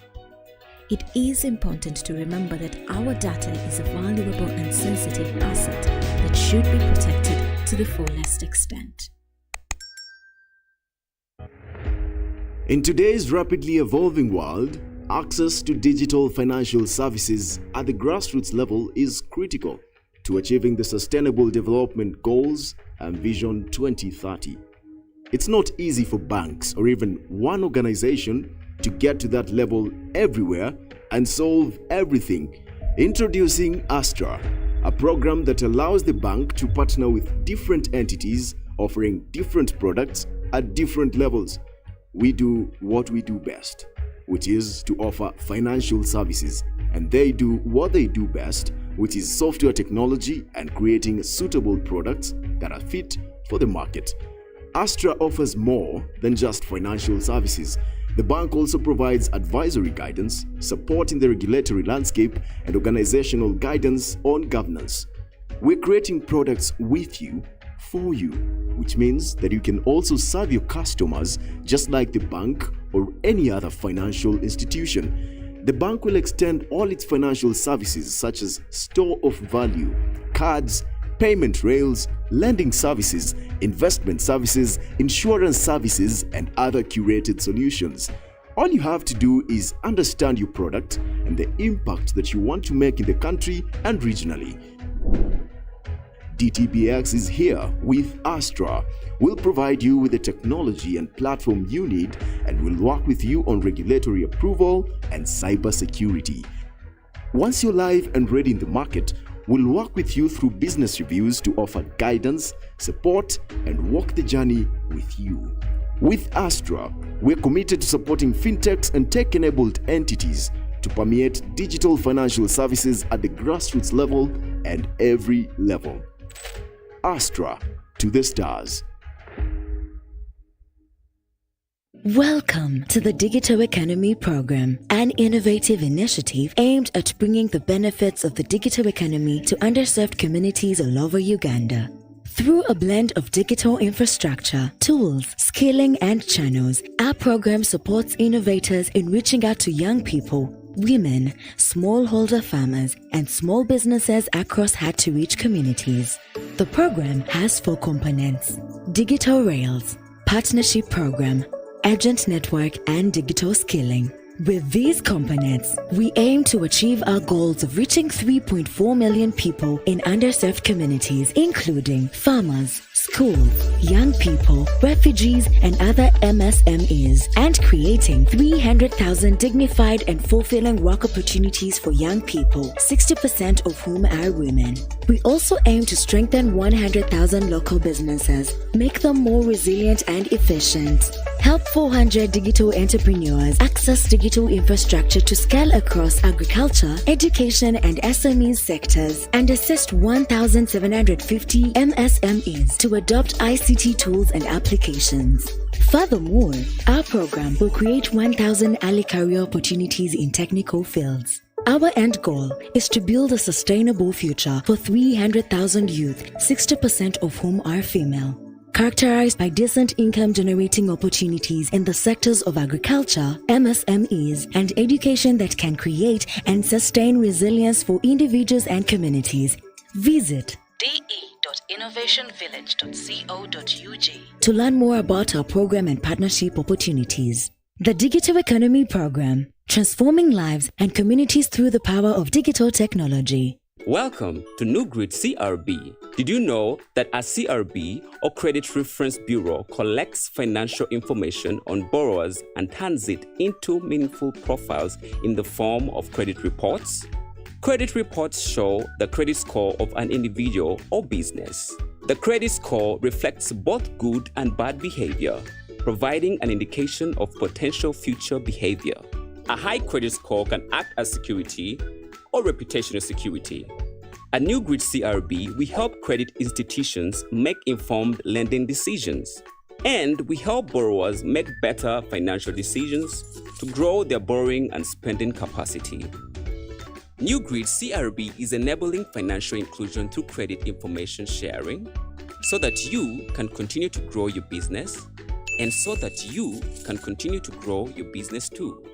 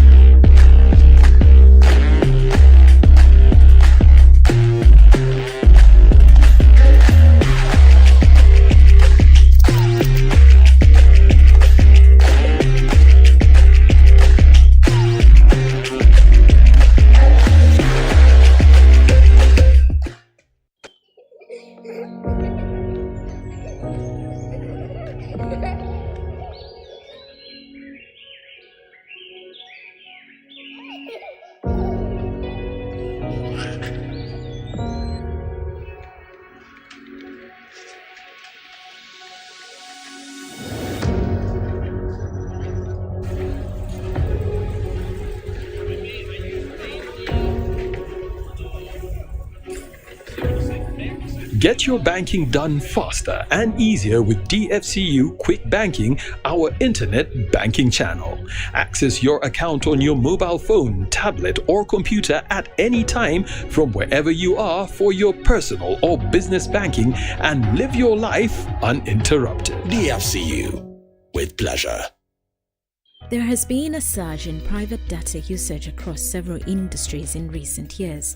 Today, private data is essential in processing transactions, making purchases, conducting surveys, and carrying out a host of other activities.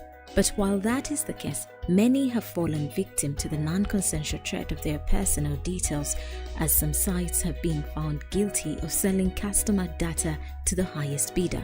It goes without saying, deliberate efforts should be made to continue protecting our data through adequate regulation of its collection, processing, and storage. It is important to remember that our data is a valuable and sensitive asset that should be protected to the fullest extent. In today's rapidly evolving world, access to digital financial services at the grassroots level is critical to achieving the Sustainable Development Goals and Vision 2030. It's not easy for banks or even one organization to get to that level everywhere and solve everything. Introducing Astra, a program that allows the bank to partner with different entities offering different products at different levels. We do what we do best, which is to offer financial services, and they do what they do best, which is software technology and creating suitable products that are fit for the market. Astra offers more than just financial services. The bank also provides advisory guidance, support in the regulatory landscape, and organizational guidance on governance. We're creating products with you, for you, which means that you can also serve your customers just like the bank or any other financial institution. The bank will extend all its financial services such as store of value, cards, payment rails, lending services, investment services, insurance services, and other curated solutions. All you have to do is understand your product and the impact that you want to make in the country and regionally. DTBX is here with Astra. We'll provide you with the technology and platform you need, and we'll work with you on regulatory approval and cybersecurity. Once you're live and ready in the market, we'll work with you through business reviews to offer guidance, support, and walk the journey with you. With Astra, we're committed to supporting fintechs and tech-enabled entities to permeate digital financial services at the grassroots level and every level. Astra to the stars. Welcome to the Digital Economy Program, an innovative initiative aimed at bringing the benefits of the digital economy to underserved communities all over Uganda.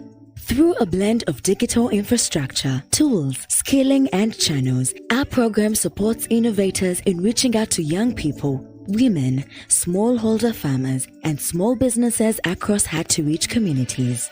The program has 4 components: Digital Rails, Partnership Program, Agent Network, and Digital Skilling.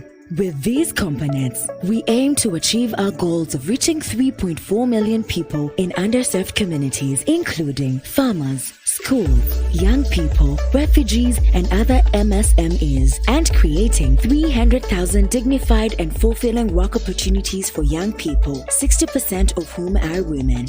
We also aim to strengthen 100,000 local businesses, make them more resilient and efficient, help 400 digital entrepreneurs access digital infrastructure to scale across agriculture, education, and SME sectors, and assist 1,750 MSMEs to adopt ICT tools and applications. Furthermore, our program will create 1,000 early career opportunities in technical fields. Our end goal is to build a sustainable future for 300,000 youth, 60% of whom are female, characterized by decent income-generating opportunities in the sectors of agriculture, MSMEs, and education that can create and sustain resilience for individuals and communities. Visit de.innovationvillage.co.ug to learn more about our program and partnership opportunities. The Digital Economy Program, transforming lives and communities through the power of digital technology.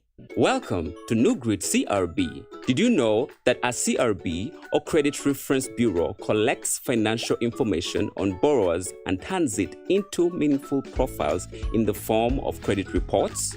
Credit reports show the credit score of an individual or business. The credit score reflects both good and bad behavior, providing an indication of potential future behavior. A high credit score can act as security or reputational security. At New Grid CRB, we help credit institutions make informed lending decisions, and we help borrowers make better financial decisions to grow their borrowing and spending capacity. New Grid CRB is enabling financial inclusion through credit information sharing so that you can continue to grow your business and so that you can continue to grow your business too.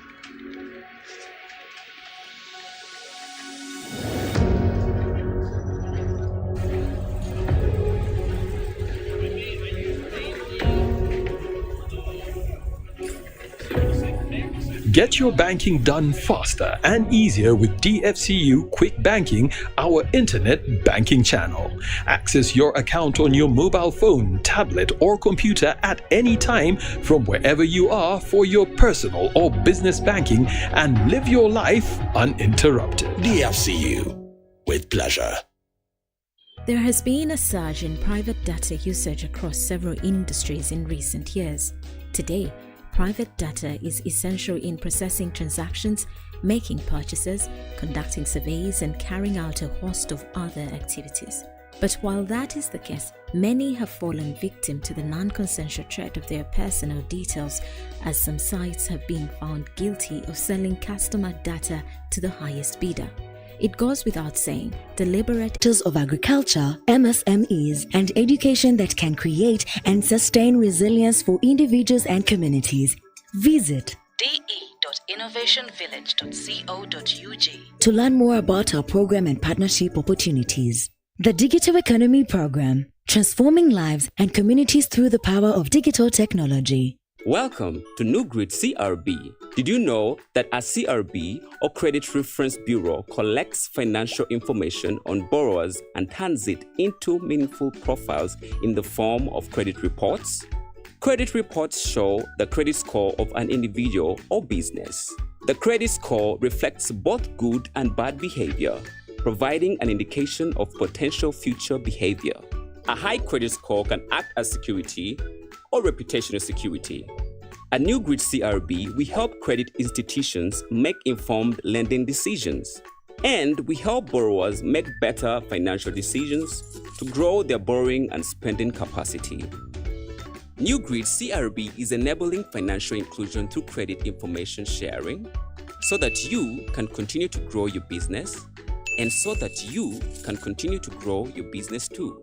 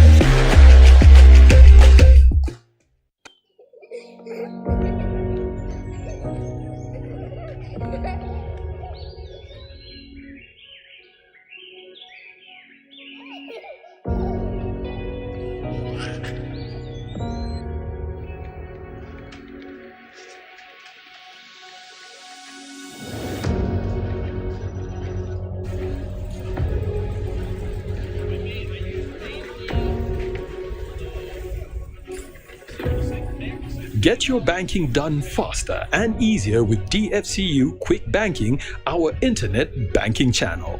Access your account on your mobile phone, tablet, or computer at any time from wherever you are for your personal or business banking and live your life uninterrupted. DFCU, with pleasure. There has been a surge in private data usage across several industries in recent years. Today, private data is essential in processing transactions, making purchases, conducting surveys, and carrying out a host of other activities. But while that is the case, many have fallen victim to the non-consensual threat of their personal details, as some sites have been found guilty of selling customer data to the highest bidder. It goes without saying, deliberate efforts should be made to continue protecting our data through adequate regulation of its collection, processing, and storage. It is important to remember that our data is a valuable and sensitive asset that should be protected to the fullest extent. In today's rapidly evolving world, access to digital financial services at the grassroots level is critical to achieving the Sustainable Development Goals and Vision 2030. It's not easy for banks or even one organization to get to that level everywhere and solve everything. Introducing Astra, a program that allows the bank to partner with different entities offering different products at different levels. We do what we do best, which is to offer financial services, and they do what they do best, which is software technology and creating suitable products that are fit for the market. Astra offers more than just financial services. The bank also provides advisory guidance, support in the regulatory landscape, and organizational guidance on governance. We're creating products with you, for you, which means that you can also serve your customers just like the bank or any other financial institution. The bank will extend all its financial services such as store of value, cards, payment rails, lending services, investment services, insurance services, and other curated solutions. All you have to do is understand your product and the impact that you want to make in the country and regionally.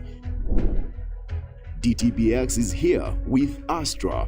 We'll provide you with the technology and platform you need, and we'll work with you on regulatory approval and cybersecurity. Once you're live and ready in the market, we'll work with you through business reviews to offer guidance, support, and walk the journey with you. With Astra, we're committed to supporting fintechs and tech-enabled entities to permeate digital financial services at the grassroots level and every level. Astra to the stars.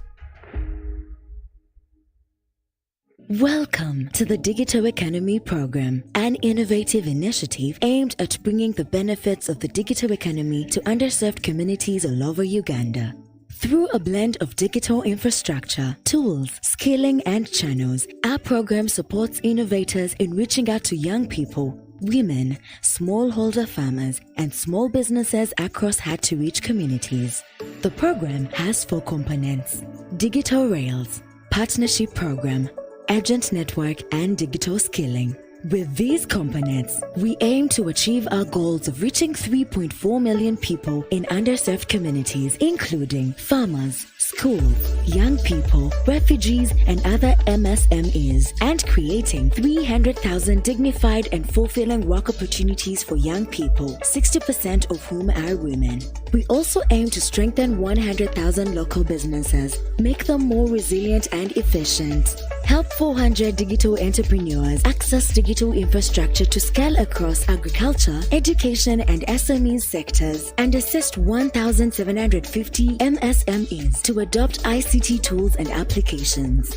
Furthermore, our program will create 1,000 early career opportunities in technical fields. Our end goal is to build a sustainable future for 300,000 youth, 60% of whom are female, characterized by decent income-generating opportunities in the sectors of agriculture, MSMEs, and education that can create and sustain resilience for individuals and communities. Visit de.innovationvillage.co.ug to learn more about our program and partnership opportunities. The Digital Economy Program, transforming lives and communities through the power of digital technology. Welcome to New Grid CRB. Did you know that a CRB or Credit Reference Bureau collects financial information on borrowers and turns it into meaningful profiles in the form of credit reports? Credit reports show the credit score of an individual or business. The credit score reflects both good and bad behavior, providing an indication of potential future behavior. A high credit score can act as security or reputational security. At New Grid CRB, we help credit institutions make informed lending decisions, and we help borrowers make better financial decisions to grow their borrowing and spending capacity. New Grid CRB is enabling financial inclusion through credit information sharing so that you can continue to grow your business and so that you can continue to grow your business too.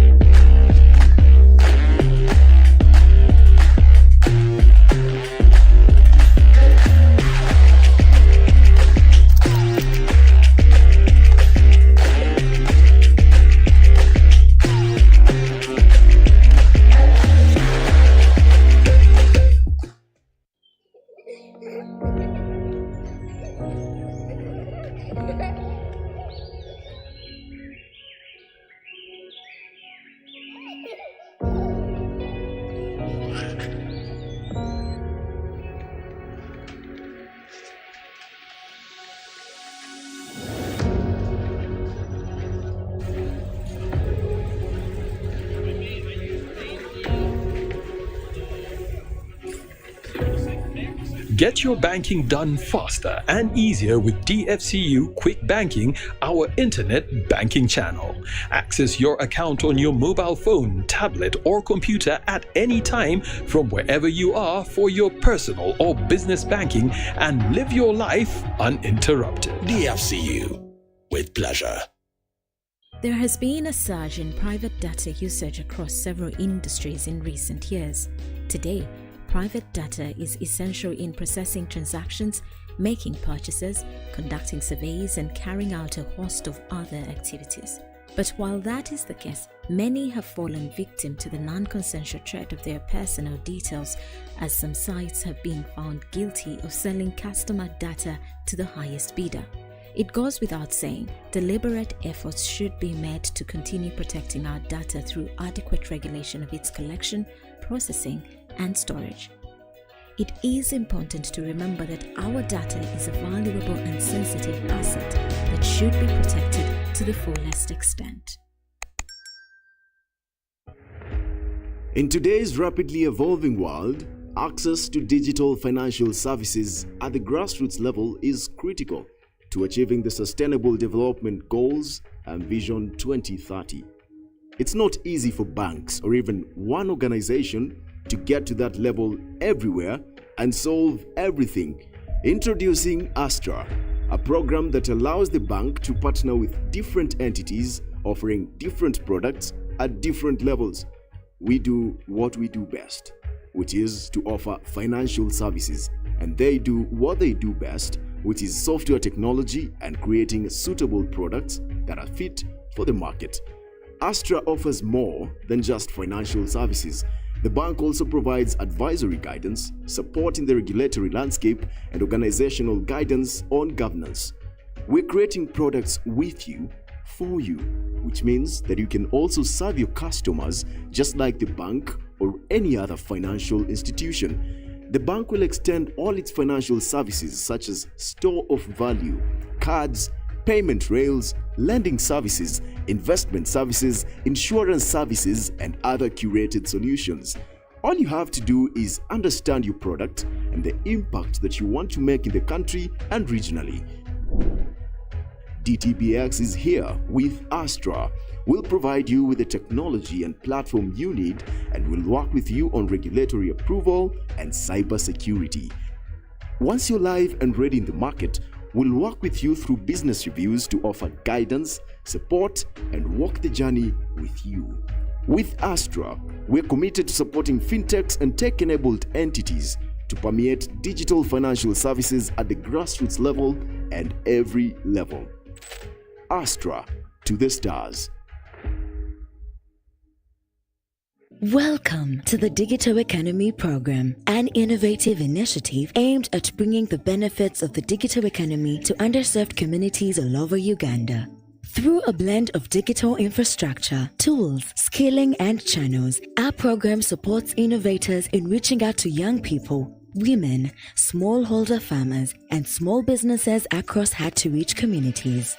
The program has 4 components: Digital Rails, Partnership Program, Agent Network, and Digital Skilling. With these components, we aim to achieve our goals of reaching 3.4 million people in underserved communities, including farmers, schools, young people, refugees, and other MSMEs, and creating 300,000 dignified and fulfilling work opportunities for young people, 60% of whom are women. We also aim to strengthen 100,000 local businesses, make them more resilient and efficient, help 400 digital entrepreneurs access digital infrastructure to scale across agriculture, education, and SME sectors, and assist 1,750 MSMEs to adopt ICT tools and applications. Furthermore, our program will create 1,000 early career opportunities in technical fields. Our end goal is to build a sustainable future for 300,000 youth, 60% of whom are female, characterized by decent income-generating opportunities in the sectors of agriculture, MSMEs, and education that can create and sustain resilience for individuals and communities. Visit de.innovationvillage.co.ug to learn more about our program and partnership opportunities. The Digital Economy Program, transforming lives and communities through the power of digital technology. Welcome to New Grid CRB. Did you know that a CRB or Credit Reference Bureau collects financial information on borrowers and turns it into meaningful profiles in the form of credit reports? Credit reports show the credit score of an individual or business. The credit score reflects both good and bad behavior, providing an indication of potential future behavior. A high credit score can act as security or reputational security. At New Grid CRB, we help credit institutions make informed lending decisions, and we help borrowers make better financial decisions to grow their borrowing and spending capacity. New Grid CRB is enabling financial inclusion through credit information sharing so that you can continue to grow your business and so that you can continue to grow your business too.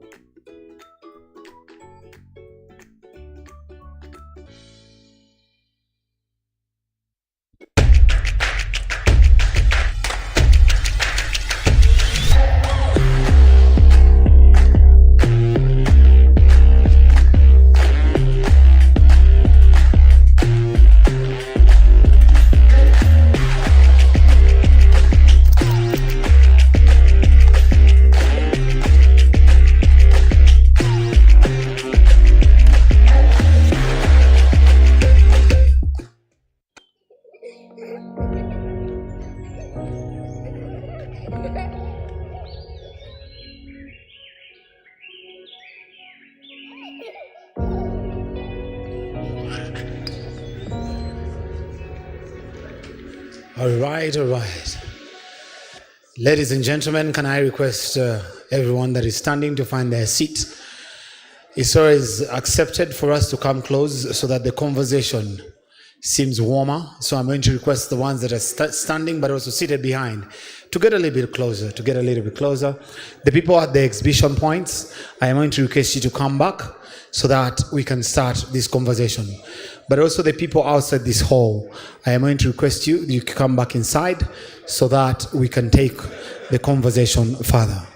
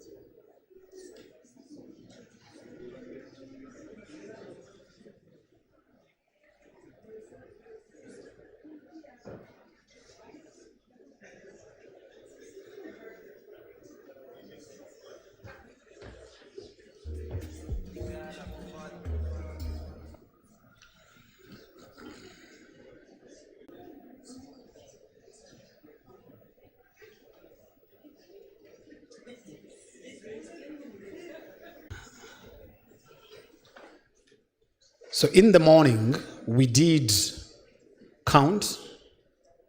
And for those of you who just joined us, the CEO of Stanbic Bank, we did some counting using the number line, and the audience was very good at it. So we're going to try it one more, and then after, I will show you how we are going to tweak it. We're going to count this time very fast from 1, 2, 3, 4, 5, going backwards as usual, but this time slightly faster, right? Slightly what? 1, 2, 1, 1, 2, 3, 2, 1. Is that clear? That's the rhythm. And I need to hear everyone counting. Even if you make a mistake, let's just proceed. Is that okay? When I say 1, 2, 3, start, we all start. 1, 2, 3, start.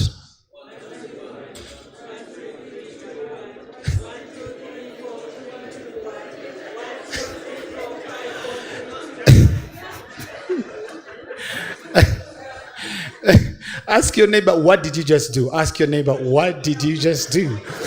Because I feel like some of you didn't count at all. So this time around, I want us to do the letters. We have been doing numbers. So we do what? Letters. Is that okay? So we stop at? We stop at E? Okay. So it is simple. A, B, C, B, A. Is that okay? So this time around, I think for purposes of us having some bit of rhythm, let's go slightly slower to make sure that everyone is indeed on the letter. Is that okay? 1, 2, 3. We are stopping at E, right? So 1, 2, 3. Let's start.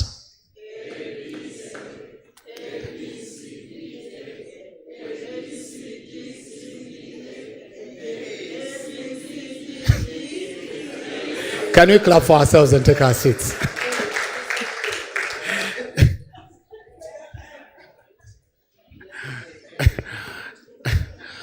For the first time, I've seen some of my close friends, but I've also seen some CEOs struggle with the alphabet, and it's quite interesting. But thank you very much, ladies and gentlemen, for making time to be here with us again as we continue the conversation.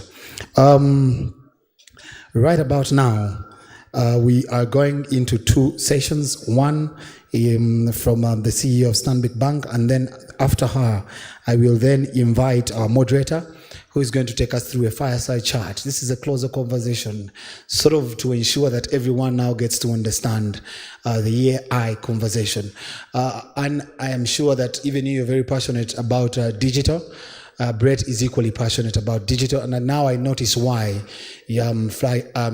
FlexiPay chose to make sure that they sponsor these people. Sponsors don't clap for themselves. Can we clap for FlexiPay? I think it's important to know how to contribute in a conversation. You can't be given money, and the one who has given you is now the one who is clapping. You who has received, you are the one. Can we clap for FlexiPay, ladies and gentlemen? So quickly, ladies and gentlemen, first we're going to have remarks from the CEO of Stanbic Bank, and allow me briefly share what I managed to pick online. And if I meander, this is the information that Google has about you. Friends, ladies and gentlemen, Anne holds a bachelor's degree in commerce from Macquarie University. She has a master's degree in strategic planning from Heriot-Watt University of Scotland. She has worked with the Standard Bank Group for over 8 years, and later she joined Stanbic Bank Uganda as the head of global markets. Anne has worked with a number of other banks like Standard Bank Namibia, Citibank, Kenya, and many others. Anne, please, first of all, allow me congratulate you very much. Allow me congratulate you for leading an institution that was named as the best bank by Euromoney Award of Excellency 2023. I think they deserve a big round of applause. For those that work closely with Anne, they call her the mother of FlexiPay.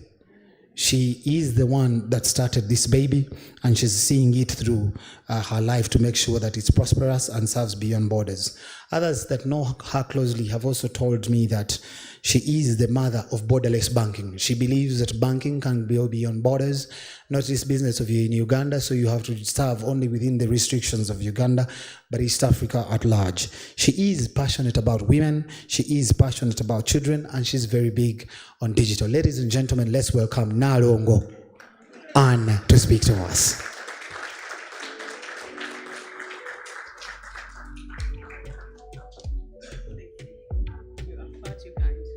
Please join me as we thank him. Thank you very, very much. I've been introduced many times before, but haven't been referred to with my hard-earned title of Nalongo, so thank you for that. For Brett, Nalongo is a special name we give to a mother of twins, so proudly so. Thank you very much. Good afternoon, ladies and gentlemen. Surely you had lunch. Good afternoon, ladies and gentlemen. That's more like it. Thank you all for coming. I'm looking up from here and I'm seeing bright faces and eager faces. I know that you're here eager for something else, so I'll make my remarks brief so we can get into the meat of the matter. But I want to start by thanking you. Thank you for making the time. Thank you for being here. And while you're here, we invite you to be present, both physically and otherwise, so we can contribute and make the most of this afternoon. I also would like to thank Fitspa. We've come a long way. Give him a hand clap, please. I remember the first Fitspa conference I attended. It looked nothing like this. So we can say we have innovated again and again, and we're very grateful for what you're doing. Thank you very much. Thank you for leading us, and thank you for directing us. And last but not least, I'd like to thank you, Mr. King. Thank you for being here in person. It means the world to many of us. We've read about you, we've seen you on TV. To be in the same room with you is absolutely incredible. Thank you very much for coming. And if you haven't already, get your autograph. I know I got mine. Good. So why are we here, and why is Stanbic doing this? Why is this important for us to be here? Ordinarily, being, as has been said, and I'm quoting the speaker who was here, I don't want to blow our own truth, but we are the largest bank. And don't tell the man in the red tie, but also the best bank. And it's easy to take comfort in your success and to think that just because I'm big and just because I'm number one, I'm going to remain so. Friends and family, I'm here to tell you that that is not true at all. As a matter of fact, the day you start to relax, the day you get into that warm blanket of mediocrity to think, oh, I'm number one and therefore I'm going to remain here, no one can touch me, is the beginning of the end. And for us at Stanbic, this knowledge is front and center to everything we do. And I want to quote from Brett, who's in the room. Let me first say this, that I thought success takes many forms. I thought success is the freedom of choice. Success is big balance sheet. Success is money in your pocket. But today, as I was preparing for this, I came across a new form of success, a new dimension. To be quoted when you're sitting in the room is success, isn't it? Yeah? So I think it's a wonderful thing. And one day, when I grow up, I want to be quoted when I'm sitting in the room. Well, let me share with you something that Brett said that is interesting, and I know will interest you as well. In his groundbreaking work, which is Breaking Banks, the Innovators, Rogues, Strategists Rebooting Banking, where you said, the key skill that sets in the new world will belong to the data scientists who understand why, when, and how customers use banking products, and the storytellers who can place the product or the service in the customer's life when and where they need it. Not those who attempt to pull me into a branch so I can jump the risk hoops to prove that I'm worthy of a product. Clap for him. That singular paragraph strikes both fear and excitement in equal measure in the heart of every banker. And in fact, in the heart of everybody in the financial industry. And you're right, it should. It absolutely must. Because if you're not afraid, if you're comfortable, like I said, that warm blanket of mediocrity, you're never going to get up off your back to think of something new or to do something different. So this sentence alone, I have it printed somewhere, that I look it up every time I look up there, I see it. This is the sentence that drove us. It's part of the philosophy that drove Flexipay. Yes, we're number one. Yes, we have all the transactions. Yes, we have a big balance sheet.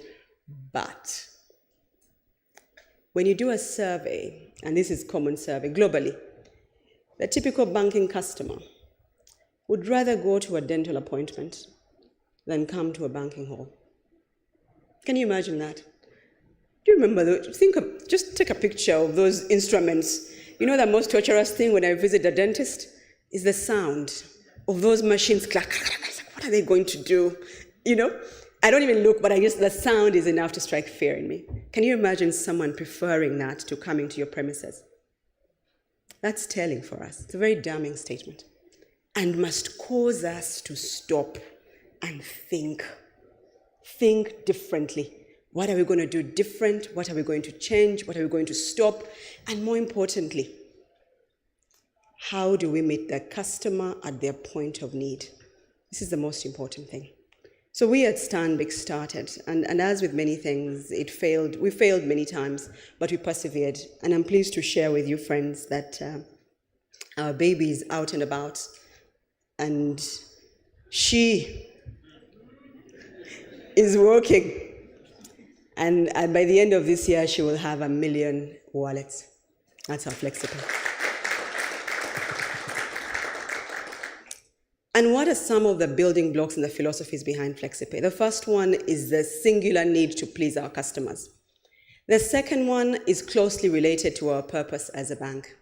We say that Uganda is our home. We at Stanbic, Uganda is our home, and we drive her growth. There is no way you can drive Uganda's growth if you don't drive economic growth, economic performance. And there's no way you can do that if your growth is not inclusive, right? Hence, Flexipay.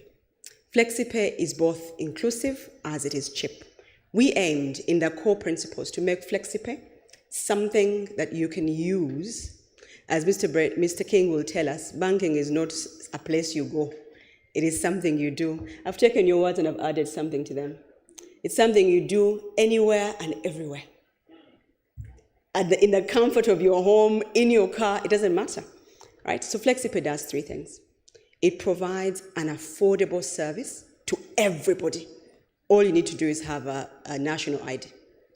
It does so at a price that our ordinary Ugandans can afford, which, by the way, is zero as long as you're within the Flexipay ecosystem, free of charge, because we believe fundamentally that it's every Ugandan's right to transact.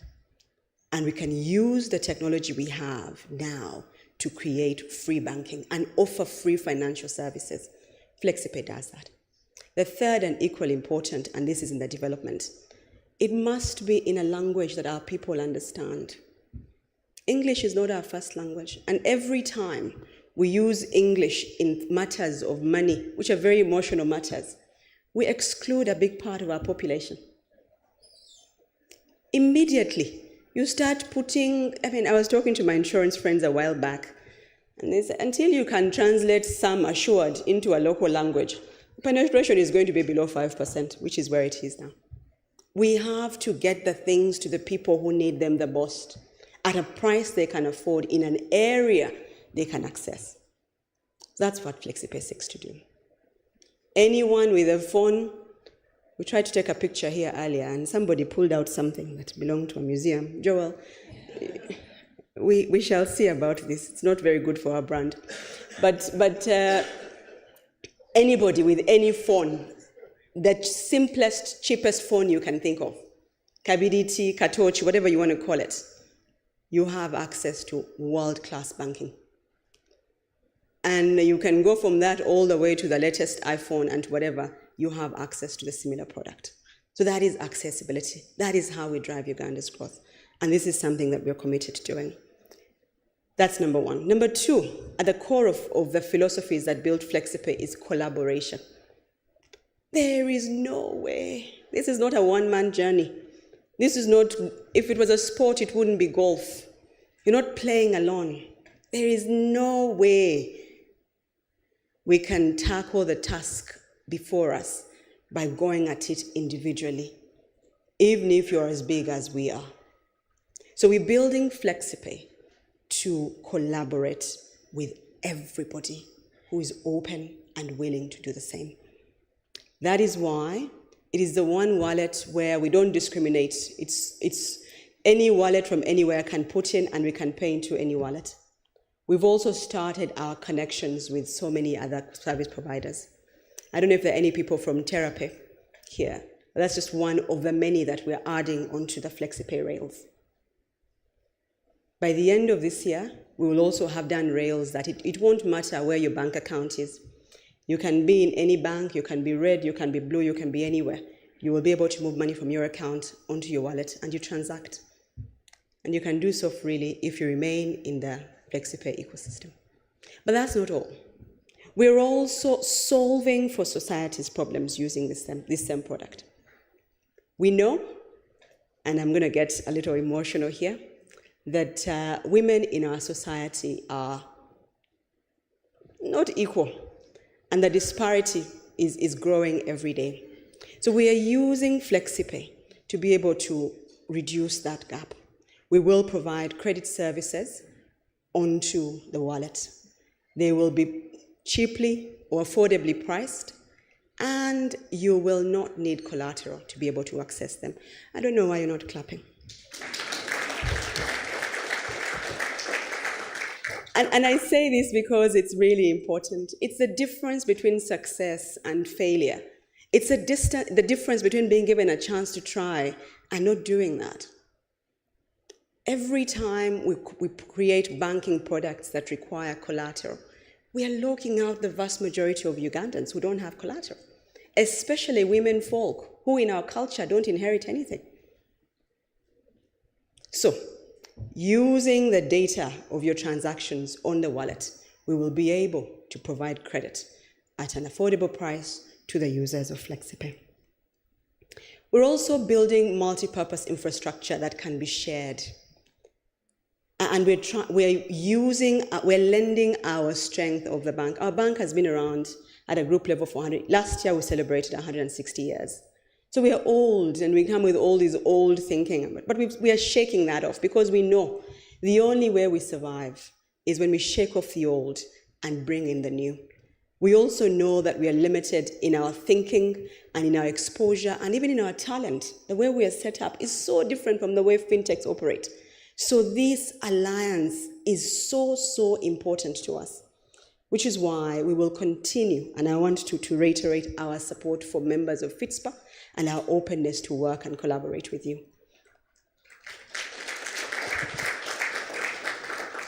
So even as I say that we are open to adventure, it will be cautious as we seek to balance risk and opportunity. But this is where you're also welcome to use us. We've been doing this for the last 160 years, and we are one of the most heavily regulated entities. So for us, governance, risk, conduct, controls are things that come more natural to us than they do to a typical fintech. So let's collaborate on that as well. Let's collaborate. Let's use the same rail. There's no reason why I'm building and you're building and everybody else is building. Let's find ways to come together and to build, because this is what I believe firmly.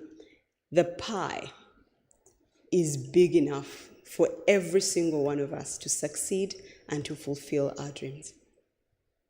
So as I close, I want to thank you again, and I want to open this conversation to say, we as Stanbic are here, and we've taken it another level now, because we were operating under a straitjacket of the Financial Institutions Act, which, are there regulators in the room?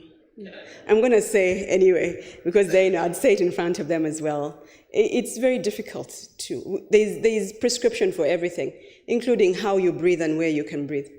I joke. But really, it is a very restrictive regulatory regime. And because of that, we've had to create entities outside of the bank to be able to do adventurous and things that we would never have done. and hence our subsidiary FlyHub, whose head will be talking to you shortly. But that's just one of the ways. Now, let me also add this so that I can manage your expectations. There are things that you will come to us to do that we've never heard of. There are things that we have never encountered before. And there are things you will discover that won't exactly fit in our view of the world, right? But what I want to leave with you is that we are open. We are open to learn. We are open to collaborate. We are open to co-create, and together we can grow as individuals, as companies that you are, but more importantly, as Ugandans, for God and my country. Thank you very much.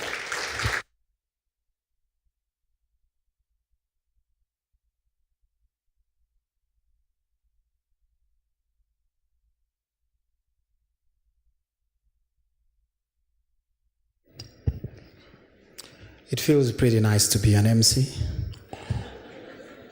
because you tell CEOs what to do and they follow, and you handshake them even if they are scared of COVID and they'll still handshake. So, ladies and gentlemen, Anne deserves a bigger round of applause for her presentation. My role here, Anne, is not to thank you, but to invite Ms. Arapta, the chairperson of Uganda Bankers Association, to appreciate your time and your remarks together with your money through sponsoring. The chairperson of UBA.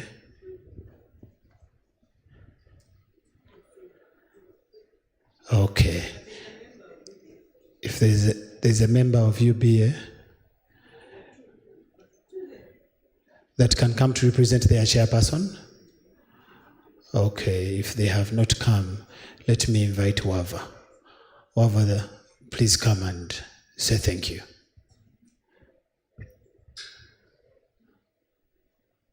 Yeah, I was going to invite Josephine, but it's now gender sensitivity that I'm applying. Please say thank you to Anne. On behalf of Fitspa, as the Vice Chair, I'd like to say thank Anne for your introductory remarks. They're very warm-coming, and I think it's setting up for the session today that everybody is waiting to listen to us. So thank you for the kind words, and hope we can open up the session for the next speaker. Thank you.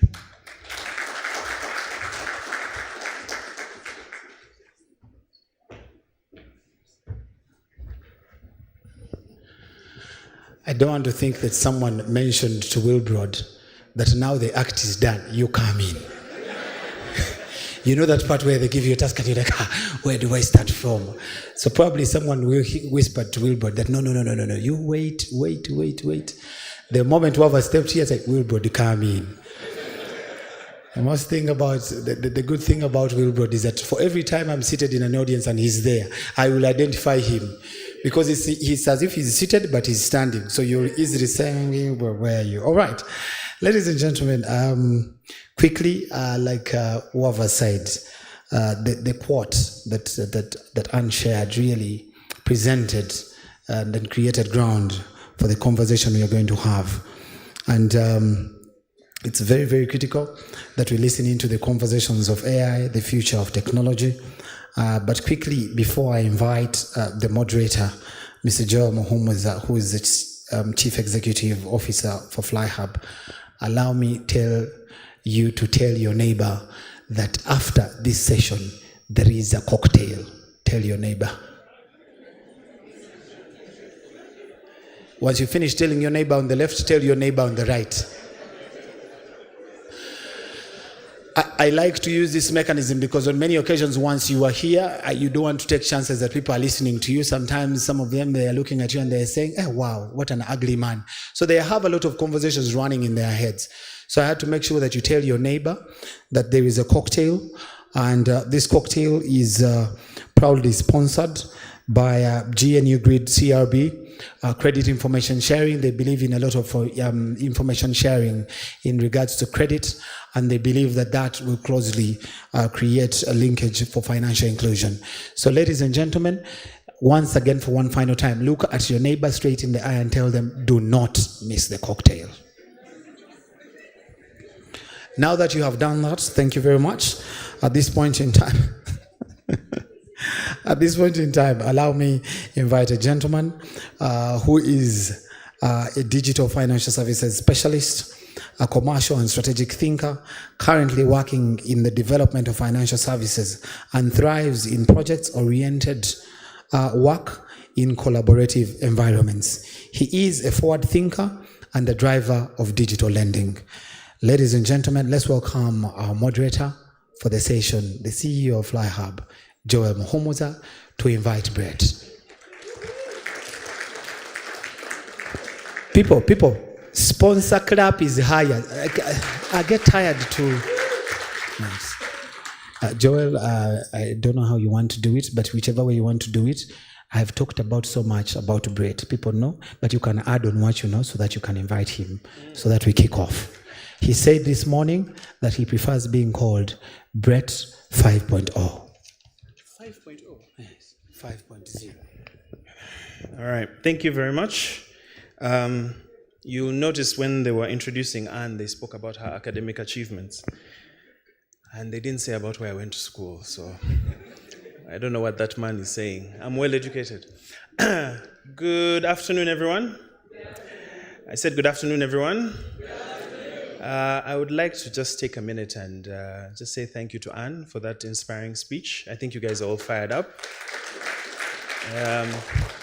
That's the dangerous thing about Anne. She can get you to run into a fire just by a small speech. That's why I look a little bit singed. We're really excited about this discussion. It's the CEO and founders discussion. So officially today, everyone here is a what? A CEO or a? Say it with your chest. A CEO or? That's right. And if you're a real CEO or founder, you don't have to, you know in your heart. We're going to have a conversation today. I run FlyHub, and as Anne spoke about, FlyHub is a child of the ambition of the bank to go beyond banking, to look at what we can do in a 360 view, not only for our ecosystem, but for the people who reside in this ecosystem, to make it more inclusive. So my work is building the digital infrastructure and creating inroads for the fintechs, for government, for whoever wants to do some interesting work with the bank. You go through me. So I guess you call me the gatekeeper of all these things, so talk to me nicely. Brett and I had breakfast earlier this week. He does an eyebrow just as well as I do it. I don't know if you've seen his website. If you haven't gone to the website, he's there like this. All right? That was my look, so it's trademarked, sir. Today we're going to talk about artificial intelligence. We're going to talk about digital infrastructure. There are a few questions that I sent to him, then there's some that I did not send. But I'm just taking this time to say we're going to speak for a few minutes, and then I'm going to open it up to you. So there are only two rules. When you're picked to ask a question, please introduce yourself with your name and the organization that you're from. And we are forbidding that one line, you know that line? Mine is not a question, it is a what? Comments, you can send them via text, okay? But we want questions. And make sure that they are hard and pressing. That way I'll know I've done my job as a moderator. We're okay? Deal? Brett 5.0, please welcome him to the stage.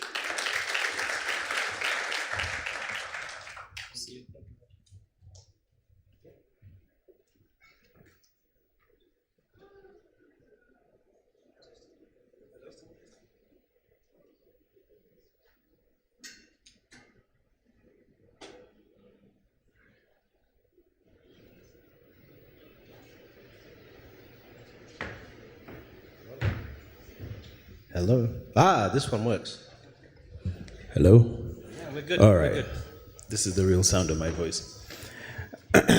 Anne talked about my phone being a bit funny, but Anne, this is the iPhone Blue. It's a special made iPhone just for me. Yeah? I'll show you how to use it. You have to crank it by hand. Yeah, to no, get started in the morning. Brett, what side are you on? All right. So for those of you who were here earlier, I think you heard the inspiring words by Brett. For me, the thing that I've known you for is, we talked about banking 1.0, 2.0, at a time when most of us didn't even know what that meant. And in Uganda, we have people who prophesy. They talk about the future, but it's all mystified. You never know where they're pulling that information from. I'm guessing you're not a prophet. No, I think this is one of the things that people misunderstand about futurism. It's not prediction, it's forecasting. So we talk about futurism as super forecasting, long-term forecasting. So it's a lot of trend analysis, it's understanding human behavior, it's seeing systems that have worked in the past and those that haven't worked, and sort of putting that all together. Yeah. So looking at your method, and maybe you can use that as you answer this question. So obviously you've talked about the general trends in the world. Everything is moving more digital, moving more cloud-based, and we're moving from products to customization, to personalization.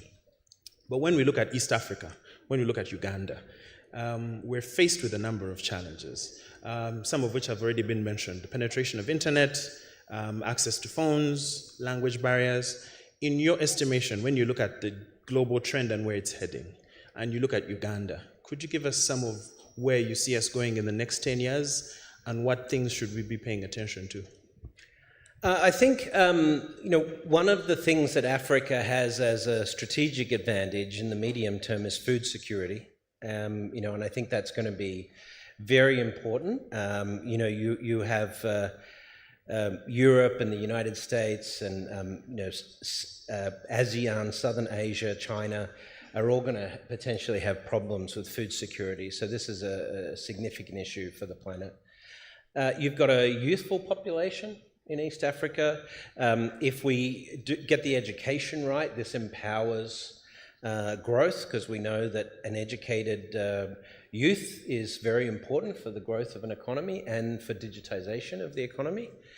And I think, lastly, in the United States, two areas have contributed significantly to innovation in the last few years. The first being the .com boom in the late 90s, and then followed with the smartphone and the app boom. Some of the biggest companies in the world today were either born during the .com boom or during the app boom. But East Africa and generally the continent is not going to invest in e-commerce, like based on internet screens and computer screens. We've basically gone straight to mobile. And that's part of the reason China is, from a commerce and a middle class perspective, has been so strong with their growth also, because of the dominance of mobile commerce and mobile trade.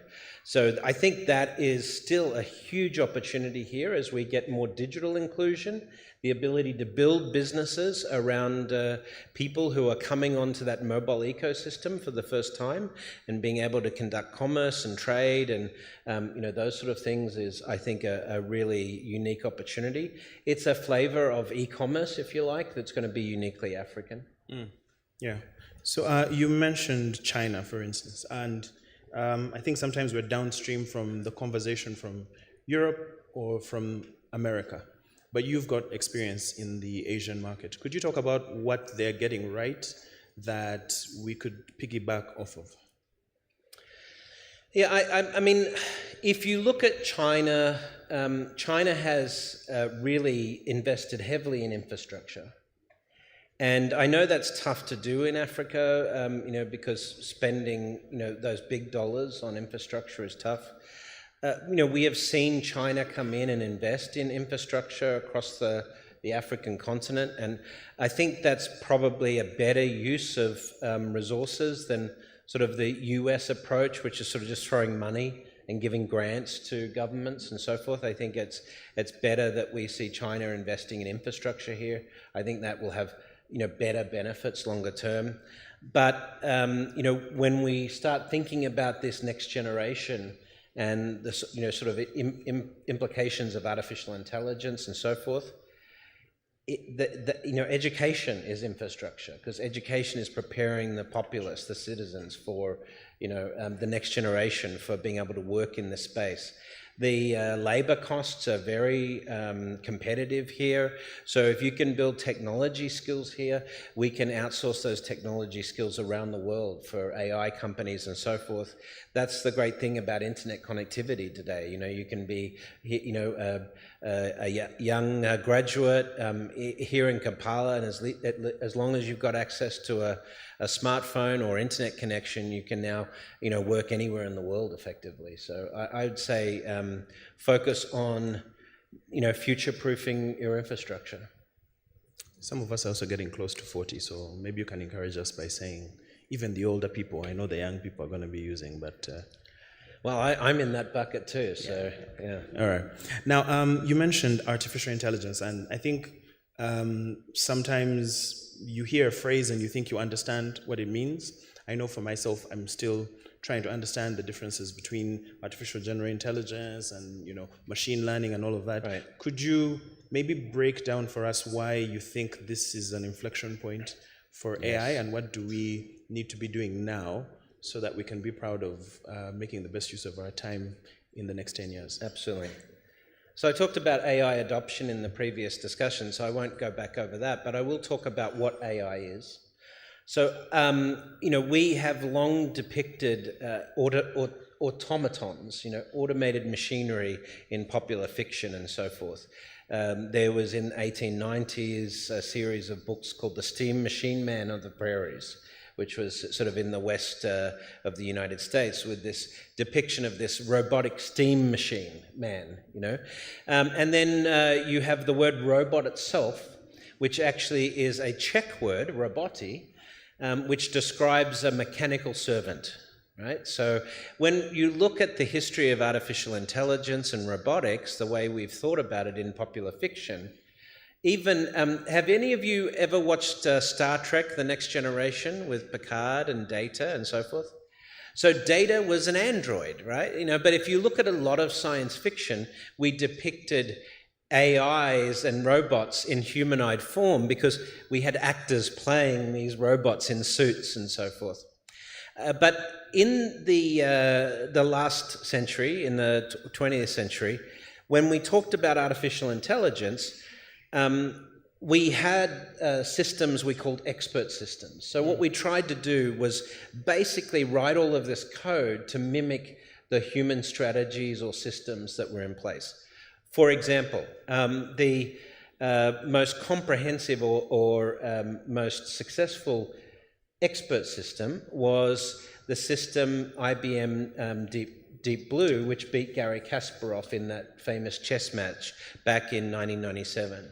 And it took 10 years for IBM to code an expert system that could incorporate all of these different strategies of chess grandmasters to be able to compete. But in the late 90s, a European professor proposed, and he recently, this is Hinton, Geoffrey Hinton from Google, he proposed this deep learning or machine learning technology. And that really changed the nature of machine learning or AI, because now we had a method of creating computers that could learn patterns, right? And using pattern recognition or reinforcement. AI practitioners have very technical terms for this, like backward propagation and so forth. But the difference, a very simple difference between expert systems and early AI machine learning is like how you would deal with, say, teaching your children how to distinguish between a cat and a dog. So what you don't do is you don't build a library of every cat and every dog and give it to your children and say, these are the cats and the dogs of the world, memorize this.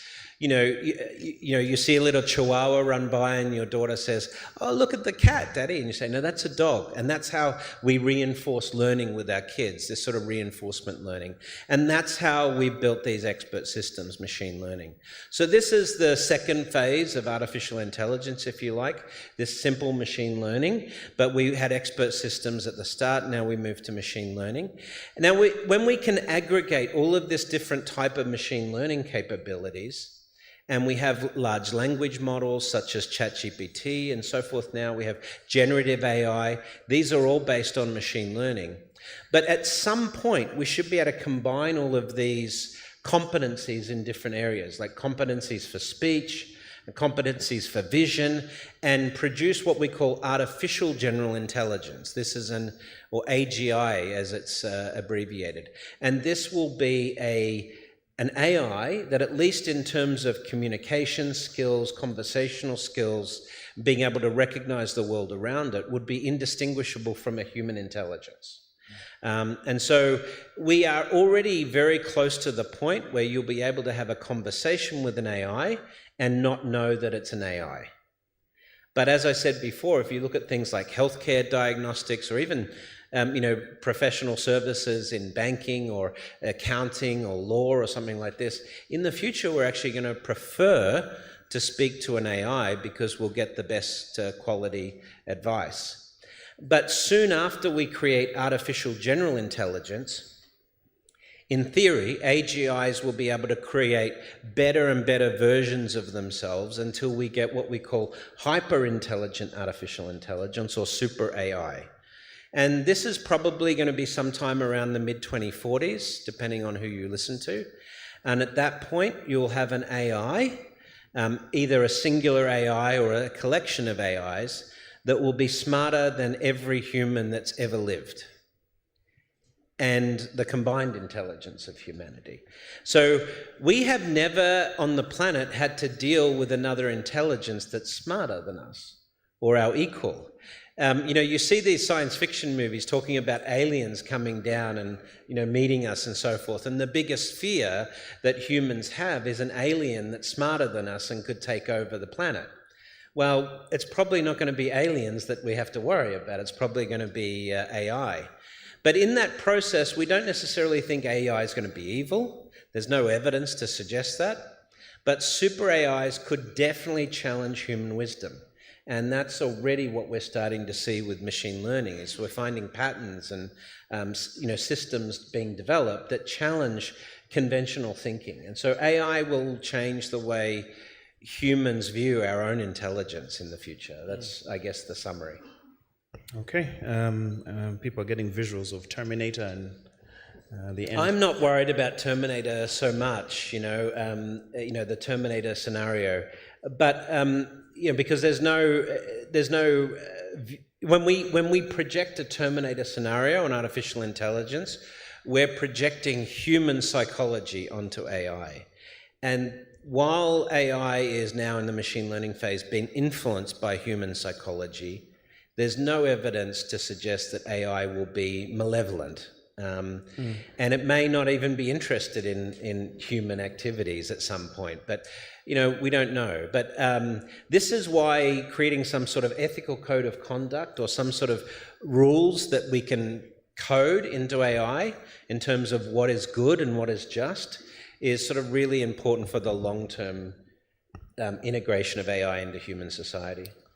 So we've got two associations here. We've got the Uganda Bankers Association and we've got Fitspa. And I was honored to be there at the inception of Fitspa, because at the time when we were asking for permission as fintechs, we're going one after the other to the central bank, and the central bank also didn't know how they were going to deal with the hundreds of fintechs that were coming across. So there was a collective need to come together to have a voice of advocacy. From what you're saying, maybe there are 2 points I would want to touch on. One is you've spoken about a sort of code of ethics, a principled way in which we use these machines. And I sort of agree with you that it's not that the machines themselves have intentionality, but what I'm concerned about is human beings have all kinds of intentionality.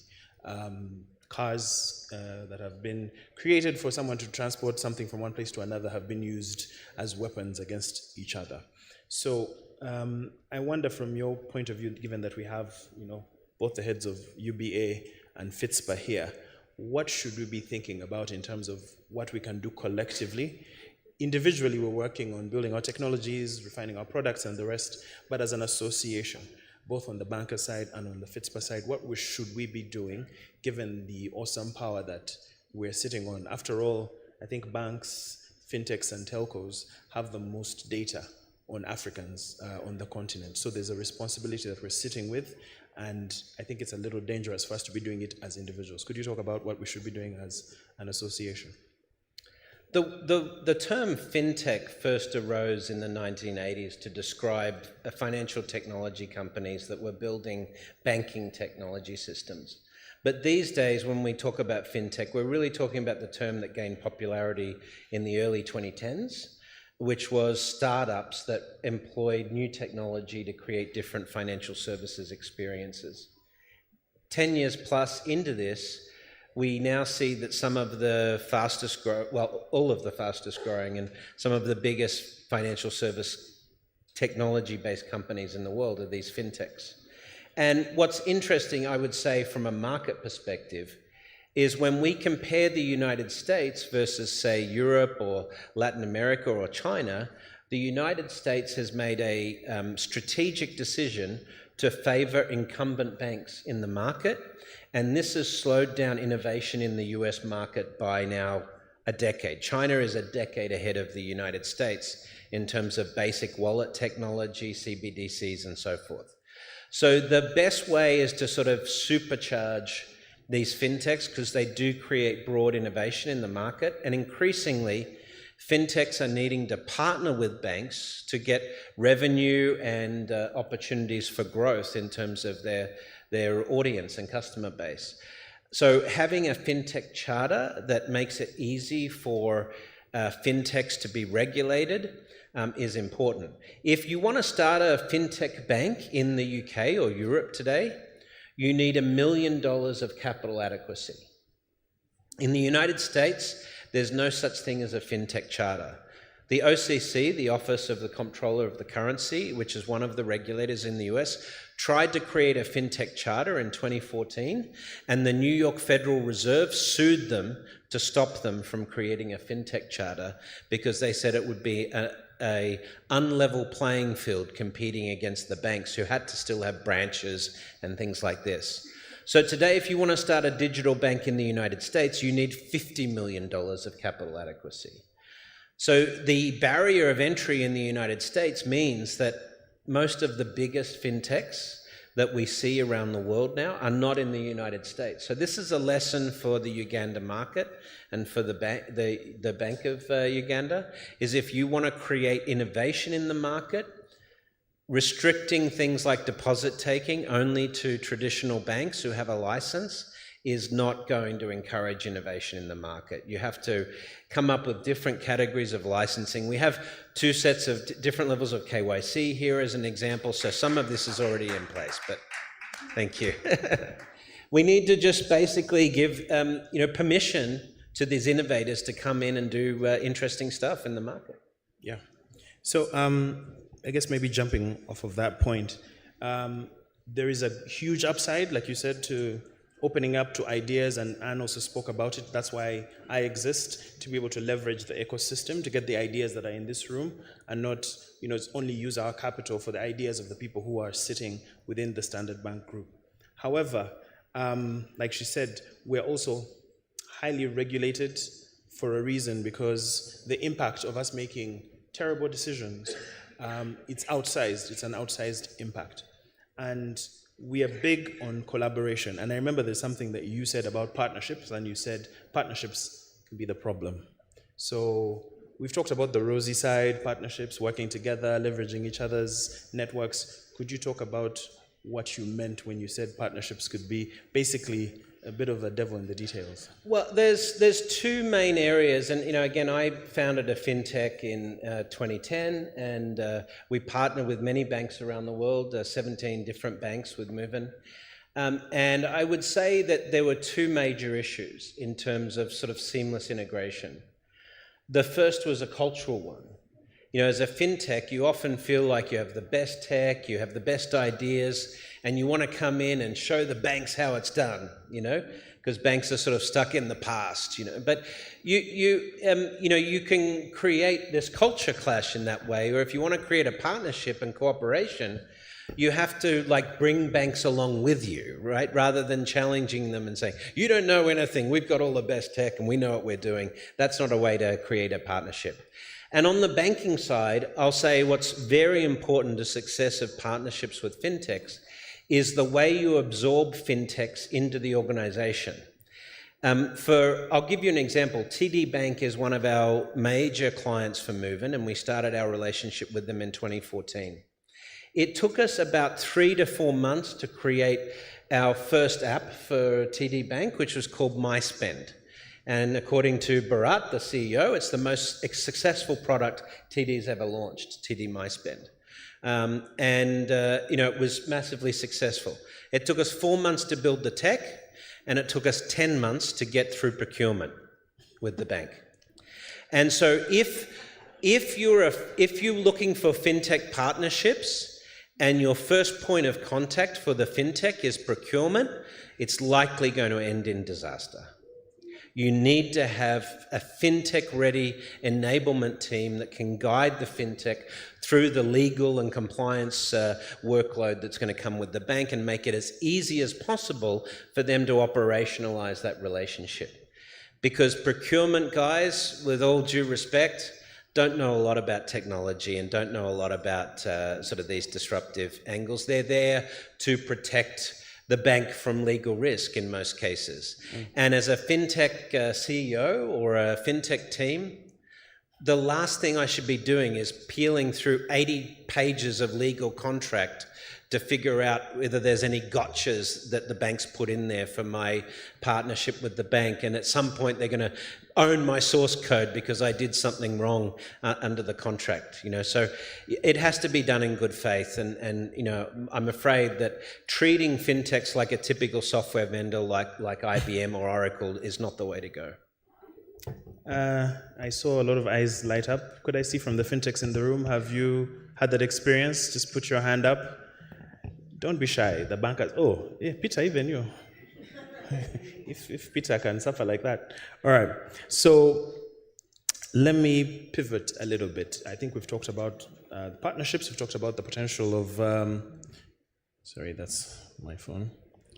Yeah, we've talked about AI. We've talked about how we can work as an association. Let's look at fintech as an industry. I've worked both on the financial services side, on the technology side, and the one thing I'll say about both these industries and as they merge is they lend themselves to a bit of hype and obfuscation. We've seen various examples. Obviously, we saw in the US FTX, what was he saying? Fortune favors the bold, and now he's boldly saying funny things in court. Well, we've renamed SBF. It's now Sam Bankrupt Fraud. Yes. He said it, not me. His lawyers may come for us. And also, on the continent, we've started to see the same thing happen.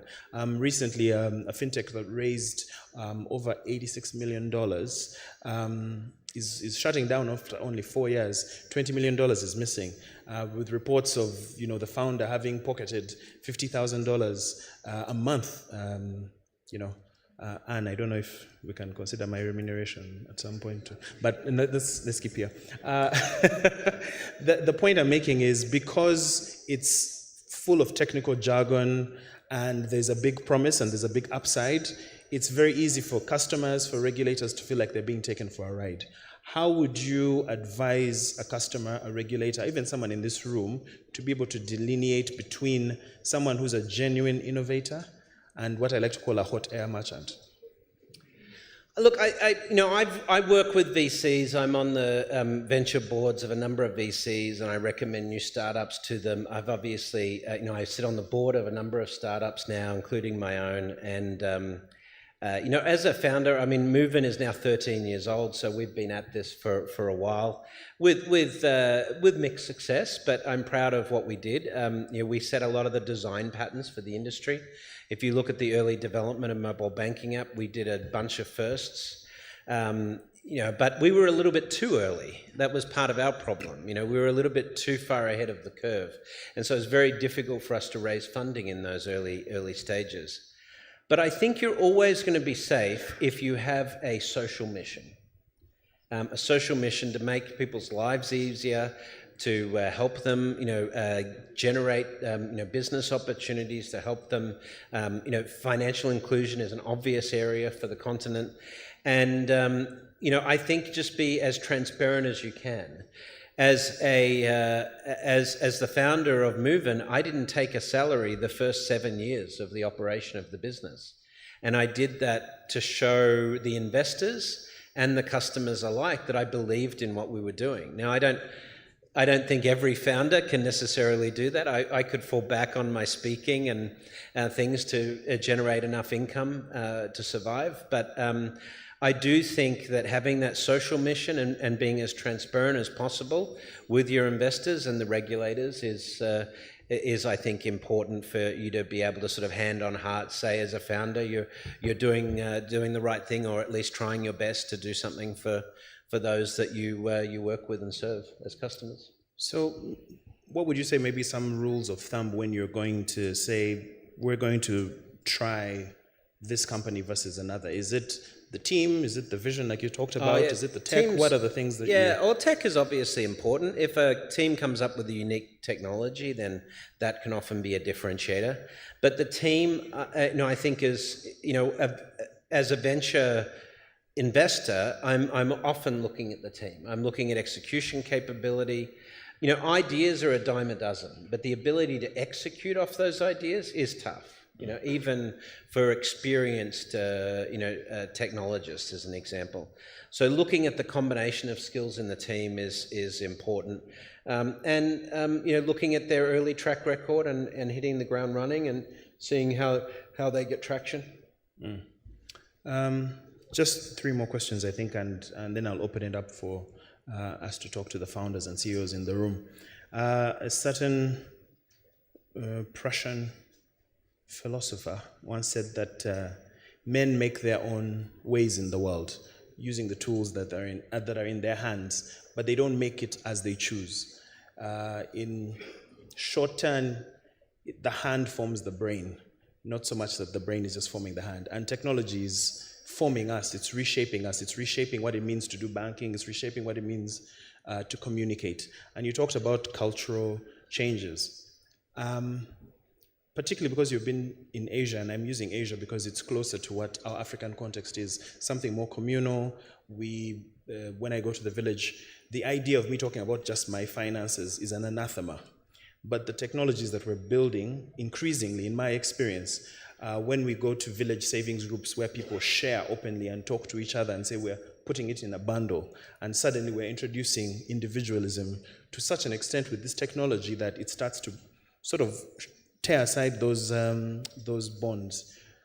Could you talk about how it's been successful in Asia and maybe some of the ways that we don't necessarily have to shatter something that's working for us, but we can mold technology in such a way that it doesn't necessarily have to be individual versus collective?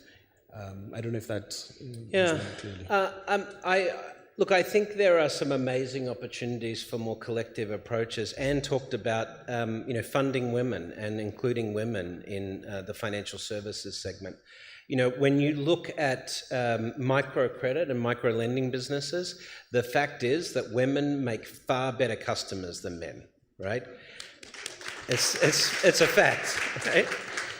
They are much more likely to pay back the loans on time, and they're much better at managing the money. That's why my wife manages all the bills at home as well, right? So I think there's definitely that aspect of it. And, when you look at, for example, in South Korea, when South Korea opened up stock trading, the stock market boomed for the first time because women could now trade stocks, which they couldn't do before, right? So there, if you want to have success in Uganda, in the villages, empower women with financial services tools. I'll give you that, right? In fact, there's much more eloquent speakers than I have said, if you want to create market growth and innovation, empowering women is the fastest way to it. So, yeah, so I know at least 50% of you will agree with that statement. But in terms of sort of broader mission, technology is closing the gap. Technology is becoming cheaper and more accessible, and as a result, I think when we look at things like automation in the future and so forth, buying a drone, for a village so that you could use drone for farming patterns and things like this, This might sound like science fiction, but this is going to be achievable within the next few years. You may even be able to 3D print your own drone in the future, you know. People are doing that today, but that technology is becoming accessible. When we look at these next generation of technologies for food security, vertical farming technologies and so forth, we need to learn from farmers. You know, we need to bring them back into this process of innovation. And when we look at social engineering and you know, helping our communities, we need to get back to that village mentality of that we're all in this together. One of the greatest risks that we've seen is frankly, and I have to be careful about saying this in public, but the US view of the world, survival of the fittest, and that, you know, that to be a winner in the capitalist system, someone else has to lose, has been very detrimental to both American society and global society. We are a family, you know, and as a family, we should be working together. And things like climate change are evidence of the fact that we've put money and individual wealth over the wealth of our communities at large. And this has been disastrous for humanity, you know. So I think getting back to that sort of village mentality, I would love to see us learn more from villages in Uganda and you know, Kenya and elsewhere, that we could translate these philosophies into communities at large. Because you know, I think, you know, I mean, there's some radical things we could do, but I think having, you know, I think eliminating borders, for example, would, you know, eventually would be a great move. I think, you know, having freedom of movement and not having to have visas and all of these things, I think that would produce much more of a community approach. I think our children will treat these problems very differently. And I think that's one of the things I like about AI. And when I talk about universal basic income and these constructs is, will be, you know, when people say, well, if AI takes all the jobs, what are we going to do? And, you know, my answer to that is, whatever we want. You know, that's the point of it, right? But the really important thing will be that philosophical change, is when we don't have to work to survive, then the tendency, hopefully, will be to do work that is meaningful, that can change people's lives for the better. And, you know, I think that's how we need to treat it as a community. I know I'm getting super philosophical now, but you know, that's really what I hope comes. Yeah. No, that's the right audience. I think it was Keynes in the 1920s said that at the rate at which we're going technologically, we should be working 20-hour work weeks and then spending the rest of our time building our own passionate projects and contributing to... This is really interesting. I don't know whether you saw, but just 3 weeks ago, Jamie Dimon, the chairman and CEO of JP Morgan Chase, he said that he expected by 2030 that Chase employees would only be working 3 or 3.5 days a week because of automation. Now this is, you know, we have already seen working hours reduce over the last, you know, 60, 70 years. But the problem we've had is that wage growth has remained stagnant in economies like the US, UK, and Australia. And so the problem is that, you know, even if you do have full-time employment now, if you live in the United States, if you're working on minimum wage, you can't afford a one-bedroom apartment in any state in the United States because wage growth hasn't kept pace with CPI increase. So the problem we've got right now is the relationship of work to salaries that underpin sort of core economic activity for low to middle income households in particular. Housing affordability is crazy, it's off the charts. You know, we have an entire generation of kids now growing up in the West that will never be able to afford to own their own home. And this is because of this problem of inequality and lack of wage growth. So ultimately, we've got to figure out a way to solve this. So I guess this turns into your latest book, the one that I'm really looking forward to reading, Techno-Socialism. I think to the point that you're talking about, we can innovate on so many things, but the underlying social relations and business relations, that's the hardest part to change. And you spoke about, for instance, in the United States, the entrenched interests of, you know, like say a Visa, a MasterCard, and, you know, not the old guard, but the current Fossil establishment. fuel Yeah, pharma, like the ones who have, power tends to have gravity to push things into the direction of those who are able to, have impact.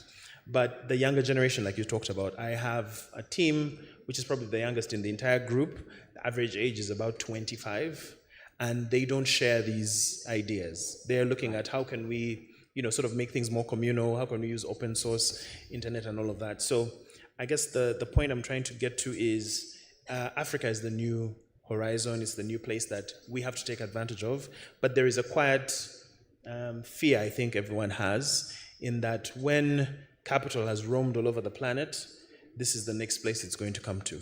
So big tech will eventually come here. Yes. If Google decides that we're going to dominate this continent, what is our stand? How are we going to push back on that? And this comes from a report I was seeing where Amazon, I think, earns about $40 billion out of Europe, but doesn't pay any tax. But that's because everyone is building on top of Amazon in there, and they just collect because you're building on top of them. Now, you talked about us building digital infrastructure. What are the odds that we're going to be able to collectively build something of our own and not have it become another big player come in and crush, what we're trying to build along the way?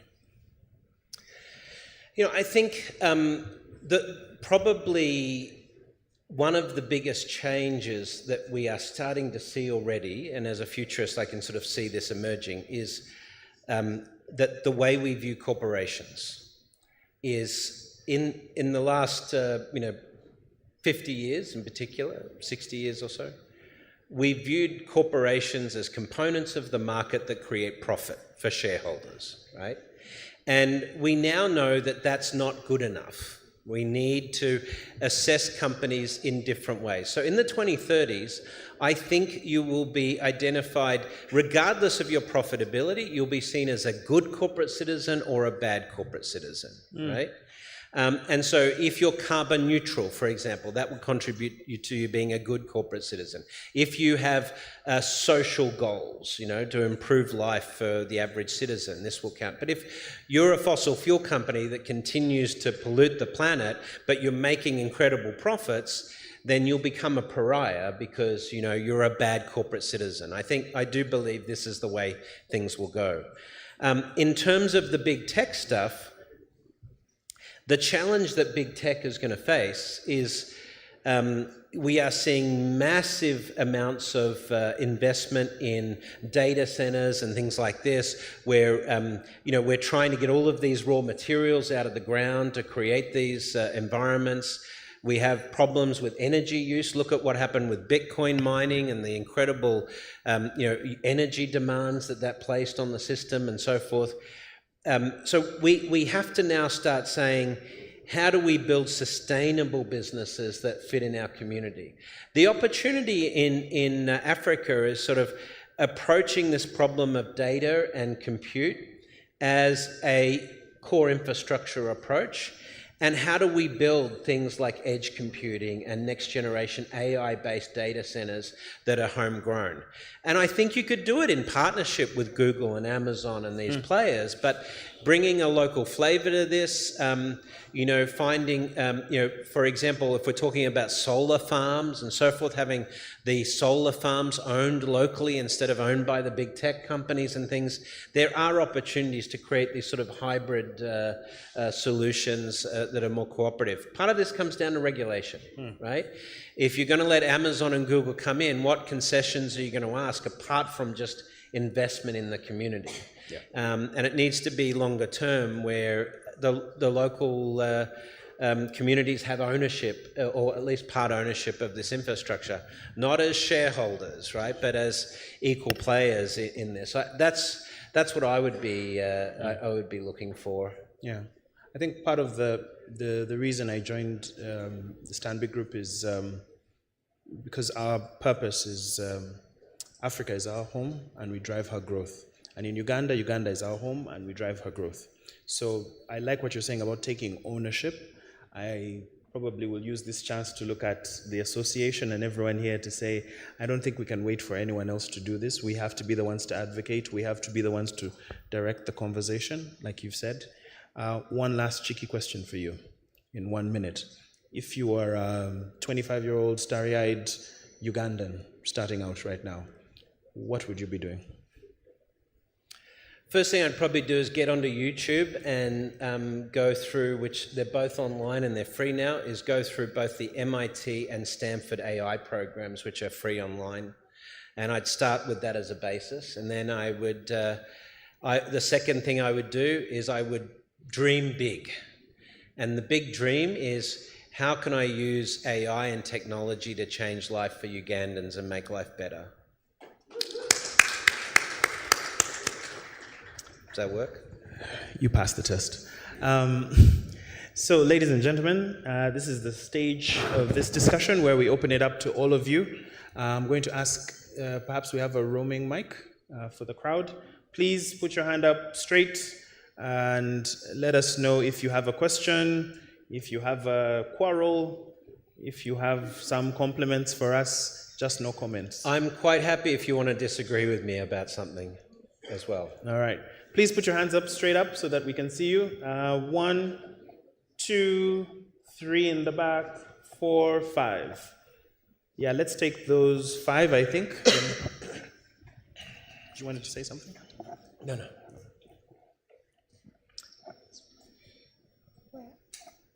Yes. Remember, Jabel, stand up, tell us your name, where you work. Mine is just a comment. You're going to do push-ups, you man. Richard Jabel, I'm the CEO of the Agent Banking Company. Brett, early in the morning, you spoke about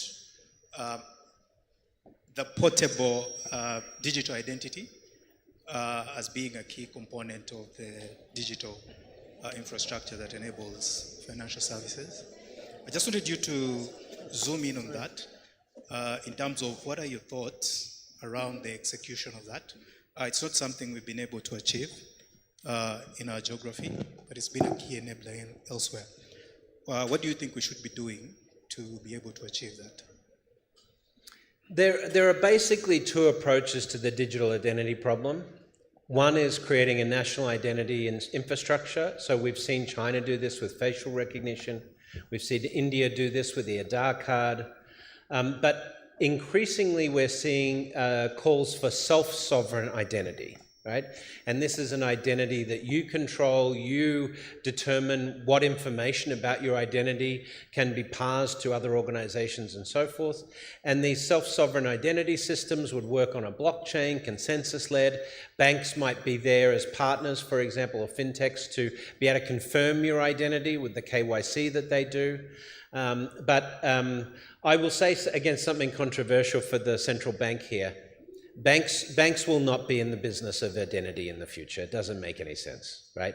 It doesn't make any sense the fact that you go to a new bank and they have to collect all of the same identity information that your previous bank did. So this is where sort of self-sovereign or national identity infrastructure is important. In terms of the self-sovereign identity systems, this could be done with Fitspa and the Banking Association. These guys could come together and say, we support this type of self-sovereign identity. There is I don't know if it's Madagascar or something like this, but there is a country recently that has just launched self-sovereign ID systems, and with some success. If you speak to the crypto guys, it's all about self-sovereign identity.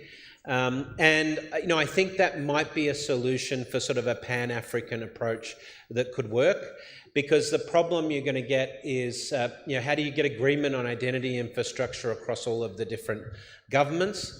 If you can create traction on a self-sovereign ID program, just like we have with mobile money here, then it sort of like becomes a default system.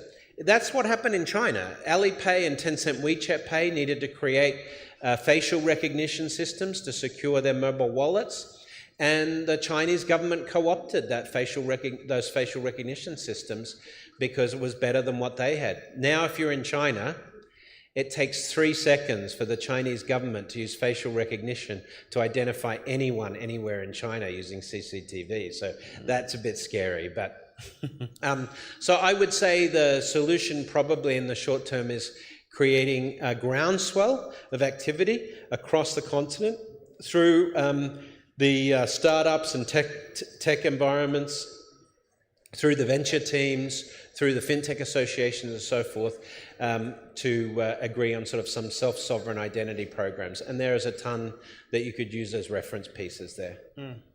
No, I've always found it interesting that in order for me to prove my identity online, I have to talk to a private company, Google, to help introduce me to another organization. Why am I paying to prove that I am who I am? Yeah. Why don't I have my government provide me with a unique digital code that I can use when I'm moving? Could we get another question? I think we had 2 hands over here. We had the gentleman and then one at the back. Please bring some fire. We also want Brett to feel a bit warm. All right. Good afternoon. My name is Francis Waswa, and that's the title given to a twin. So in a way, I'm at my mother's event. Slowly. And Francis actually bought his copy of Bank 4.0 with him today. So. And I did get an autograph, so it's wonderful. Right, so I'm the Chief Strategy Officer at FTB, and part of my job, I'm actually conflicted because I read your book and it opened me quite a bit. But then, because it was talking about first principles thinking when you're talking about innovations and things like that. Now, I want to seize the opportunities out there, like you rightly said, that we want to take advantage of that. But then also, I collaborated that with Didier Bonnet and co. at Capgemini when they talk about digital masters. And what they say is that the digital masters, what they do best is to actually mesh the old and the new to try and get, the best propositions out there. So, again, in my job, I'm conflicted. What is the right approach? So if I brought that to the table, right. What would iterative change or first principles? Well, I mean, until he bought Twitter and got a bit crazy, I was a big Elon Musk fan because of his first principles approach. Now I'm not so sure. But you can't doubt the success that he's had with Tesla, the success with SpaceX. 96% of all commercial space launches this year will be done by SpaceX. And at 1/50th of the cost of what NASA can do with the Artemis program, as an example. So this is a great example of first principles innovation, the reusability of spacecraft and so forth that SpaceX pioneered. So if you look historically at the biggest, most impactful inventions throughout history, they've been first principles inventions. But when we look at innovation at a market level, it's often iterative because, you can't do everything big bang, first principles. Brett, sorry, I understand what you're saying, but some of them might be a bit confused. What is first principles? What first principles Okay. and iterative. That's good, thank you. So first principles is the concept of when you're trying to solve a problem, when you're looking at innovating an industry or something like that, you go back to the constitute physics of the problem. You say, what is the problem we're trying to solve? And given the new technologies that are available, the new thinking that is available, if we were to start from scratch, first principles, if we were to start from scratch and approach this completely differently, how would this look today? For example, if you take a first principles approach to banking, you would never design a bank today where you have to go and sign a piece of paper to open a bank account. But that's what we still have in traditional banking. First principles would be, as long as you've got a phone and that can act as a value store, you have a bank account, right? That's first principles thinking. When we look at space transportation, Elon Musk's comment was, the current space industry is like you flying from New York to London in a jet, and then the jet gets dismantled because it can only be used once, right? That's how we've designed spacecraft for NASA the last 60 years or so. You can use the rocket once and only once, right? So reusability was a big thing. So when we look at first principles application in society today, we're looking at the problems that are in society, inefficiencies that may exist, and we step back from the current system and say, What if we were to start from scratch? What if taxis like today didn't exist? What if we needed to come up with a new form of transportation? How would that work? And in doing so, you generate these brand new ideas. But first principle ideas take a lot of investment and a lot of broad intellectual commitment to be successful. And often you have first principles design that just doesn't get funding because the traditional systems have already a lot of traction. So this is where the iterative approach is often better to transform industries like banking and financial services, or healthcare, for example, because these are regulated industries. And if you come along and have a completely different way of doing banking, the regulator is going to say, you can't do that. But why would the regulator say that? Primarily because if you look at the laws and regulations we've created, they've been created to mimic the operation of banks traditionally. So, there's good tension, creative tension in creating these new paradigms from first principles that can challenge traditional thinking and saying, we can do this fundamentally differently. Energy is one of those areas. Energy production in Africa, you guys are going to be able to go greenfield, you're going to be able to have solar, wind, tidal and hydro generation. You could be 100% on renewable energies by 2030, and you could have a more efficient energy grid than the United States, the UK and Europe, because you're starting with all this brand new technologies. The only thing you really have to solve is where you store the energy, the sort of battery or storage technologies. But those technologies are rapidly advancing. But I think by the mid-2030s, at least Africa could have better energy systems, for example, than the West, because they're going to have to retool all of their old energy systems. And, think about all of the electricity companies and the network companies that own all of that old infrastructure who are going to be saying, well, hang on a second, we've got this coal plant, we've invested a lot of money in it, we don't want to, destroy that, we have to keep it going. Let's phase it out over the next 20 years. So they don't have the ability to move as quickly as you guys do. So there's a lot of first principles opportunities here that I think you could really take advantage of. Francis, we're going to be watching for those first principles. There was a hand at the back. Actually, let me just see the hands because we're going to take the final call. We need to have a lady. So yeah, we need some have ladies. Her. The gentleman there, and then the gentleman at the back. My name is Martha Ninsima. I work with Sprint Internet, Business Development Manager. My question is about the data security and client privacy. How do we, the fintech companies, balance being innovative and at the same time keeping the data and client security and all that? Because ideally we're supposed to be coming up with new solution, exciting services for clients, but at the same time we're supposed to be keeping their financial and all their data private. How do we do that?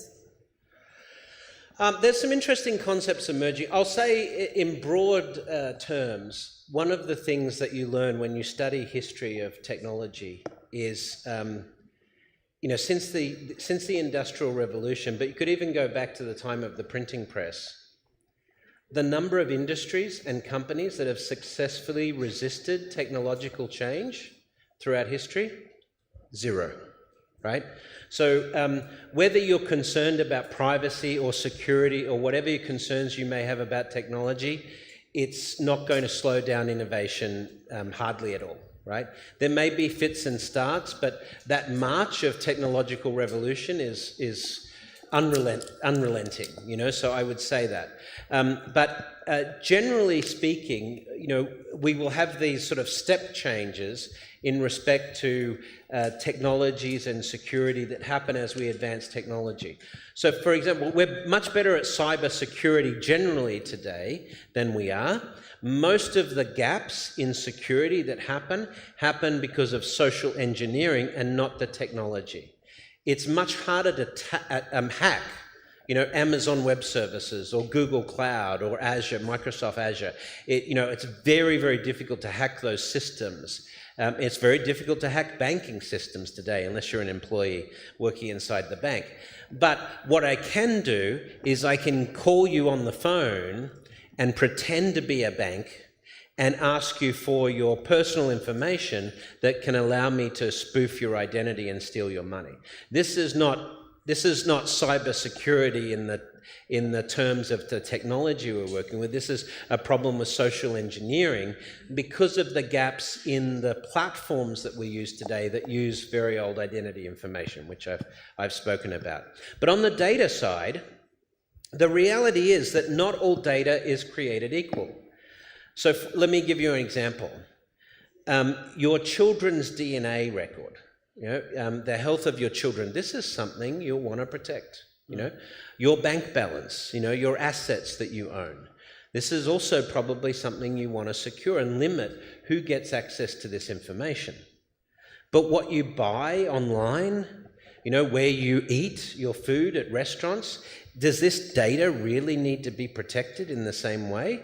And there is a concept emerging that we need to have different classes of data, and that some of that data should be tradable, and individuals should make money out of that data. So you should be able to, for example, give permission for your data on your purchasing history to merchants in return for better deals and discounts with those merchants. That's a fair trade for that data.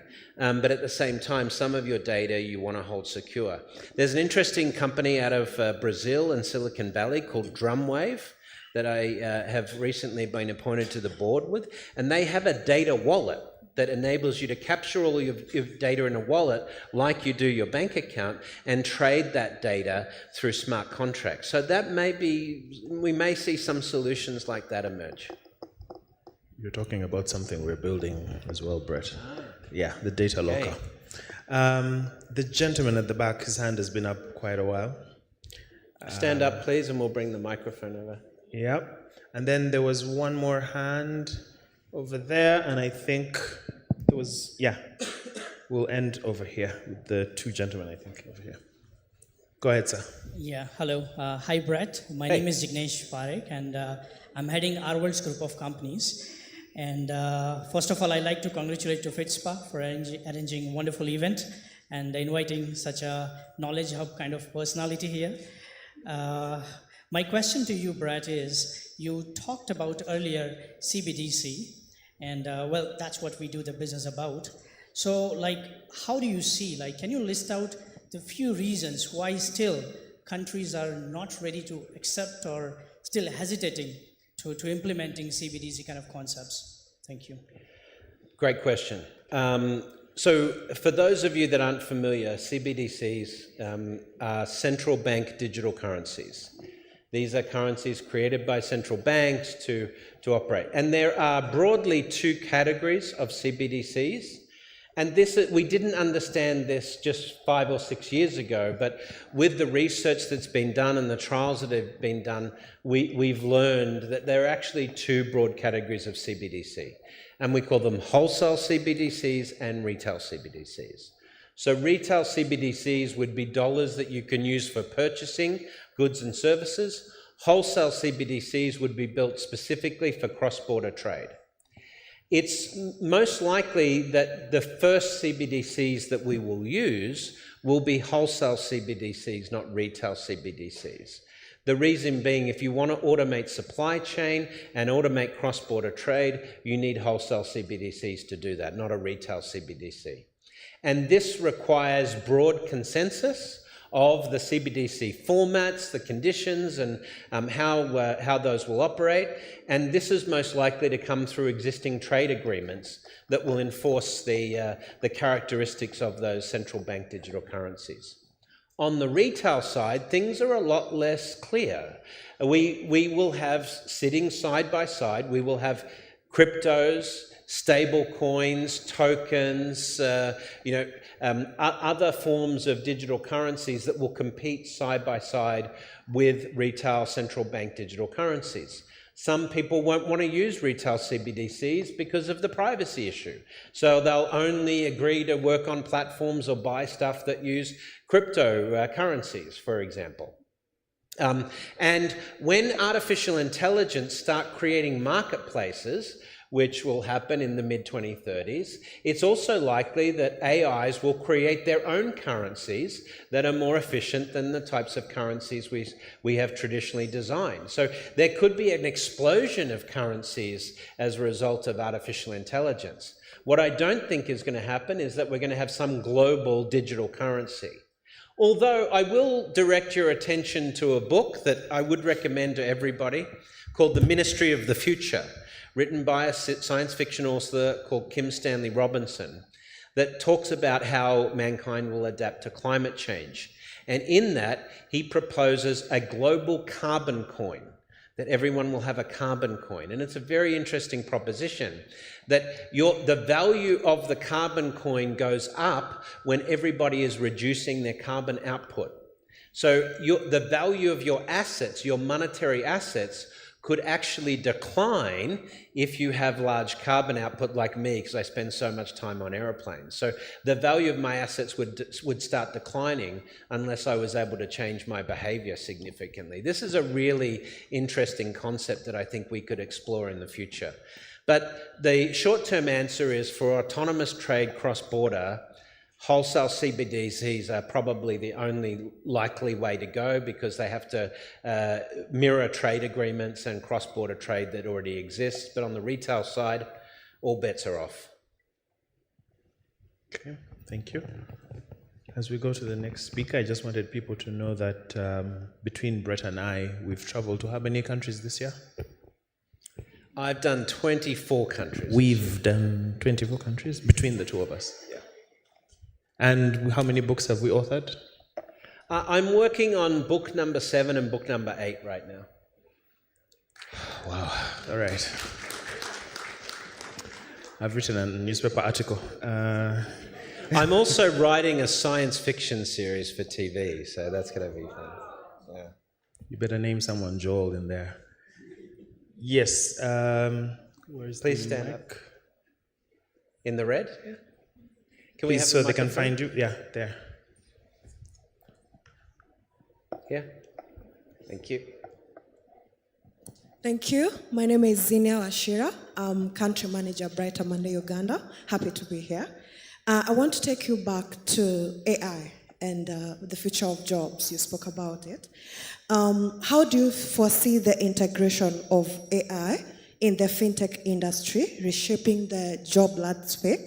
And to be specific, which skills and profession do you think will be in high demand in the next few coming years? Great question. There is going to be a shortage of data scientists, artificial intelligence practitioners, machine learning experts for the next 20 years, right? So you can't go wrong in that. But where there's some really interesting opportunities, experienced designers, we need more experienced designers and storytellers to design these experiences, integrating these technologies into play. Because, you can have the smartest AI, but unless you can figure out how to integrate that AI into someone's daily life, then, it's not necessarily, applicable technology. But there's some really interesting arenas. Let's talk about the short-term phase and then longer-term, medium-term phase. In the short term, one of the really interesting areas that's emerging is behavioral psychology. Because as we start to look at the integration of technology in people's lives, you have to understand their behavior and their psychology to fit that technology into people's lives, right? Because you're asking them to change the way they do things currently. You have to give them some incentives for that. A lot of that is in behavioral psychology. On the legal side and on the regulatory side, one of the key areas is going to be smart contracts, being able to take the existing laws that we have on the books and put them into code. So algorithmic compliance officers and risk officers working out how to take existing regulations and put them into code. And Harvard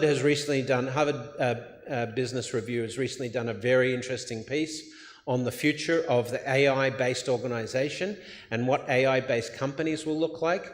Previously, we've called them DAOs, or decentralized autonomous organizations, but this is a fairly restrictive view.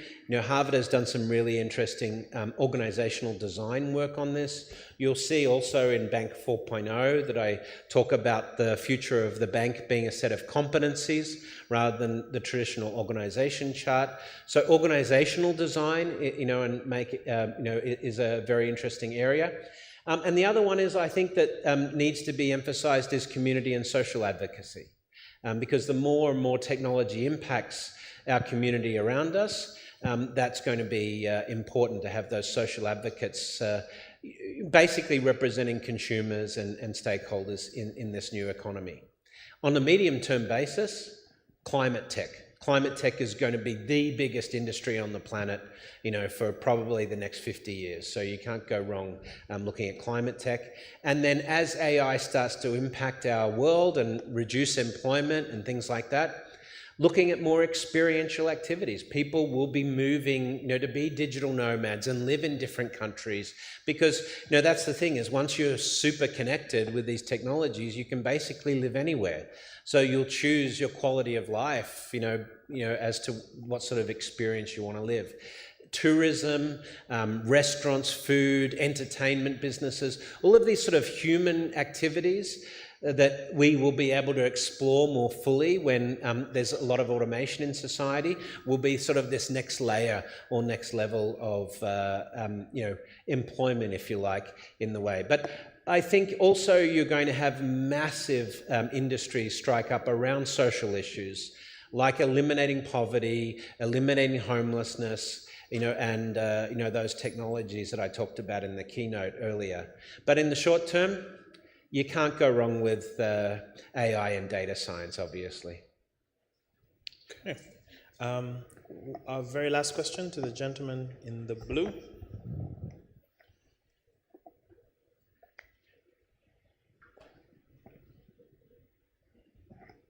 Good afternoon, everybody. I'm Gaurav from Spiro. We happen to be the largest e-bike manufacturer in Africa with around 12,000 bikes on road, starting operation in Uganda very soon. And for Stanbic, we are going to be the biggest customer for FlexiPay in the next 6 months for sure. Now, coming to the questions related to it, when Madam was referring about FlexiPay, she used the word affordable. Why not free for all networks? Just imagine the quantum of business that it will bring to FlexiPay and me as consumer of Fintech and FlexiPay. When we are talking right now, why I say we will be the biggest consumer of FlexiPay, because within FlexiPay you are free right now. So we are trying to devise something so that you can be encouraged using FlexiPay. But if it is across and you charge the businesses percentage on the quantum, on the volume, rather than per transaction. Right now you want to charge 2.5% me of the value plus my customer. So this becomes very uninteresting proposition for all, and then it's only used when it is to be utilized. That's why we are into motorcycles right now. So my Boda guy will come to my point, then load the wallet, and then I get money and you get money. So it is defining the purpose of whole fintech as business. It's being used because of compulsion. But if it is free, the volume of digital transaction in India, every month, 9 billion transactions are happening. No, I get this. Yeah. Yeah, I will just say, generally speaking, and if there's anyone from MasterCard and Visa in the audience, let me start by saying I apologize. But there is no model where interchange exists in the future. All of the fastest growing mobile wallet and payments rails in the world are not based on interchange systems, because once you have highly autonomous payments rails and once AI is transacting autonomously, you're not going to be making money on interchange. You have to make, you're not just, and this is the same for many areas of our life today. You're not going to be able to make money by just having the rails and renting out the rails, you're going to have to provide real value to be useful in the future, because the abundance of free alternatives to those schemes will be clear. So I think if you're talking about payments rails in the future, I think you'll be talking about very fractional rails, if at all. If you look at Alipay and WeChat Pay, that's one of the reasons for the explosion in China, is there was no fees for merchants or consumers. But those companies have made enormous money on credit offerings on top of those wallet ecosystems. So the money they've made out of credit access, because they've got that behavior that's encoded in the wallet, makes interchange look like a small change stuff. So I would say that that's definitely sort of where we see the rails going. Yeah, I think to your point, often the technology moves much faster than the business models, so the business models take some time to catch up. Ladies and gentlemen, I think we've mined the treasure trove that is Brett King today. I would like to give him heartfelt thanks from us at Stanbic Group. Sorry for hijacking. I'm Luke. My name is Yeye Luke. I'm the CEO of Enabling Finance Limited. We run a financial intermediary platform, the first and only Tier 4 financial intermediary platform called Finebla that pre-qualifies and manages borrowers backed by collateral to registered ethical lenders. Mr. Brett, a quick one. I believe I speak for many in this room when I say one of the primary drivers for us to push for collateral when issuing credit is because we know that, especially in an environment, a social environment such as ours in Uganda or Africa, collateral is one of the things that will motivate any borrower to, put in his best effort or her best effort to pay. But that said, we also know that collateral perfection takes up almost 80% of the loan processing time. The time to send out the surveyors, the valuers, you name it, the mechanics, if it's the vehicles, the tracker installers, you name it. And yet, if we want, so we therefore can't claim to be fully fledged fintechs if we are losing 80% of time in that. Now, the question, Mr. Brett, would be, might you have some thoughts that the future perhaps holds for us, some solutions the future holds for us that might help us reduce that, maybe even move away from, collateral-based transactions, while keeping in mind that collateral is a core factor that contributes. So, I see where you're going. Let me just be brief because we are wrapping up, but there will be no such thing as collateral-based lending or collections in the future, right? If someone can't afford to pay, what we do today is we put them in default and we send the lawyers to go collect the money, right? Or we have entire businesses to collect the money. And this is a punishment system if you don't stick to the rules. But what we're seeing is much more flexible lending systems now, where people will be able to extend the life of their loan, make smaller payments, things like that, so collections can be avoided.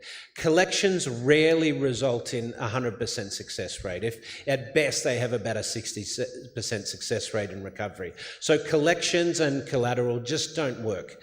And if we look at the micro lending space, particularly small dollar loans, WeBank, which I referenced earlier, 380 million customers. The average loan size is $50. And no bank in China wants to touch those loan sizes. They're too small because of the way they think about managing those debt in case of collections.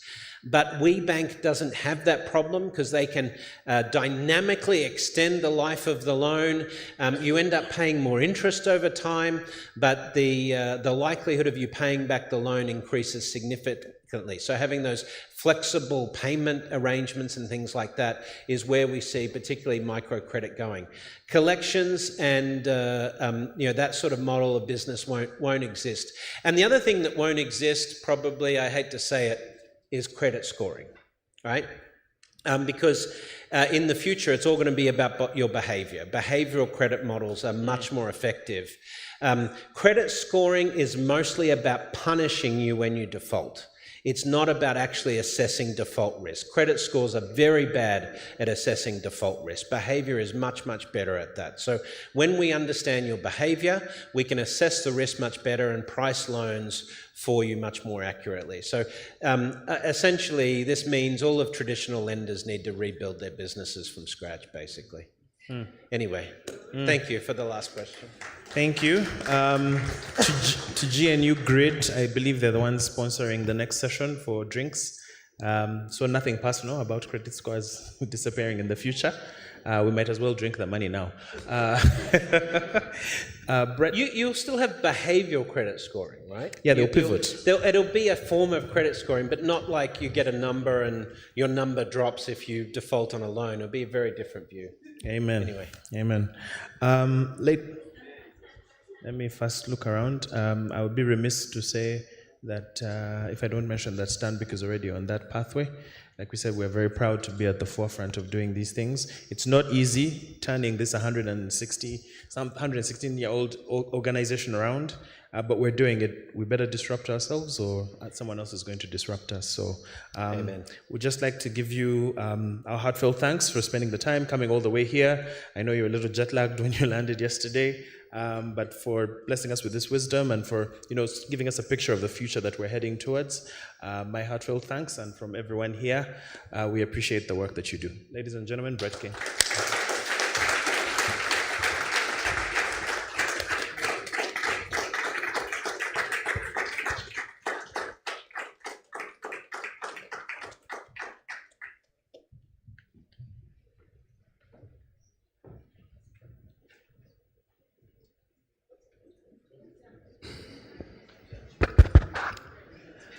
After giving such a big round of applause to Brett King, I think Joel deserves a big round of applause as well.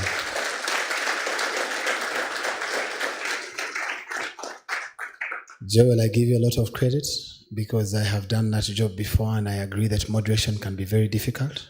Sometimes you just end up asking questions. So what is, how, when, generally, according to you? So, but for you, for you, it seemed like a conversation, and you made it really a fireside chat. So thank you very much for doing this. Ladies and gentlemen, I've got a big challenge. But before I invite the person who's going to thank all of us, I've got a big challenge. When you post pictures on your status, just trying to inform people how busy you are and how, the kind of work you're doing so they can call you for assignments. So I post on my status, and I posted a couple of pictures, of course, from Josephine to Brett King to Mona here. I posted with the CEO Stanbic Bank, and social media in-laws now started to come in my inbox, one by one. So you know them? And then at that point, I don't know what to say. Do I say I know them or I don't know them? Then I'm like, in the coolness of things, these are, high friends. We relax and chill in the same places. So, they're friends. So from there, the conversation, I applied for a job at Stanbic. Can I give you the CV? Then I said, no, I'm into problems. So then I don't know how to proceed with the conversation. Before I know it, I have blocked the individual. Social media in-laws, I want to make it clear because we are live on YouTube. I want to make it clear. Sometimes we are posting, but we are not very close with these people. It is work. Because honestly, I didn't know how to explain. And then when I posted, interestingly, my father is an engineer retired. When I posted Brett King, he said, Mutabani wange, otabuse. Trust me, over the weekend, he has to call me to say, you need to buy me a kilo of meat. So it is one thing or the other. When you post, in these good places, a lot of things come to you. Ladies and gentlemen, I'm sure we've had a great day, isn't it? Can we give a big, big round of applause to ourselves for being here this morning? Ladies and gentlemen, to appreciate us from our Brett to our Honorable, to everyone that has spoken, to the ABI team that sponsored the study, to the Stanbic team, and FlexiPay, to New Grid that is going to sponsor. Meanwhile, I have been told that it is not GNU. I have been speaking to the CEO and she said it is new grid. The G is silent. Then I asked, is that English, French, Swahili, or something? So it's new grid. Ladies and gentlemen, I want to invite someone who's going to say thank you to all of us, and to Brett, to Joel, to the IB team, to the regulators, to the CEOs. And the person that's going to do that is the Chief Executive of Citibank, but also the Chairperson of Uganda Bankers Association, Ms. Raptor. Please come and say thank you to these people.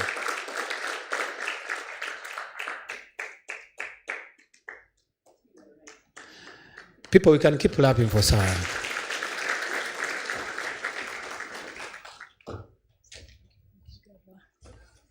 Thank you, Gava. I like your sense of humor. Okay, the protocol. The UBA member banks are present here. Good to see you all, colleagues. The founders and CEOs of Fintechs, the chairperson, Fitspa, Ms. Josephine Nolok, Executive Director, Uganda Bankers Association, Wilbur DeWar, keynote speaker, Brett King, ladies and gentlemen, good evening to you all.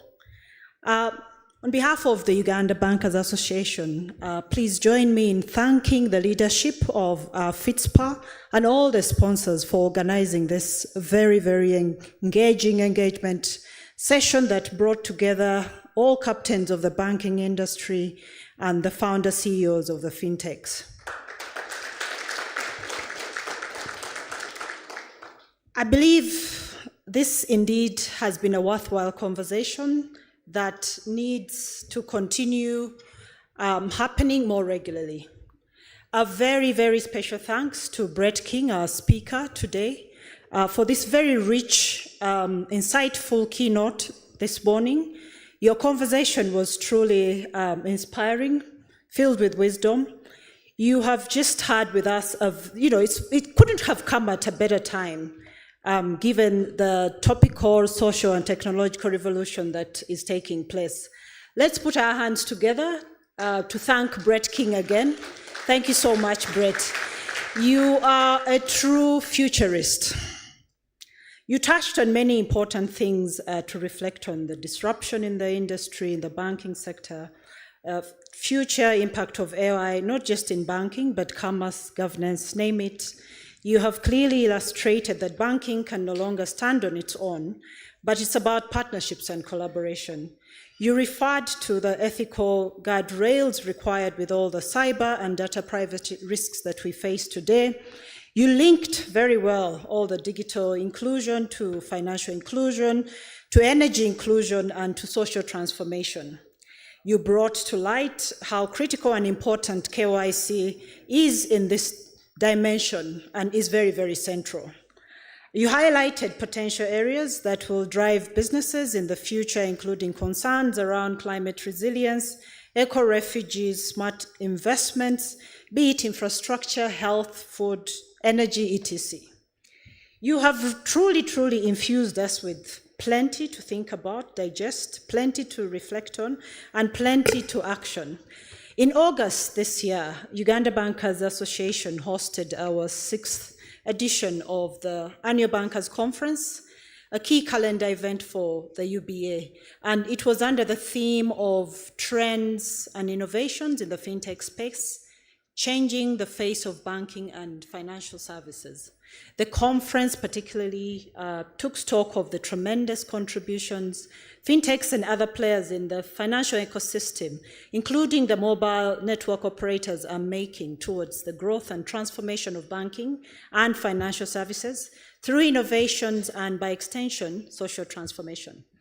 Further calls were made at the conference to players in the payment space and wider financial ecosystem to competitively and sustainably leverage technology to offer solutions, enhance customer experience, drive penetration, mitigate risk, and foster economic development.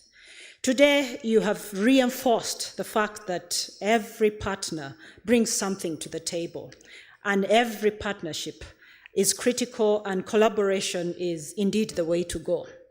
In this part of the world, financial inclusion, digital inclusion, and social development is being shaped by these partnerships, And the brand tag, no wonder, at UBA is promoting partnerships and transforming banking.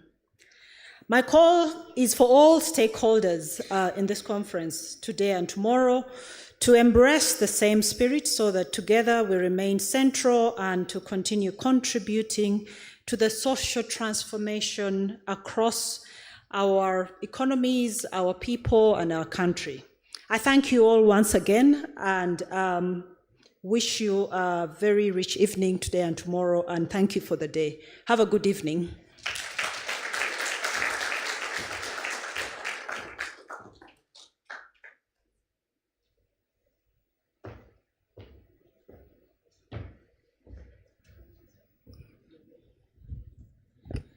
Ladies and gentlemen, before I share what we're going to be doing after here, tomorrow, please be here by 8:30. We're going to have conversations that are going to be outside this hall, where we're going to have breakout sessions. And of course, these will be happening concurrently. One of them is building a Momo economy. And we all know fintechs that want to plug into that space. It's very, very important that you're here. Share with those that have not come to be here tomorrow. We also have discussions on the shared digital infrastructure. We'll have conversations on mergers and acquisitions and why they are very important. At what point in time do you choose to merge? And then also the other conversations that will be very important for tomorrow, still breakout sessions, is collaborations on shared infrastructure. So it's very, very important that we show up here tomorrow at 8:30. And in the afternoon part, we'll have a discussion on positioning growth, specifically for Fitspa women, as well as the issues of cybersecurity, connectivity, and data analytics.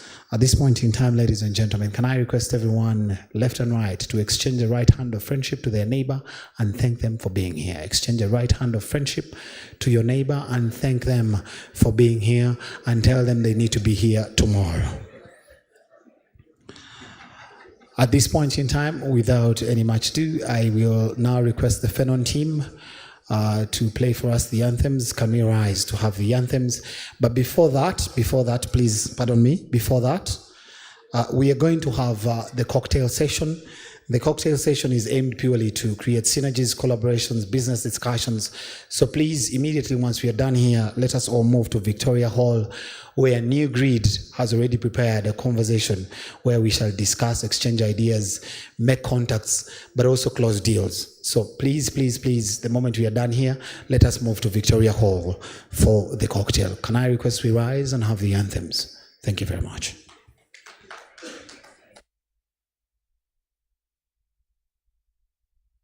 Mungu twaomba uilinde Jumuiya Afrika Mashariki, tuwezeshe kuishi kwa amani, tutimize na malengo yetu. Jumuiya yetu sote tuilinde, tuajibike, tuimarike. Umoja wetu ni nguzo yetu, idumu jumuiya yetu.